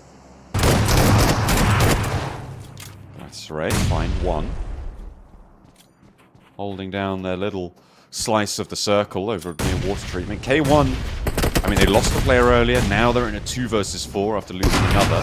Vic wants a challenge, steps up to the longhouse, and it's very occupied there. Blows in, steps up, very happy to take that one, and K1 pulled apart at the seams by Galatasaray. This playstyle from K1 starting to be read into a little bit, or maybe they're just not finding as many third parties inside these lobbies anymore. And without those gong bells of it's time to get into action, just bleed out quite a few times. Saying that though, 80 points is extremely respectable. If they ended today around about that 80-point margin. IDA lost that player earlier on, but they only need a few more points themselves to get into a safe spot on the day, and they even have all of tomorrow to work with. Yeah, I mean, anything over 40 a day, and you're looking very, very happy in this scenario, and we're starting to see that through. Thunder Talq have been a little bit quiet over these last few matches. They are still fairly consistently getting late into these matches, but it's all about capitalizing it and keeping up pace with BWNRX, who have been on a little bit of a blinder so far on the day. And leading the charge right now with 87, so they sit 9 points ahead of where Thunder Talqs are currently.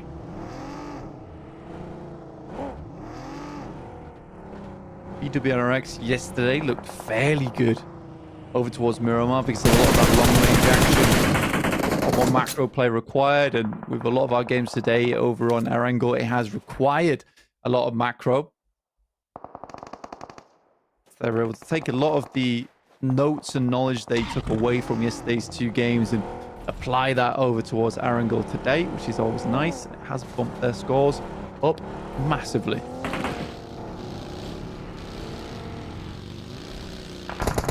Rolling around the edge now. Boars looking to try and find some shots over towards BRA, but they've lost calls on the back line. And it doesn't look like they're going to flex out to try and pick this one back up. Instead, they're just going to continue to joust on this southeast side. IDA have gone down to their last player, Eren. Not really too much points earning potential on this. And it looks like the Boars are winning this engagement against BRA. Gabri sending away from this. Gabri just getting out dodged. No reason to stick around. And they'll pick up their 2 points for their troubles. These 2 players attempting to crawl out from there. 2 good games coming through from Boars so far. You can be fairly happy. I think it's 6 eliminations, 5 eliminations they find total. And Gabri finds himself up against the final player from IDA. Quite a lot of damage done to him. Nice fade. Just in time as well. That medkit was going to take him back to full HP, but Eren launches it. And IDA ladder up once more. Add another elim as well. They're on 44 now. Ego have their first elim. They're on the north side and getting peppered with bullets right now. It's not a pleasant time.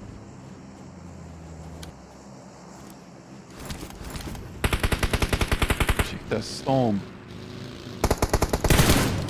had to make his way into the circle. Off in the distance, a couple of players to be looked at. Team Ego, they were able to cross that open ground we were talking about earlier, which was going to be very difficult, but RUKH's got their number. We'll be looking for when they crest this ridge line. They're still not quite in the circle just yet, and there is a lot of knowledge of where they're coming through.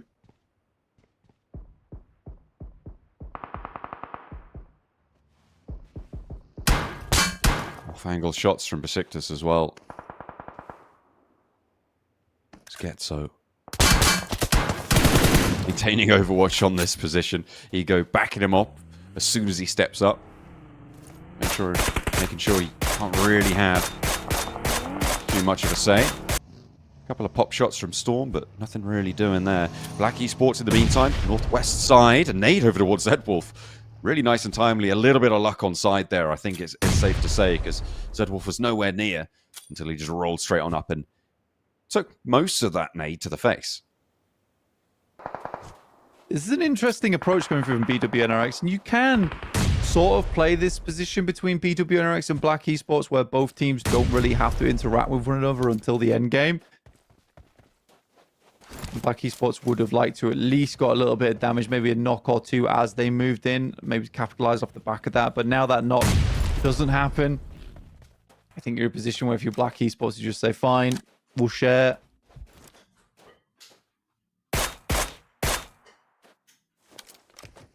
They're happy to do so for the time being, or at least you hope they would be.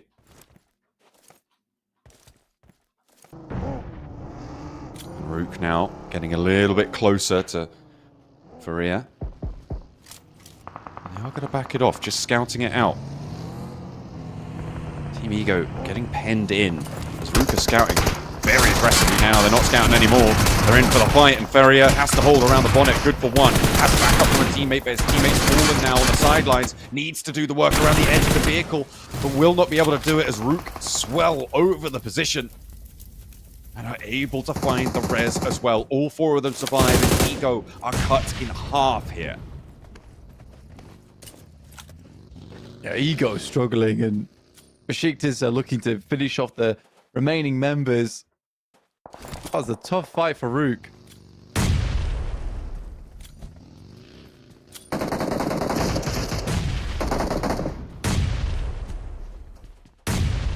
RUKH Esports. BWNRX and RUKH Esports. Yeah, they weren't comfortable with sharing. Now look to finish them off as the blue starts to push them out. Frozen open on the sideline. Zedwolf having to get the heal off. He's had to do that before. He's all too familiar. Another nade in. Lord Cedric launches his last, though, towards the back lines, and Septimus is the one to connect onto Frozen. A nice little pickup with the nade. Now RUKH Esports have the numbers advantage. They got the health bar advantage as well. Look at how ragtag they're feeling. Well, Kakali with a huge triple knock on the nade absolutely decimates RUKH Esports, and immediately they're going to send towards the back line. It is all salvage now. Lux has been spotted. Frozen's in the way. Is he going to go for the flush? I'm not entirely sure. Kakali now with another, and it is all four for him. A beautiful pickup for the newer addition to the roster. A 1v4. What a play. Triple knock on the grenade is disgusting considering they got peppered time and time again. TTQ's going to try and extract a little bit of a toll out from BWNRX, but it's not meant to be. In a full reset for BWNRX. Wow, Kakali. There were questions about how he would fit in with this roster. I think they've been answered there.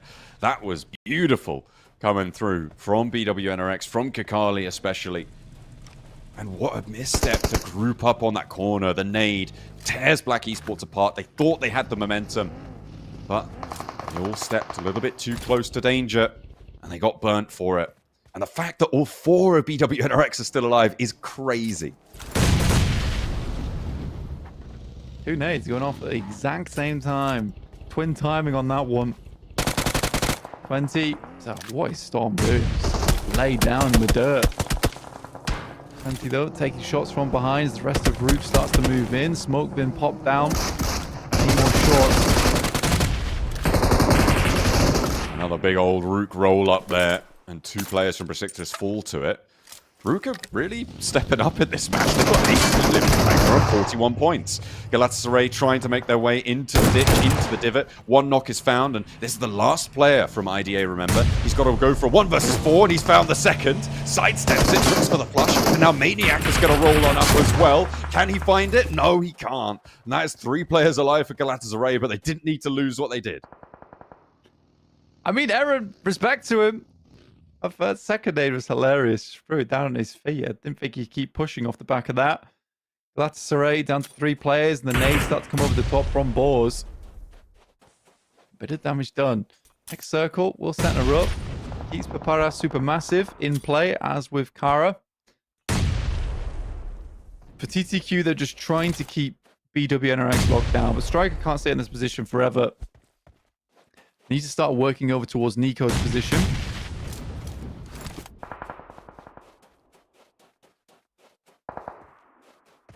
Boars to try and crunch Galatasaray in. They will have heard that scrap on the south side of them. You can see Pusher aching to reach towards them. It has to fold back in. Thunder Talq, they've been quiet so far this match, but they do have a decent chunk of this south side. The teams will have to start to worry about them. Look at their 2-1-1 split right now. They cover off a lot of sightlines over towards the hillside on the northwest.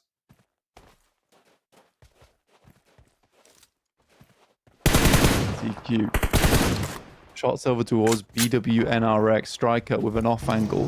Papara SuperMassive happy to lay down and let the fights take place around them.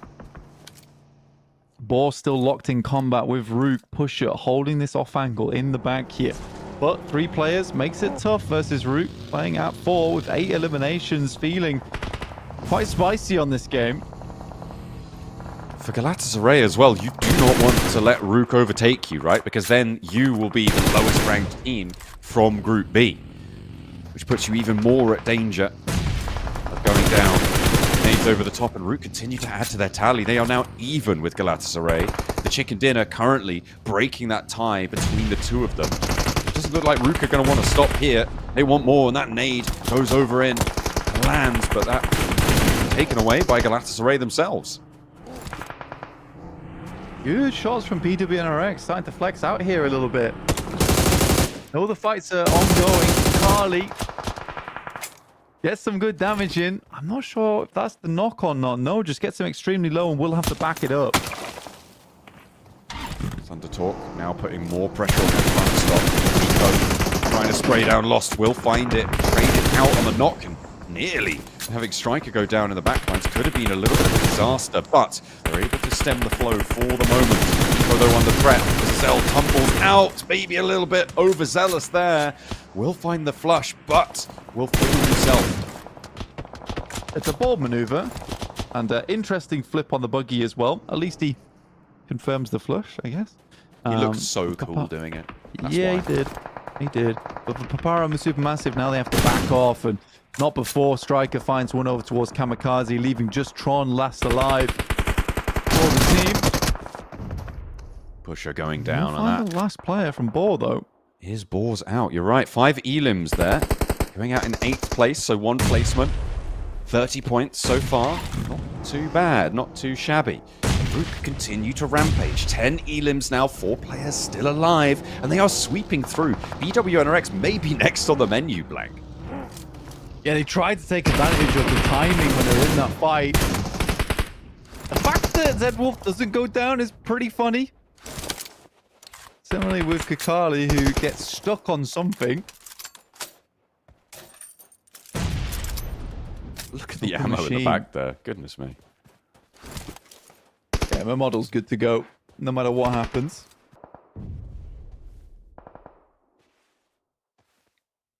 Okay, take it back. Owner with 374, 556 in the back pocket. That's kind of insane.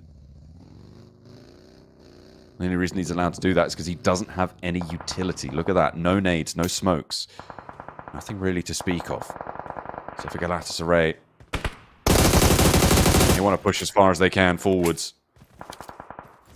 With RUKH Esports down on 47, it may be quite realistically the case that they become the lowest ranked team in Group B. Very possible here. Especially with what we've been able to do so far. The model even finding shots across. Kine goes down and they do not let up. Blue is going to push them out. Move further in towards the circle. There is no response. A good knock and a good timing. And Kine is flushed, leaving BWNRX down to 3 players. another point for RUKH. They're on 44 now. RUKH have overtaken IDA. Pushed them back onto that second page. For the time being, anyway. As Poland and Carya just trying to stay alive, see what they could do. They have no elims right now, which means that it is all up to the placements as it stands. BWNRX 3 players. RUKH have got 4, but their health bars are starting to show the damage from the fights that they've been in. I think Kakali did get connected on there, but not fully. Lost is going to have to move. Moves out, and yeah, that's an easy pickup. Waited a little bit too long there, John. Regroup with the rest of the team. That leaves RUKH down to just 3. Still 11 eliminations on the game is ginormous for them.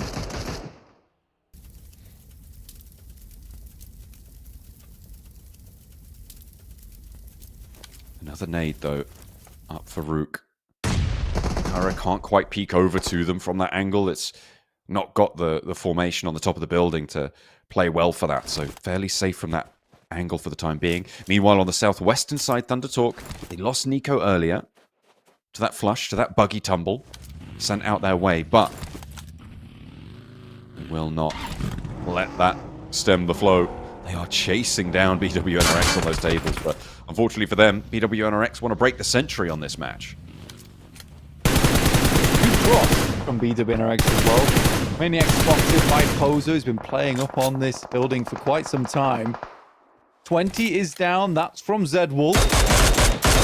Model cannot get up to support him either. Fury giving away his position. This is a nice roll-up coming through from them. Using the smoke to their advantage. What's Kairos as well, so that's a bit of information passed back across. Nobody is on 4 players strong, Blank. Which means that even as 2, you have a decent chance here. Frozen spotted by Striker, and another knock over towards Kakali as well. Leaves Zedwolf all of a sudden alone. A little bit topsy-turvy, turn the tables here. As finally, Carya do go down, eliminated in 6th place, but with 5 teams remaining, BWNRX are on their last breath. Quacks can live here for a long time. For BWNRX, for Zedwolf, right now, all that matters is making sure more teams goes out before him. 7kick is waiting. Ready to take shots as soon as Zedwolf has to move in. Long-range Molotov sits right underneath the vehicle. Will it bloom round? Sticky bomb also thrown in. And that will be the end of him. A 7kick grabs him as he steps up. 13 elims now for RUKH.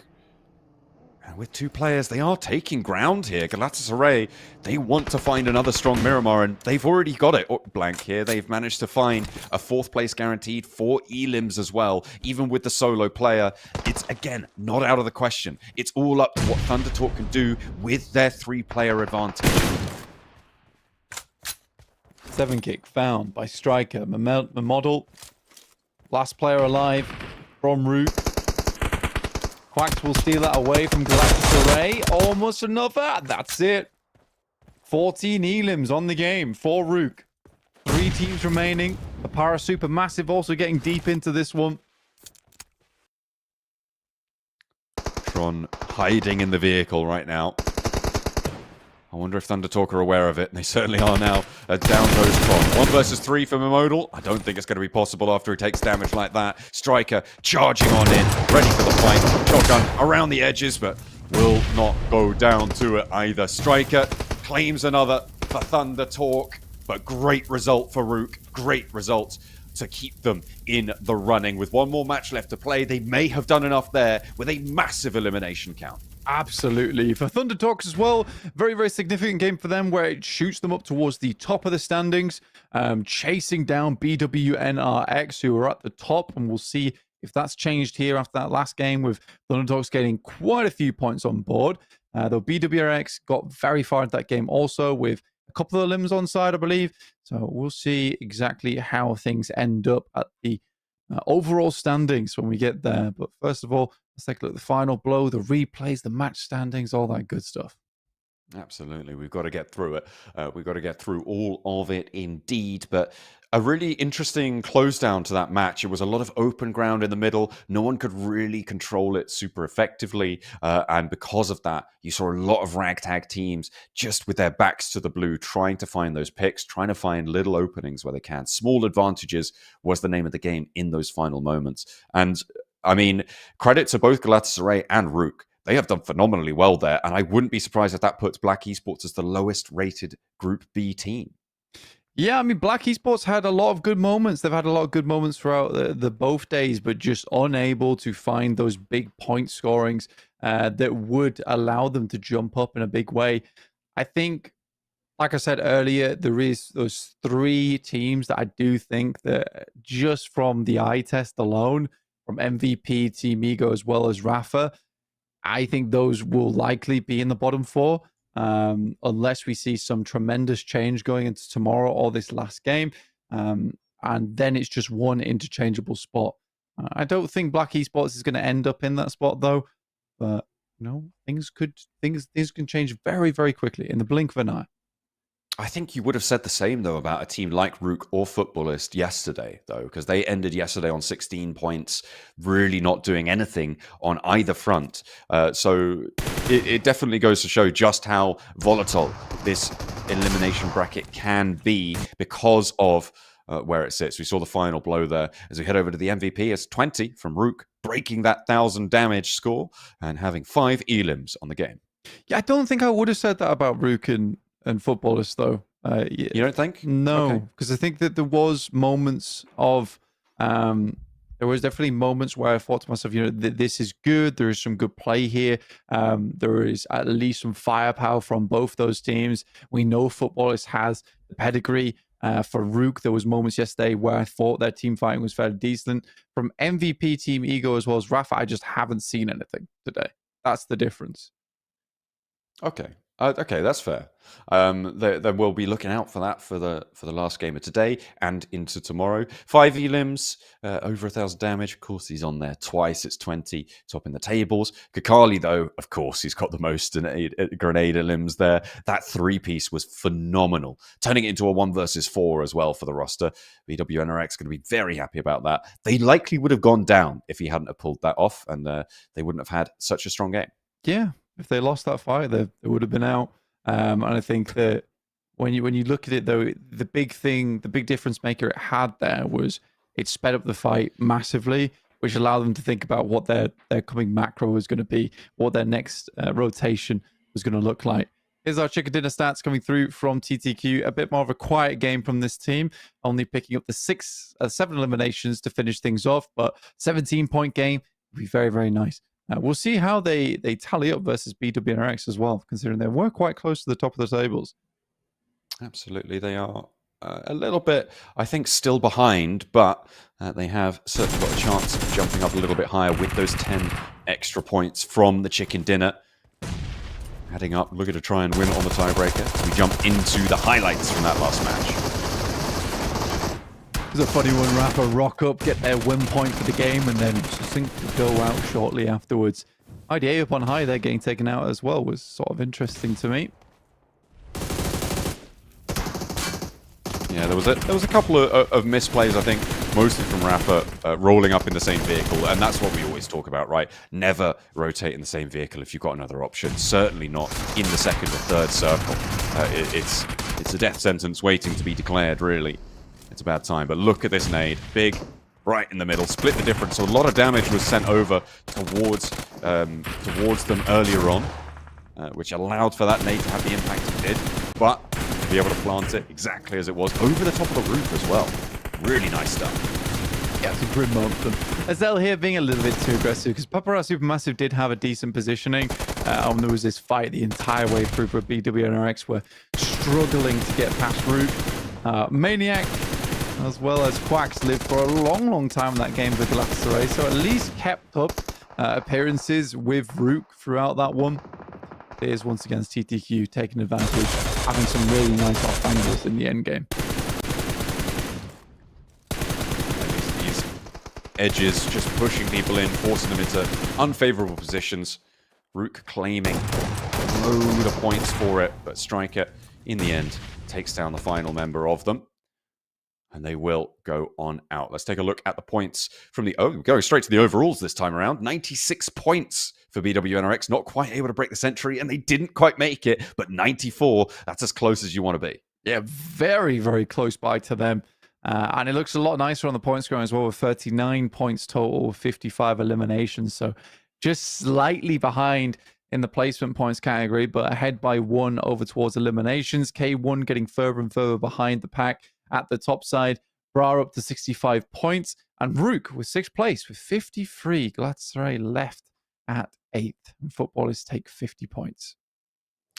That does mean that BRX Esports are the lowest rated Group B team. Of course, with the number of games they've played, they all do have a massive advantage. And in fact, it's only S2G on this page that isn't in Group B, as far as I'm aware. They take that position from BRX Esports, who sit in 9th with 47 points there. IDA just about to look to overtake them. Plenty more besides, but we'll have to wait a little bit longer to see where they end up. One more match to play today. One more match for Group B, and it looks like they definitely all want to try and jump up towards the top. There is the last page, but again, they do have a match disadvantage against everyone from Group A, but it looks like only Guild are in danger here. Actually, no, Barsay as well over on, and BX Brothers. Okay, so 3 teams are fairly close to the bubble here from Group A. Yeah, I was going to say there's 3 teams here total coming through from Group A. With BX Brothers, BSY, as well as Guild. Beşiktaş dropping down into 21st. They have only 20 points, but it's MVP, Ego, as well as Rafa once again. We're not seeing much movement from them, sadly. No, it has not really been any signs of life for them. 10 elims for MVP. I mean, I'm not sure where they're getting them, but there is, there's something there. Maybe they've been hot dropping a lot more than other teams, and on easier squads as well. For MVP. So again, that strategy is not going to put you in the top 20. It might. We'll wait and see. Zed Wolf comfortably taking the top spot on the top 4 gunslingers as well with 5k damage. I will give the caveat though that of course this is teams that have played more matches have a massive advantage on that. So no Group A players really with a look in on this table just yet. Zed Wolf will be setting that metric unless Nico goes crazy in the final game, which don't put it past him. Yeah, that is going to be a great result. Over 11 matches to get 5,000 damage. That's a pretty solid result. Yeah, I think for Zed Wolf, he has played really, really well, and it's what we expected as well. Easy for Bad Boy is a cool name to throw in there for K1 because 4.7k from a relative unknown. Like, that is a really, really nice result for Easy for Bad Boy. Yeah, absolutely. To be up there amongst some of the best, to make a name for himself. We'll have to see if he's able to make a name for his team as well as they continue to try and push through the rest of this tournament. With 1 match left to play, I think in my mind, it was RUKH and it was Footballers that we were looking at. But after that match, are RUKH safe? Does it feel like they're safe here on the tables? I'm not entirely sure. We'll have to wait and see what they're able to do in their last match as we head to our final break of the day. When we come back, it'll be more Miramar.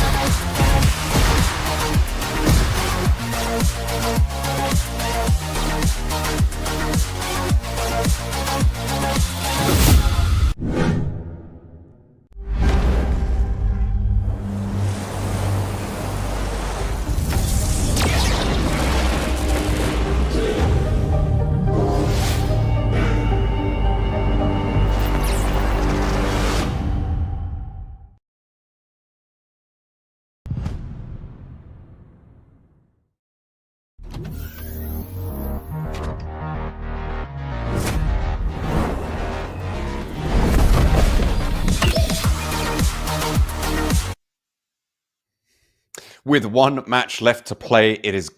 Oh, Whoa. been attacked by my drink. Goodness me. Oh, dear. Oh, you swallowed some of them for a second. You know what? I hope that... you take it. That killed you. Damn. Well, we're getting into our final match of the day here as John recovers from sudden water attack. But we'll be heading into our final Miramar. We're hoping some of our teams can pull up to the plate. We're looking at RUKH Esports to potentially not be that last spot in Group B. I think they've done enough so far, but they'd like to do a little bit more to secure their position. RUKH Esports coming off a great game there on Miramar, and Galatasaray getting quite far into it as well as we expected. So let's see how these teams can do. Can BWNRX hit the century? I think that they can. 4 points in one match. It feels like something you definitely can achieve if you set your mind to it. We'll have to wait and see, though. I'm interested to see what happens to the teams lower down on the table, right? Because of the fact that we're looking at around a 50-point margin here for the bubble, potentially. One big game, and you can absolutely take this back into control, right? And that's kind of what Galatasaray did at the end of yesterday.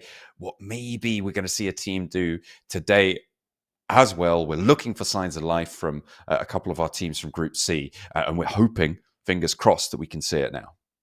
Yeah, I think that we have a lot of teams that are scared a little bit. And I think for Group C, we sort of have this scenario that we had yesterday for Galatasaray, where for Rafa, for MVP, these teams and Team Ego need to have like a big game here to keep themselves in the conversation realistically, because right now it does not look good. They've been quiet the entire time. We're wondering why they're in the conversation in the first place, because it's getting awkward. Yeah, you can't be hanging around like that at the bottom of the tables. You've got to go at some point, Getting kicked out the starting block doesn't mean you stay as close as you can. For Rafa, that means they need to get on the road as fast as possible. So we'll wait for their performance in this next match. Galatasaray in that last match did do pretty well as well, obviously overshadowed by RUKH. But their Miramar strength seems to continue, although it has to be said it was a bit of a salvage game for them to be able to pick up the points they did in that scenario. But as I said before, points are points no matter where you get them from, right? They all mean the same thing when it all falls out. So getting into those late games, that's going to be very helpful. 100%. No matter what you do, as long as you're putting points on the table, it's fine. I mean, take K1, for example. It's a completely different play style to the likes of BWNRX, but it has sat them towards the top of the tables. So if it means you need to hunt down those third parties, by all means, go for it. Especially here in the league stage and knockout stage, where there is maybe some teams here that you can potentially take advantage of because potentially they're a little bit weaker. This is the time to do it. Make sure you get over towards those finals in the first place. See if you don't win out in the finals, there is a big prize pool on that side of things if you can get over towards the top side of the lobby. Absolutely. It's a 35k in that first place spot if you can get it. Not to mention the ticket to Riyadh, right? To the PUBG Mobile World Cup at the Esports World Cup. It is going to be pretty well rewarded if you're able to get on over there, right? There is a lot of money on the line. Absolutely. Further to that, ginormous prize pool over at EWC. And with an extra slot available because of Regnum Carya over at PMGO, even more chance here for the boys over in PMSL EU to get something done, to get something online. Absolutely. We've got 4 slots available, which is kind of crazy. We were supposed to only have 3, but the Regnum Carya only went and won the whole bloody thing, and they gave us that extra slot. So that is very nice of them. And because of that, I think that we're probably going to see, 4 Turkish teams make it to PMWC. Maybe. We'll see. I mean, if Falcons can come out swinging, hopefully they can do much better here. They had a good event over in PMGO. We'd like to see something similar over in PMSL EU and be able to see the Falcons over at EWC, which they'd also quite like just for, club championship points.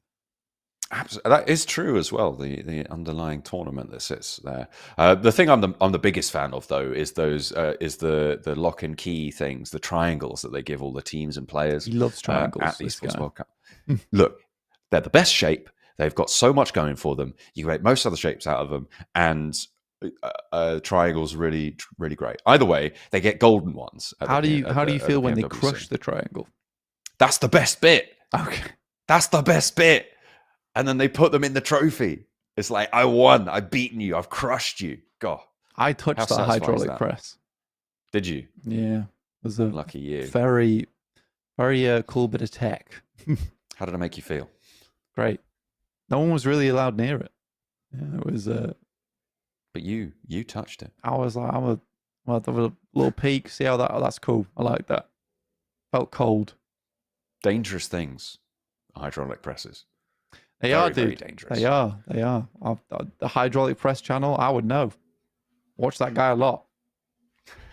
I wonder if he's got had an EWC token in his hydraulic press. That'd be cool. You know? That'd be cool. I feel like that'd be cool. A little bit of Cool promotion. little collab.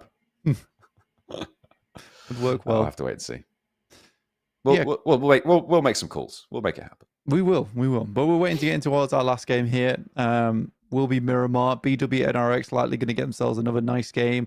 Hopefully TTQ can jump over the top of them maybe here, end up with that first place, and S2G's got a big day ahead of them tomorrow to try and catch up. Even though they did so fantastically well, ending up with 60 points in a day, almost averaging 10 points per game, which is incredible.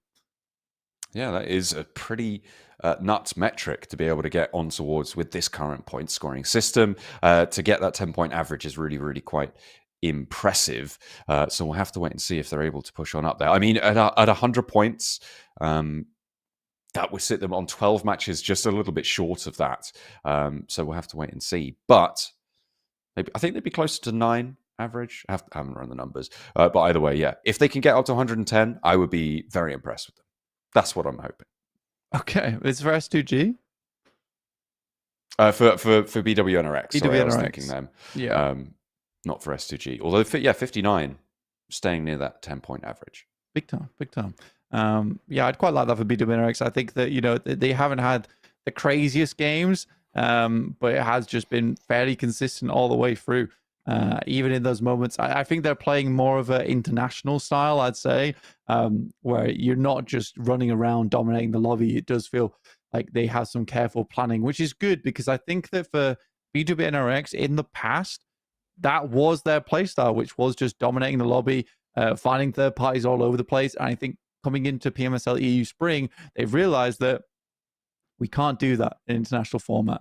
We got absolutely rolled. So what we need to do is practice now, because we're comfortable and confident we're getting towards those finals. We need to practice now on playing over towards that international level, where we're not taking huge risks, where we're making the right move each time. Well, let's take a look and see if those strats are going to pay out in our last round of Miramar for the day. Make sure you stick around, because I'm sure that Group B teams need your support now more than ever to put their last round of points up on the board. From La Cobreria down towards Impala, John. Definitely a big change from our last game.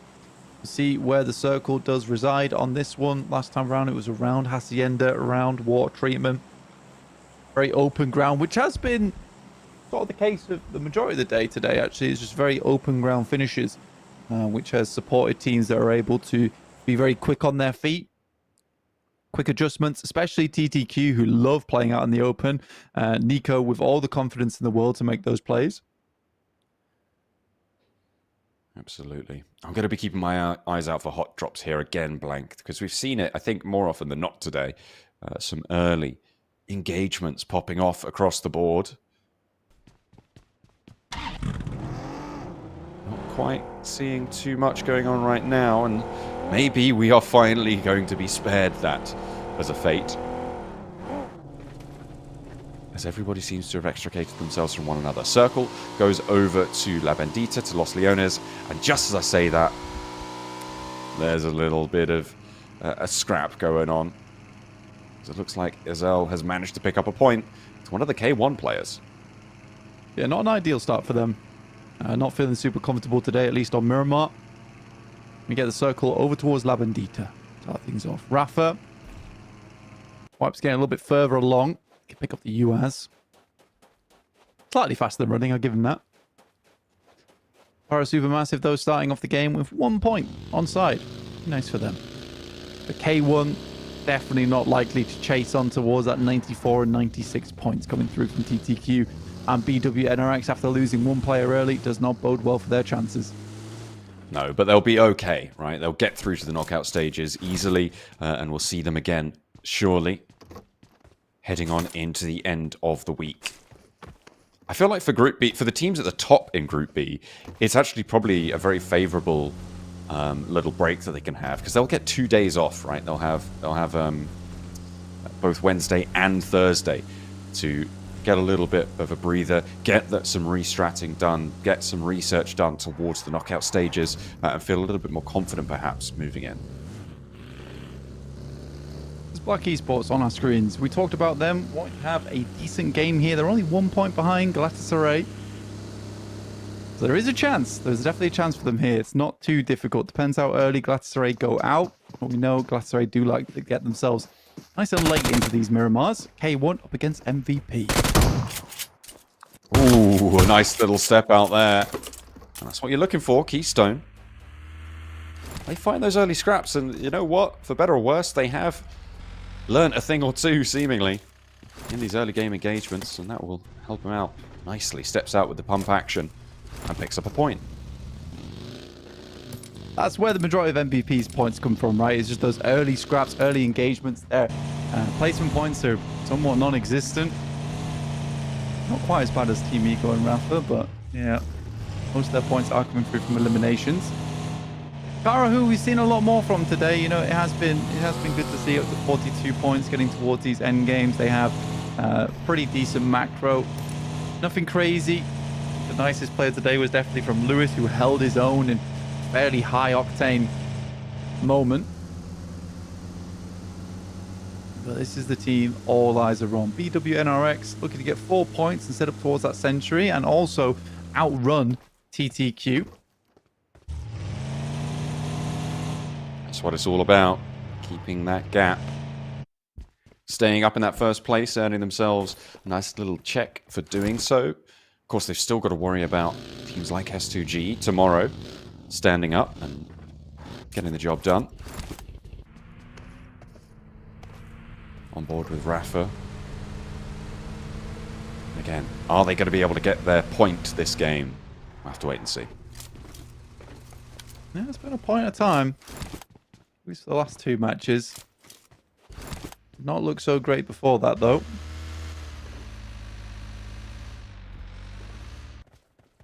Beşiktaş similarly do not want to be in that 21st spot. Feels very bad to them. Not a terrible team either. Bandita goes down, is picked up on the back of the vehicle. A nice scoop on that, but it's not meant to be. You know, K1, they're just losing players immediately. Maybe they've kind of phoned it in. They're like, you know what, we've done enough. We don't really care at this point. And it seems like they have just been exposed here in these early points of their last match in the league stage. But as I said earlier, they're totally safe. They will be in the knockout stages. So nothing huge for them to worry about, but still.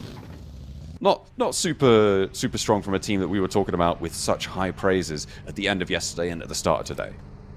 Yeah, they've done enough, basically, is what we're trying to say about them. They have done enough, and they can afford to get a little bit weird with it towards the end of the day.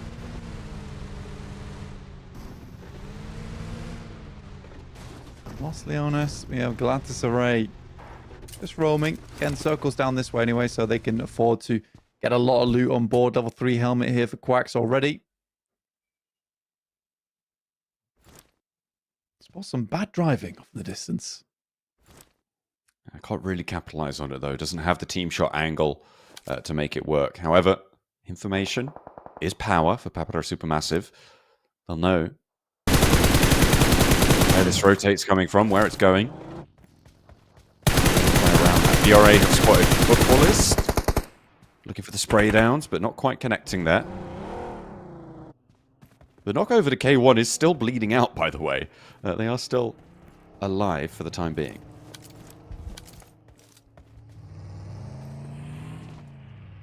Yeah, I was going to say, surely he's going to go down soon. I mean, that's a full bleed out, right? That was the knock, just fully let it go. Left him alone. It came through eventually. Lewis was more preoccupied with looting. Fair enough to him. Yeah, just waiting for that zone 2 at the moment. That's where a lot of things are going to start to change. Teams will have to get a move on. Especially if he heads over to his La Vendita, we do get a big chunk of the map kind of cut out. We're about a minute away from that. As teams are just posturing around the circle.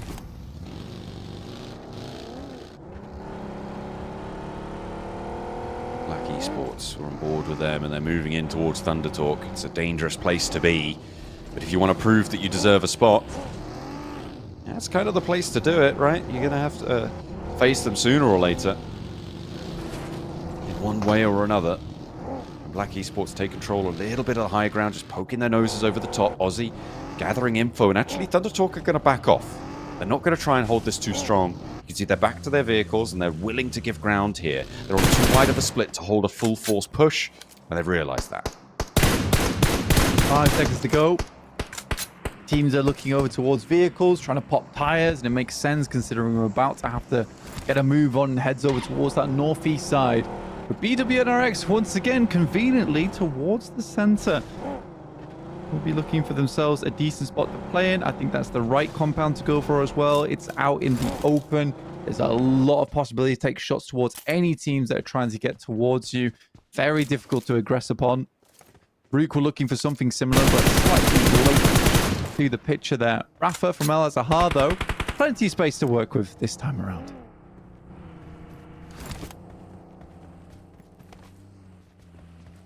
BRA moving on out. Trying to get on the road past the graveyard. Papara SuperMassive managing to move in near Minas Generalis, but amongst the crunch there will be a bit difficult for them to make too much headway. RUKH are now parallel. Can they get past them? Can we try and take them down here? K1 now actually fully eliminated. That is our first Group B team fully done for the league stage. 8 points where they will draw them up.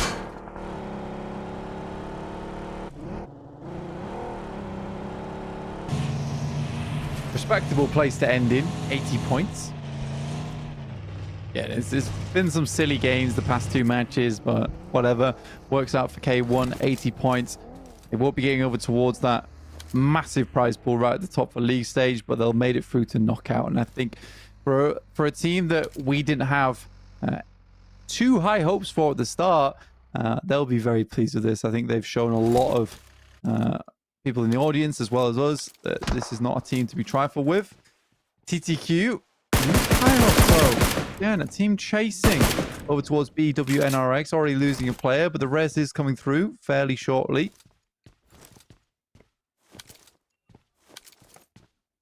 Ooh, Thunder Talk getting that res off. Kairos now back up. Can start to get some healing done. Should have first aid kits at his disposal. Get some stims on board as well. Teams are starting to filter in around them. And Thunder Talk on the chase for BWNRX. On those points tables. Don't want to lose players early, but they may not have a choice. BRA are lighting them up, as well as Carya being close by. Bro, taking shots, but Rolex pushed off the angle. That's one thing that TTQ does very well, is they're super aware of their surroundings at all times.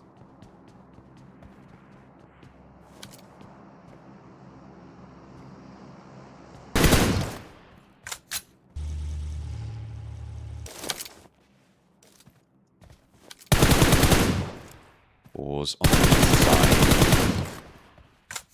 They've managed to make their mark today. We're a little bit worried about them coming in at the start of today. They didn't seem to have what they've displayed in the latter halves. And that aggression has worked out for them. Up on 30 points, they'll be happy. Circle sits up towards the northeast side of Minas Generalis, up towards Truck Stop as well. With Rafa taking residence there, RUKH are going to crash straight into them.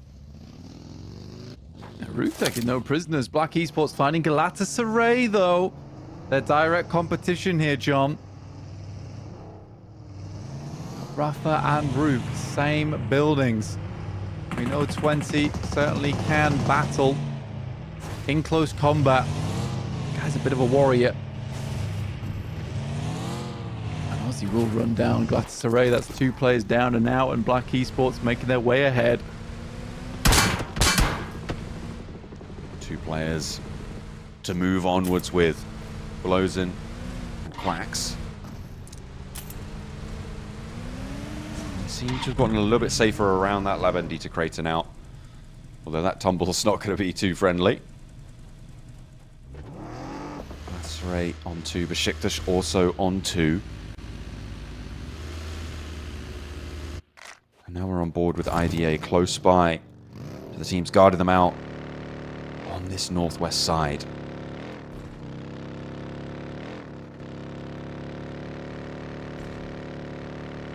IDA here. Moving in. 47 points. It's a good result from one day. Almost as much as K1 is able to put up as well. If you put it that way, it's very, very impressive. Sailing across the top. I don't think Galatasaray is getting away with that, for sure. Ooh, Lozin goes down first, and who's going to get the point? That's BWNRX, and they've managed to rack up 2. They're now just 2 away from getting that century. There has been a knock sent over towards BWNRX, but it looks fairly resible. For the time being anyway, Beşiktaş taking casualties as they try and make their run in as well. Right, looking over towards Beşiktaş, but there are those shots from the side coming through from Eren, no less. BWNRX have taken a knock. RUKH Esports finding MVP now too. They weren't happy with what you were saying there, John. Find the worst group in, but worst team in Group B.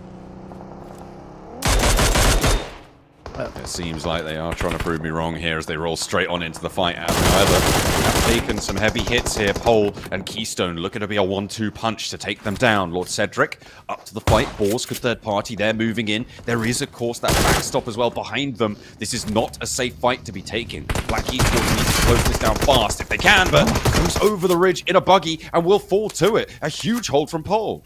Great hold from Paul. Absolutely. Very, very well played there. To hold on. And it's just the end of that, but fantastic stuff with the ghillie. Lord Cedric sending nades in, but I think a lot of those are being stolen away in the process. Soko moves over towards that north side and football list with a really good position to play from. Huge amount of action, in fact. This is the thing, right? Black Esports have already gotten ahead of Galatasaray, which means that they are not going to be the first team from Group B to drop down into a potential elimination spot. If you're talking about there already being 3 fairly certain teams in the bottom 4 bracket, not being at the bottom of Group B is a massive benefit to you. So Galatasaray starting to sweat. 48. It's right on the cusp of being decent. It's a 4-point average. Yeah, you want it up towards that 50-point marker, but 48 will do. Just a question how much these teams chase tomorrow or Group C. What I would argue is a much harder group to play in. Yeah, playing up against Group A, it's got to be a pretty fearsome prospect.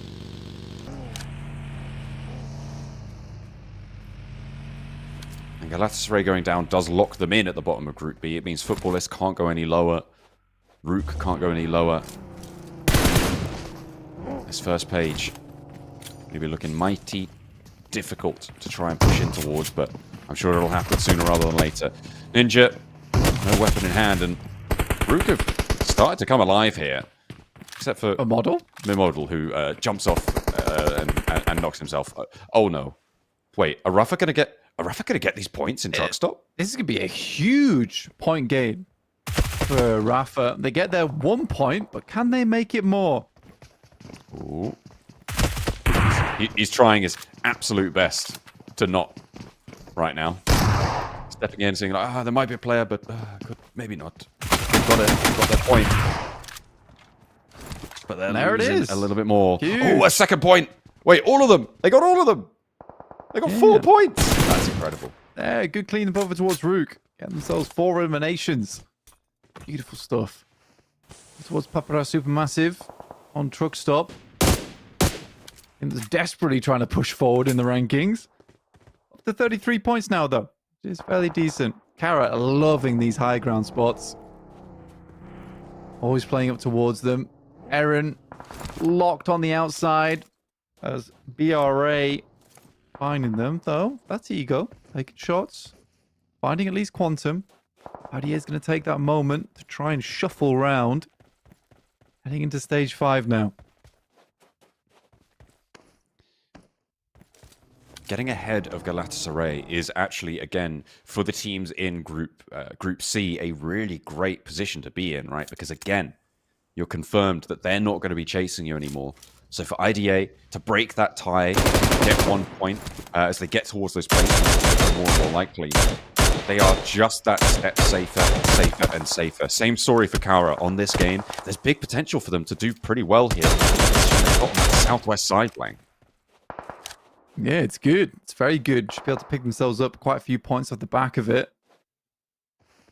TTQ, though, somewhat locked in, with Carya having all the angles to play around with. Depending on whether Team Ego looks to poke their nose in. None of it. Up towards BWNRX, as our TTQ. Kind gets obliterated. That's 2 of them as well. I think there was another knock over towards Frozen. That is from TTQ, but the point doesn't go their way. Still, they'll take it. Maybe a rollout. They want to chase this one all the way down. They're completely broadside to Carya. This is very risky from TTQ, but they're trying to take down BWNRX. They roll straight on out. Striker left back in behind, but still gets to cover. Over into Marso's sightlines instead. Goes for the reloading. Carya's already been ripped down. Yeah, again, we're having a scenario come through from TTQ and K1 where they'll see one not go through, and then that will be the bell that they'll hear and go for. I don't think it always works out. Carly, last player alive, left for BWNRX, and that nade looks pretty good on target. Will take down Kakali, and BWNRX will not hit the century on this game. Only finishing at 98 points. TTQ to be able to jump up though, 6 points away from that century. Kairos does get res, so they made the crossing. Actually still have a little bit of power. Meanwhile, on the south side, Papara SuperMassive fighting against the Boars. On the run out from Truck Stop, you've also got Rafa to worry about.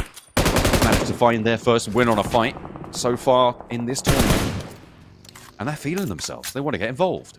Absolutely want to get themselves up here, get in on the action. Cow sending Molotovs across over towards Papara SuperMassive. I need to switch backs here. Marso struggling to get these shots off now that TTQ is bunkered down.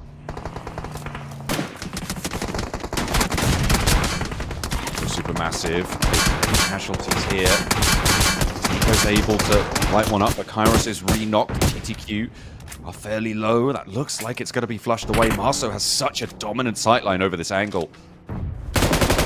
Great result for them. Keep picking these up. Striker goes down to a nade, and TTQ probably not going to be able to make the century either. Will they even be able to jump up over BWNRX? Yeah, they need one more point. They need another team to go down, and then one more elimination to make it work. As Tulika getting naded out. Boars is taking heavy damage at the moment, and that's from Rafa. We're going to put more points to their name here. 5 points on board, more points than they've been able to get all day. They're going to hit us with the Galatasaray chicken dinner. I'll take it back. They're almost all dead now. On the south side, they are having a real tough time of it against Boars. I think that was the last player from TTQ getting run down as well in the picture-in-picture, which draws them out at, I think, 95 points locked in. Maybe 96, depending on placements still to come. Boars, though, are still on the warpath, and that is the end of Rafa. Their day is done. They close down at 9 points. Rafa going out in 8th. Ego in 7th. So I think that's 100% now. TTQ just at 95 points. Placement points not doing anything for them.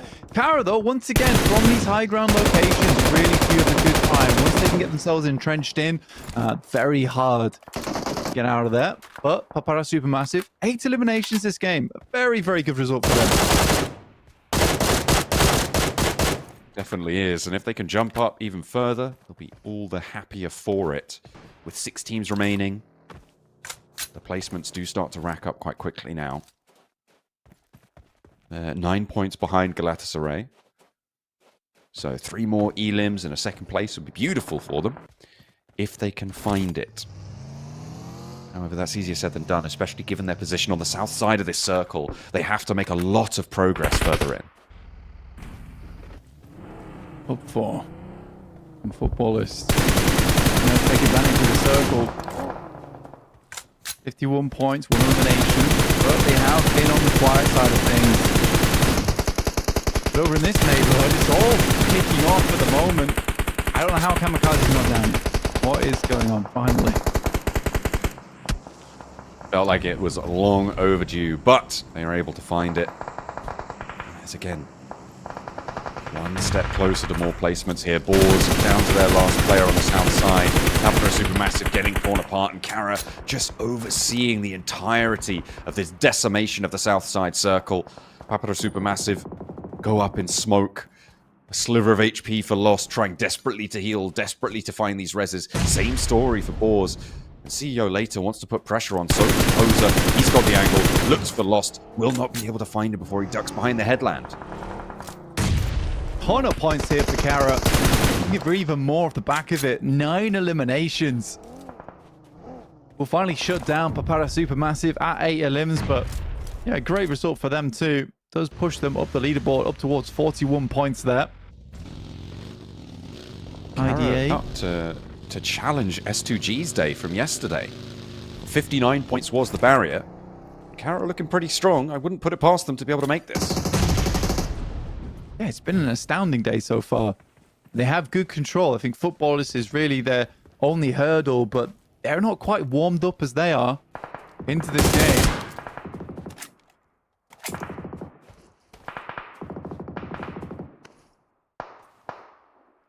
IDA similarly with a fantastic day so far too. It's like the entirety of Group C trying to challenge S2G.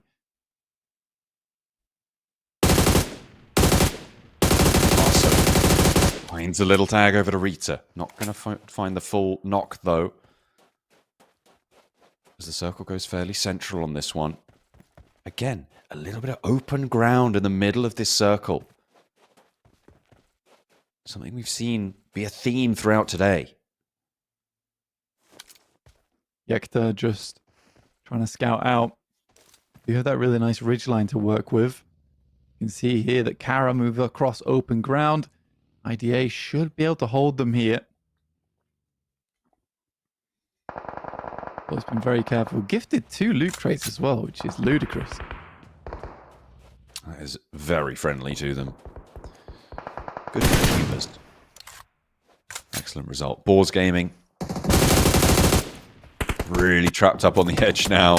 Nowhere really to go. Has to run a gauntlet through it. Not much option. Just try for it. See what you can get done. Playing up on this roadside, there is nothing they can do. They have to take this fight. They have to hope that IDA gets involved here. Footballers across the way also take shots out towards Carya.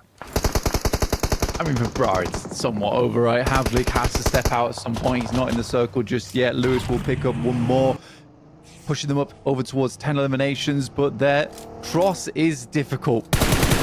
Theo later makes the first move, baits out some shots, and realizes instantly they have to move back. This is a very passive endgame because no team really wants to give up on their position depending on Zone 8 and Zone 9.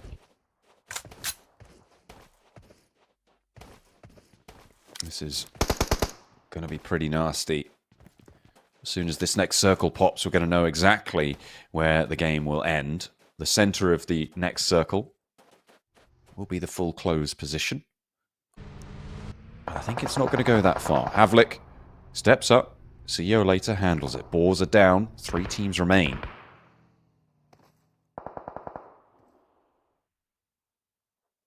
Carya, get across. Ball's been taken out.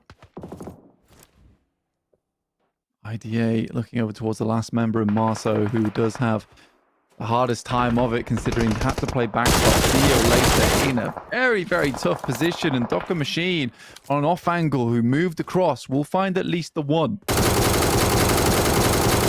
Spray down with that flush over towards Carya. I mean, footballers have such great control over this circle, Blank. They've got the high ground on the northwest side. They were the only team with a real position into stage 8. Everybody else is going to have to make a move. You need to get central here, but you can't do that without players taking shots at you. Doka Machine is just slowing this down. He's trapping Carya up into this roadside whilst being in the next zone himself. Really powerful presence here on the south side of the circle. But this regroup may signal go for Carya Esports. They're getting into those vehicles, and they've seen it. They know where they want to go. It's pretty much one of those matches that's going to be decided on Zone 9 because it forces both IDA and Carya out. Football is just very clean on the approach here, but it looks like they're fairly dry on utility as well as ammo. Let's be very, very much aware of these next couple of minutes. Taking shots as soon as these teams show face and hoping that a lot of shots go back between both of their enemy squads. Over the top, IDA take a knock from Lewis. A good start to slow things down. IDA may have just made a bit of a mistake here. They're now in the crossfire. The question is, can they weather this storm? With just Emre left standing on the center. No, they cannot. They will have their forward position go up in smoke. Carya stay alive for long enough to keep themselves up into a second place. Football is now leveraging that high ground, leveraging their sightlines, and doing so much work. Poser wants to try and bow them down a little bit. Marceau as well, trying to back him up. IDA take one more. It's now all up to Aaron for them. 3 players coming through for Carya. Aaron, last the lighter, has the nade. Good tags from Marceau.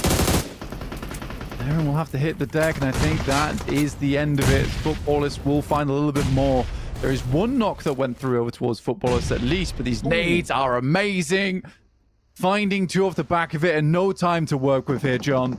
Marceau so low. Footballers should have this on lock, and they do. Second place earned for Carya. I'm not sure if they were able to jump up and break that tie with the day single record of 59 points, but the chicken dinner goes to Footballist, and they will have sealed their place in those knockout stages with that chicken dinner. Yeah, it's been a long time coming for Footballers. We know they're a good team. We know they have strong members on side, and we were just waiting for this win. And I think they're very grateful that it happens pretty much on the last day, last match for them here in the league stage. Yeah, absolutely. As you should be. There's no two ways about it. It's great to see that sort of a result.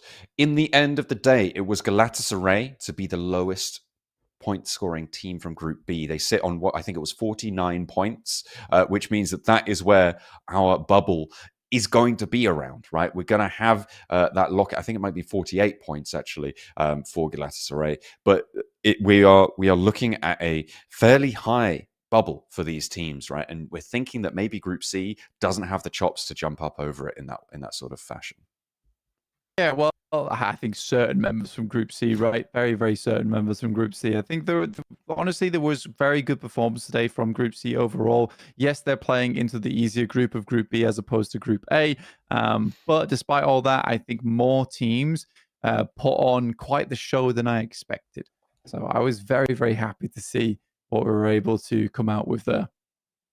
Yeah, it's nice for the close downs towards the end to get those little bits extra. I'm interested to see if Carya were able to get up to 59 points on their single day, right? They will be going toe-to-toe with S2G tomorrow, and I'm wondering if they're going to be able to have that sort of a performance. It felt quite sneaky from Carya, right, over the course of today. It feels like they've kind of snuck up on me as just doing incredibly well, sort of out of nowhere. And maybe that's because we've had some pretty feast or famine performances and things like BWNRX kind of stealing the limelight, but they've obviously just been there consistently.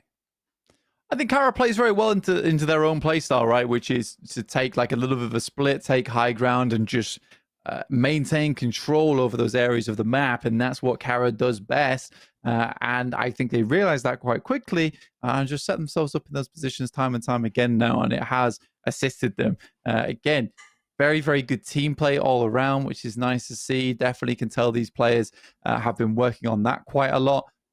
Just the calls in general. It feels less like that's like a team that's drilled these performances, more like a group of friends who are very much used to playing with one another, which is super useful when you go into a finals format and you really, really want to alleviate a lot of that pressure. And playing with your mates can definitely do that for you. Certainly is. It's important to have a strong team around you, right? To play off one another's strengths and to figure out where those strengths are is the function of finding that sort of coaching, that analysis, and can be really, really important to make or break a team. So credit to all the support staff from all of our teams who are working, I'm sure, around the clock, just as hard, if not harder than the players, to be able to bring those sorts of strategies together through it all. I think that the very interesting thing that we'll be seeing is the overalls in the upcoming graphic package that we'll be delivering to you very shortly. I think that looking at where the Group A lower ranked teams are and the lower ranked Group C teams are is going to give us quite a lot of info as to where we're sitting in terms of the teams we're looking at to get knocked out at the end of tomorrow. Yeah, because tomorrow is the last day of league stage. We will be cutting out 4 teams tomorrow, so it is a little bit scary overall. We'll see how it all pans out, all of that action then. But yeah, very excited to look at the overall soon and check out where everything does lie. But we are here now at the end of the day. Final Miramar is done. Some incredible performances all around. Extremely pleased to see it. I think that so far Carya was very impressive. Nice to see RUKH have some really good performances as well and get back into things. Also, for you boys over towards Rafa to grab as many points as they earned today and more in just one game is a very big highlight of mine. Yeah, I mean, you got to get some points at some point during the game, during the tournament, right? But still, as it stands, they are just making sort of fairly basic mistakes when it comes to playing in these lobbies, rotating as 4, sort of not really getting too much information, not getting any scouting done, kind of just making decisions on a whim, it seems. I'm not entirely sure what's going on in their roster, but the highlight of their day will be getting that squad wipe, right, against RUKH, who, to be fair, turned up in the latter half of the day. Yeah, they did. They got themselves plenty of points. And here is our final blow of the match.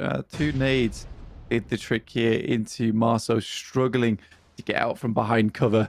And it will be the end of him. Not only that, but vehicles blowing up behind him as well. It was a very cinematic end to his performance. And our MVP will be Lewis from that match from Carya with 4 eliminations and almost 1,000 damage done again. So he had really had quite a nice day today. And I'm excited to see how these players shake up the top damage dealers in our lobby overall. Absolutely. We are currently, I imagine, still with Zedwolf at the top of the tables there, coming on through for the Gunslingers table. But that is because he has had 6 more matches than 2/3 of the lobby. So it's a little bit easier on that metric. He might have been top damage, but he wasn't highest eliminations. That goes to Dokkan Machine with 4 playing for Footballist, and the Chicken Dinner went their way. Footballers, we were worried about them because they weren't getting many eliminations at the start of that, but they were, like I said, on the quiet side. They had a very chilled out game. It was fairly obvious to me that this was going to be the team that won as soon as we hit zone 7. But it was just how much value could Carya extract after that. And here are our Chicken Dinner stats overall. With Dokkan Machine with 4 elims, 4 knockouts. Enzo didn't get too much done that game, but it was Dokkan Machine who was roaming all over the place in that match. Yeah, absolutely. Doing a lot of work for them. Their position that they had in that final circle, they were the only team with real cover, and they had the high ground in stage 8. So, I mean, it's no surprise to me that they were able to take home this Chicken Dinner. The other 2 were kind of fighting for second place. And in the end, it was Carya who was able to get that second place. But no further will they go in the face of Footballist. No, Footballist now done. And we'll see where they end up in the overalls. Getting the replays of the game now. There were some pretty cool moments. The RUKH Esports were able to get ahead of Galatasaray, leaving them now as the marker to catch up to from Group B for Group C going forward, as well as Group A. With a couple of teams that are still behind. But there were some good teams over in Group A. I'm kind of worried a little bit for Guild. We'll see how they show up tomorrow. But they had quite a few elimination points, I will say, yesterday. And they didn't look terrible. but they do need to get a move up tomorrow. It is a question of what can be done with tomorrow's matches. There will be 6 more to play. Group A and Group C will take to the battlefields at the end of it all. Here's Carya's attempt to cross the road, but you can see how trapped they were, how squashed. IDA, I mean, they made a valiant attempt to get into the middle. I thought for a minute they were going to make it, but no, they did just get crunched on out. And then, yeah, these nades, they just sealed the deal. There's really nothing you could do in that scenario as Carya to make this one work, barring having 30 smokes already deployed to be able to get forwards a little bit safer. But here's the match ranking: 19 points for Futbolists, but 17 for Carya. Yeah, 17 total for Carya there with the 11 eliminations they're able to pick up. And we'll see how that affects their overall standings, as it certainly should in a big way. And for a first day of innings, lovely stuff. Futbolists with the 19 points, though, good way to close things out. Keeps you nice and safe. We're slightly worried about them. Papara SuperMassive are definitely getting better in these matches as well. And Boar with a good show up, honestly. 4 placement points, 6 eliminations, 10 points. Looking a lot better as the day went on. Yeah, they have managed to find their feet a little bit, and they do need to maintain that structure in towards tomorrow, facing off against Group A and some of the strongest teams we theorize in this lobby. So we'll have to wait and see. Talq closed down with a fairly weak performance on 1 point, but they will be fairly safe as we take a look at our overall rankings. 98 points, not quite beating 100 for BWNRX and TTQ on 95.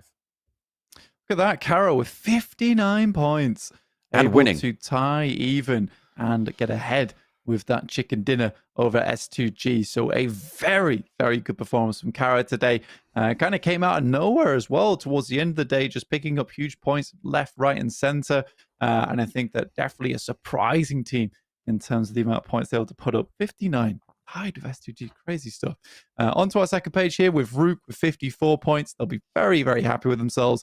BRX Esports with 50 and Galatasaray sweating now at 48. But it is Papara SuperMassive, 41 points. With the way the day started, we weren't expecting too much from them, but they have consistently got towards the end of our maps, which is great to see. Absolutely. We are starting to see some Group A teams as well down here. You've got Flux on 37, Fenerbahçe on 36, Regnum Carya there, as well as Falcons, BX Brothers. All of those teams going to be up for grabs for teams to try and overtake them. But as it stands, we are not holding our breath for Rafa, for Ego, for MVP, and for Beşiktaş as well, to be honest. They haven't really shown anything today. You said they hadn't shown any signs of life. I think for the bottom 3, that continued right up until the final game. Yeah, and even for Rafa, that's a shot in the dark, right? Getting up towards 9 total points. You have a big, big task ahead of you, which I just don't see happening. Beşiktaş, there wasn't a lot of movement. Once they hit this kind of 20 total, right? So again, for them, we know they have strong players on side. We just need to see a little bit more from them. And here's our daily MVP. It is Bad Boy with 3k damage. 14 eliminations. Once again for K1, just sending it in these matches. Absolutely, doing a lot of damage and getting the survival time up to almost 2 hours, which is fairly respectable. I think that was fairly in line with what we saw yesterday as well. Getting 6 assists, so not only able to put up those 14 elims, but helping out around the board as well. So nicely done for our MVP. Yeah, really, really good stuff. For Easy for Bad Boy. I think he has been the clear player on the side of K1 who has contributed to their success in a big, big way. And that's what you need. Again, that's not going to lead all the way through the finals. You do need the rest of your team to be stepping up around you. And I think there has been some significant moments for K1 where it's not just always Easy for Bad Boy, but he definitely is that sharpened sword that is first into the fight for him. Yeah, he's definitely been efficacious for K1, and they have reaped the rewards for it. So nicely done, nicely done. That will be all that they are able to play this time around. As we head to the close on today, we are going to be looking forwards towards the games for tomorrow, welcoming Group A back in. And I think a couple of teams on Group A still do have something to prove, right? It is not... We talk about them as being the strongest group here, right? But with the caveat that some of them still have to prove themselves a little bit. I mean, specifically teams like Guild, like Fenerbahçe, maybe even BX Brothers have a little bit to stand up, and the Falcons yet to really break out as strong as we'd like them to. So I'm looking forward to seeing what they've got in store for us tomorrow. Yeah, Fenerbahçe is the big one. I want to see a lot more from that team tomorrow. They are a good team. They should be doing better than this anyway. And I think tomorrow is their chance to really show everyone what they've got. Again, playing in Group A is not easy because you are playing alongside all of the very strong squads. But for Fenerbahçe, you should be that strong squad that teams are afraid of playing with. So yeah, we'll see what happens tomorrow. But Fenerbahçe, I have high hopes for them. Yeah, so do I. I think that you're right in terms of like the name power that they've got on that roster. Certainly a squad to be reckoned with, I think, and we need a little bit more from them. But the question is, who do we think is going to join those three teams that we are very skeptical of down towards the bottom?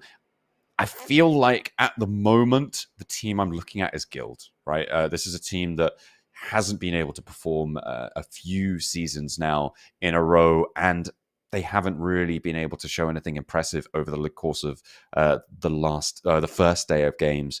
Maybe a little bit more tomorrow, but I'm not holding my breath.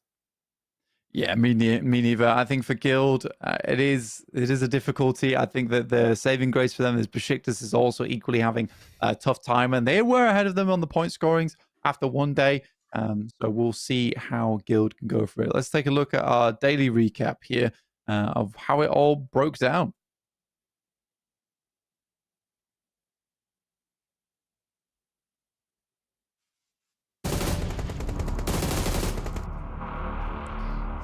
These are all the plays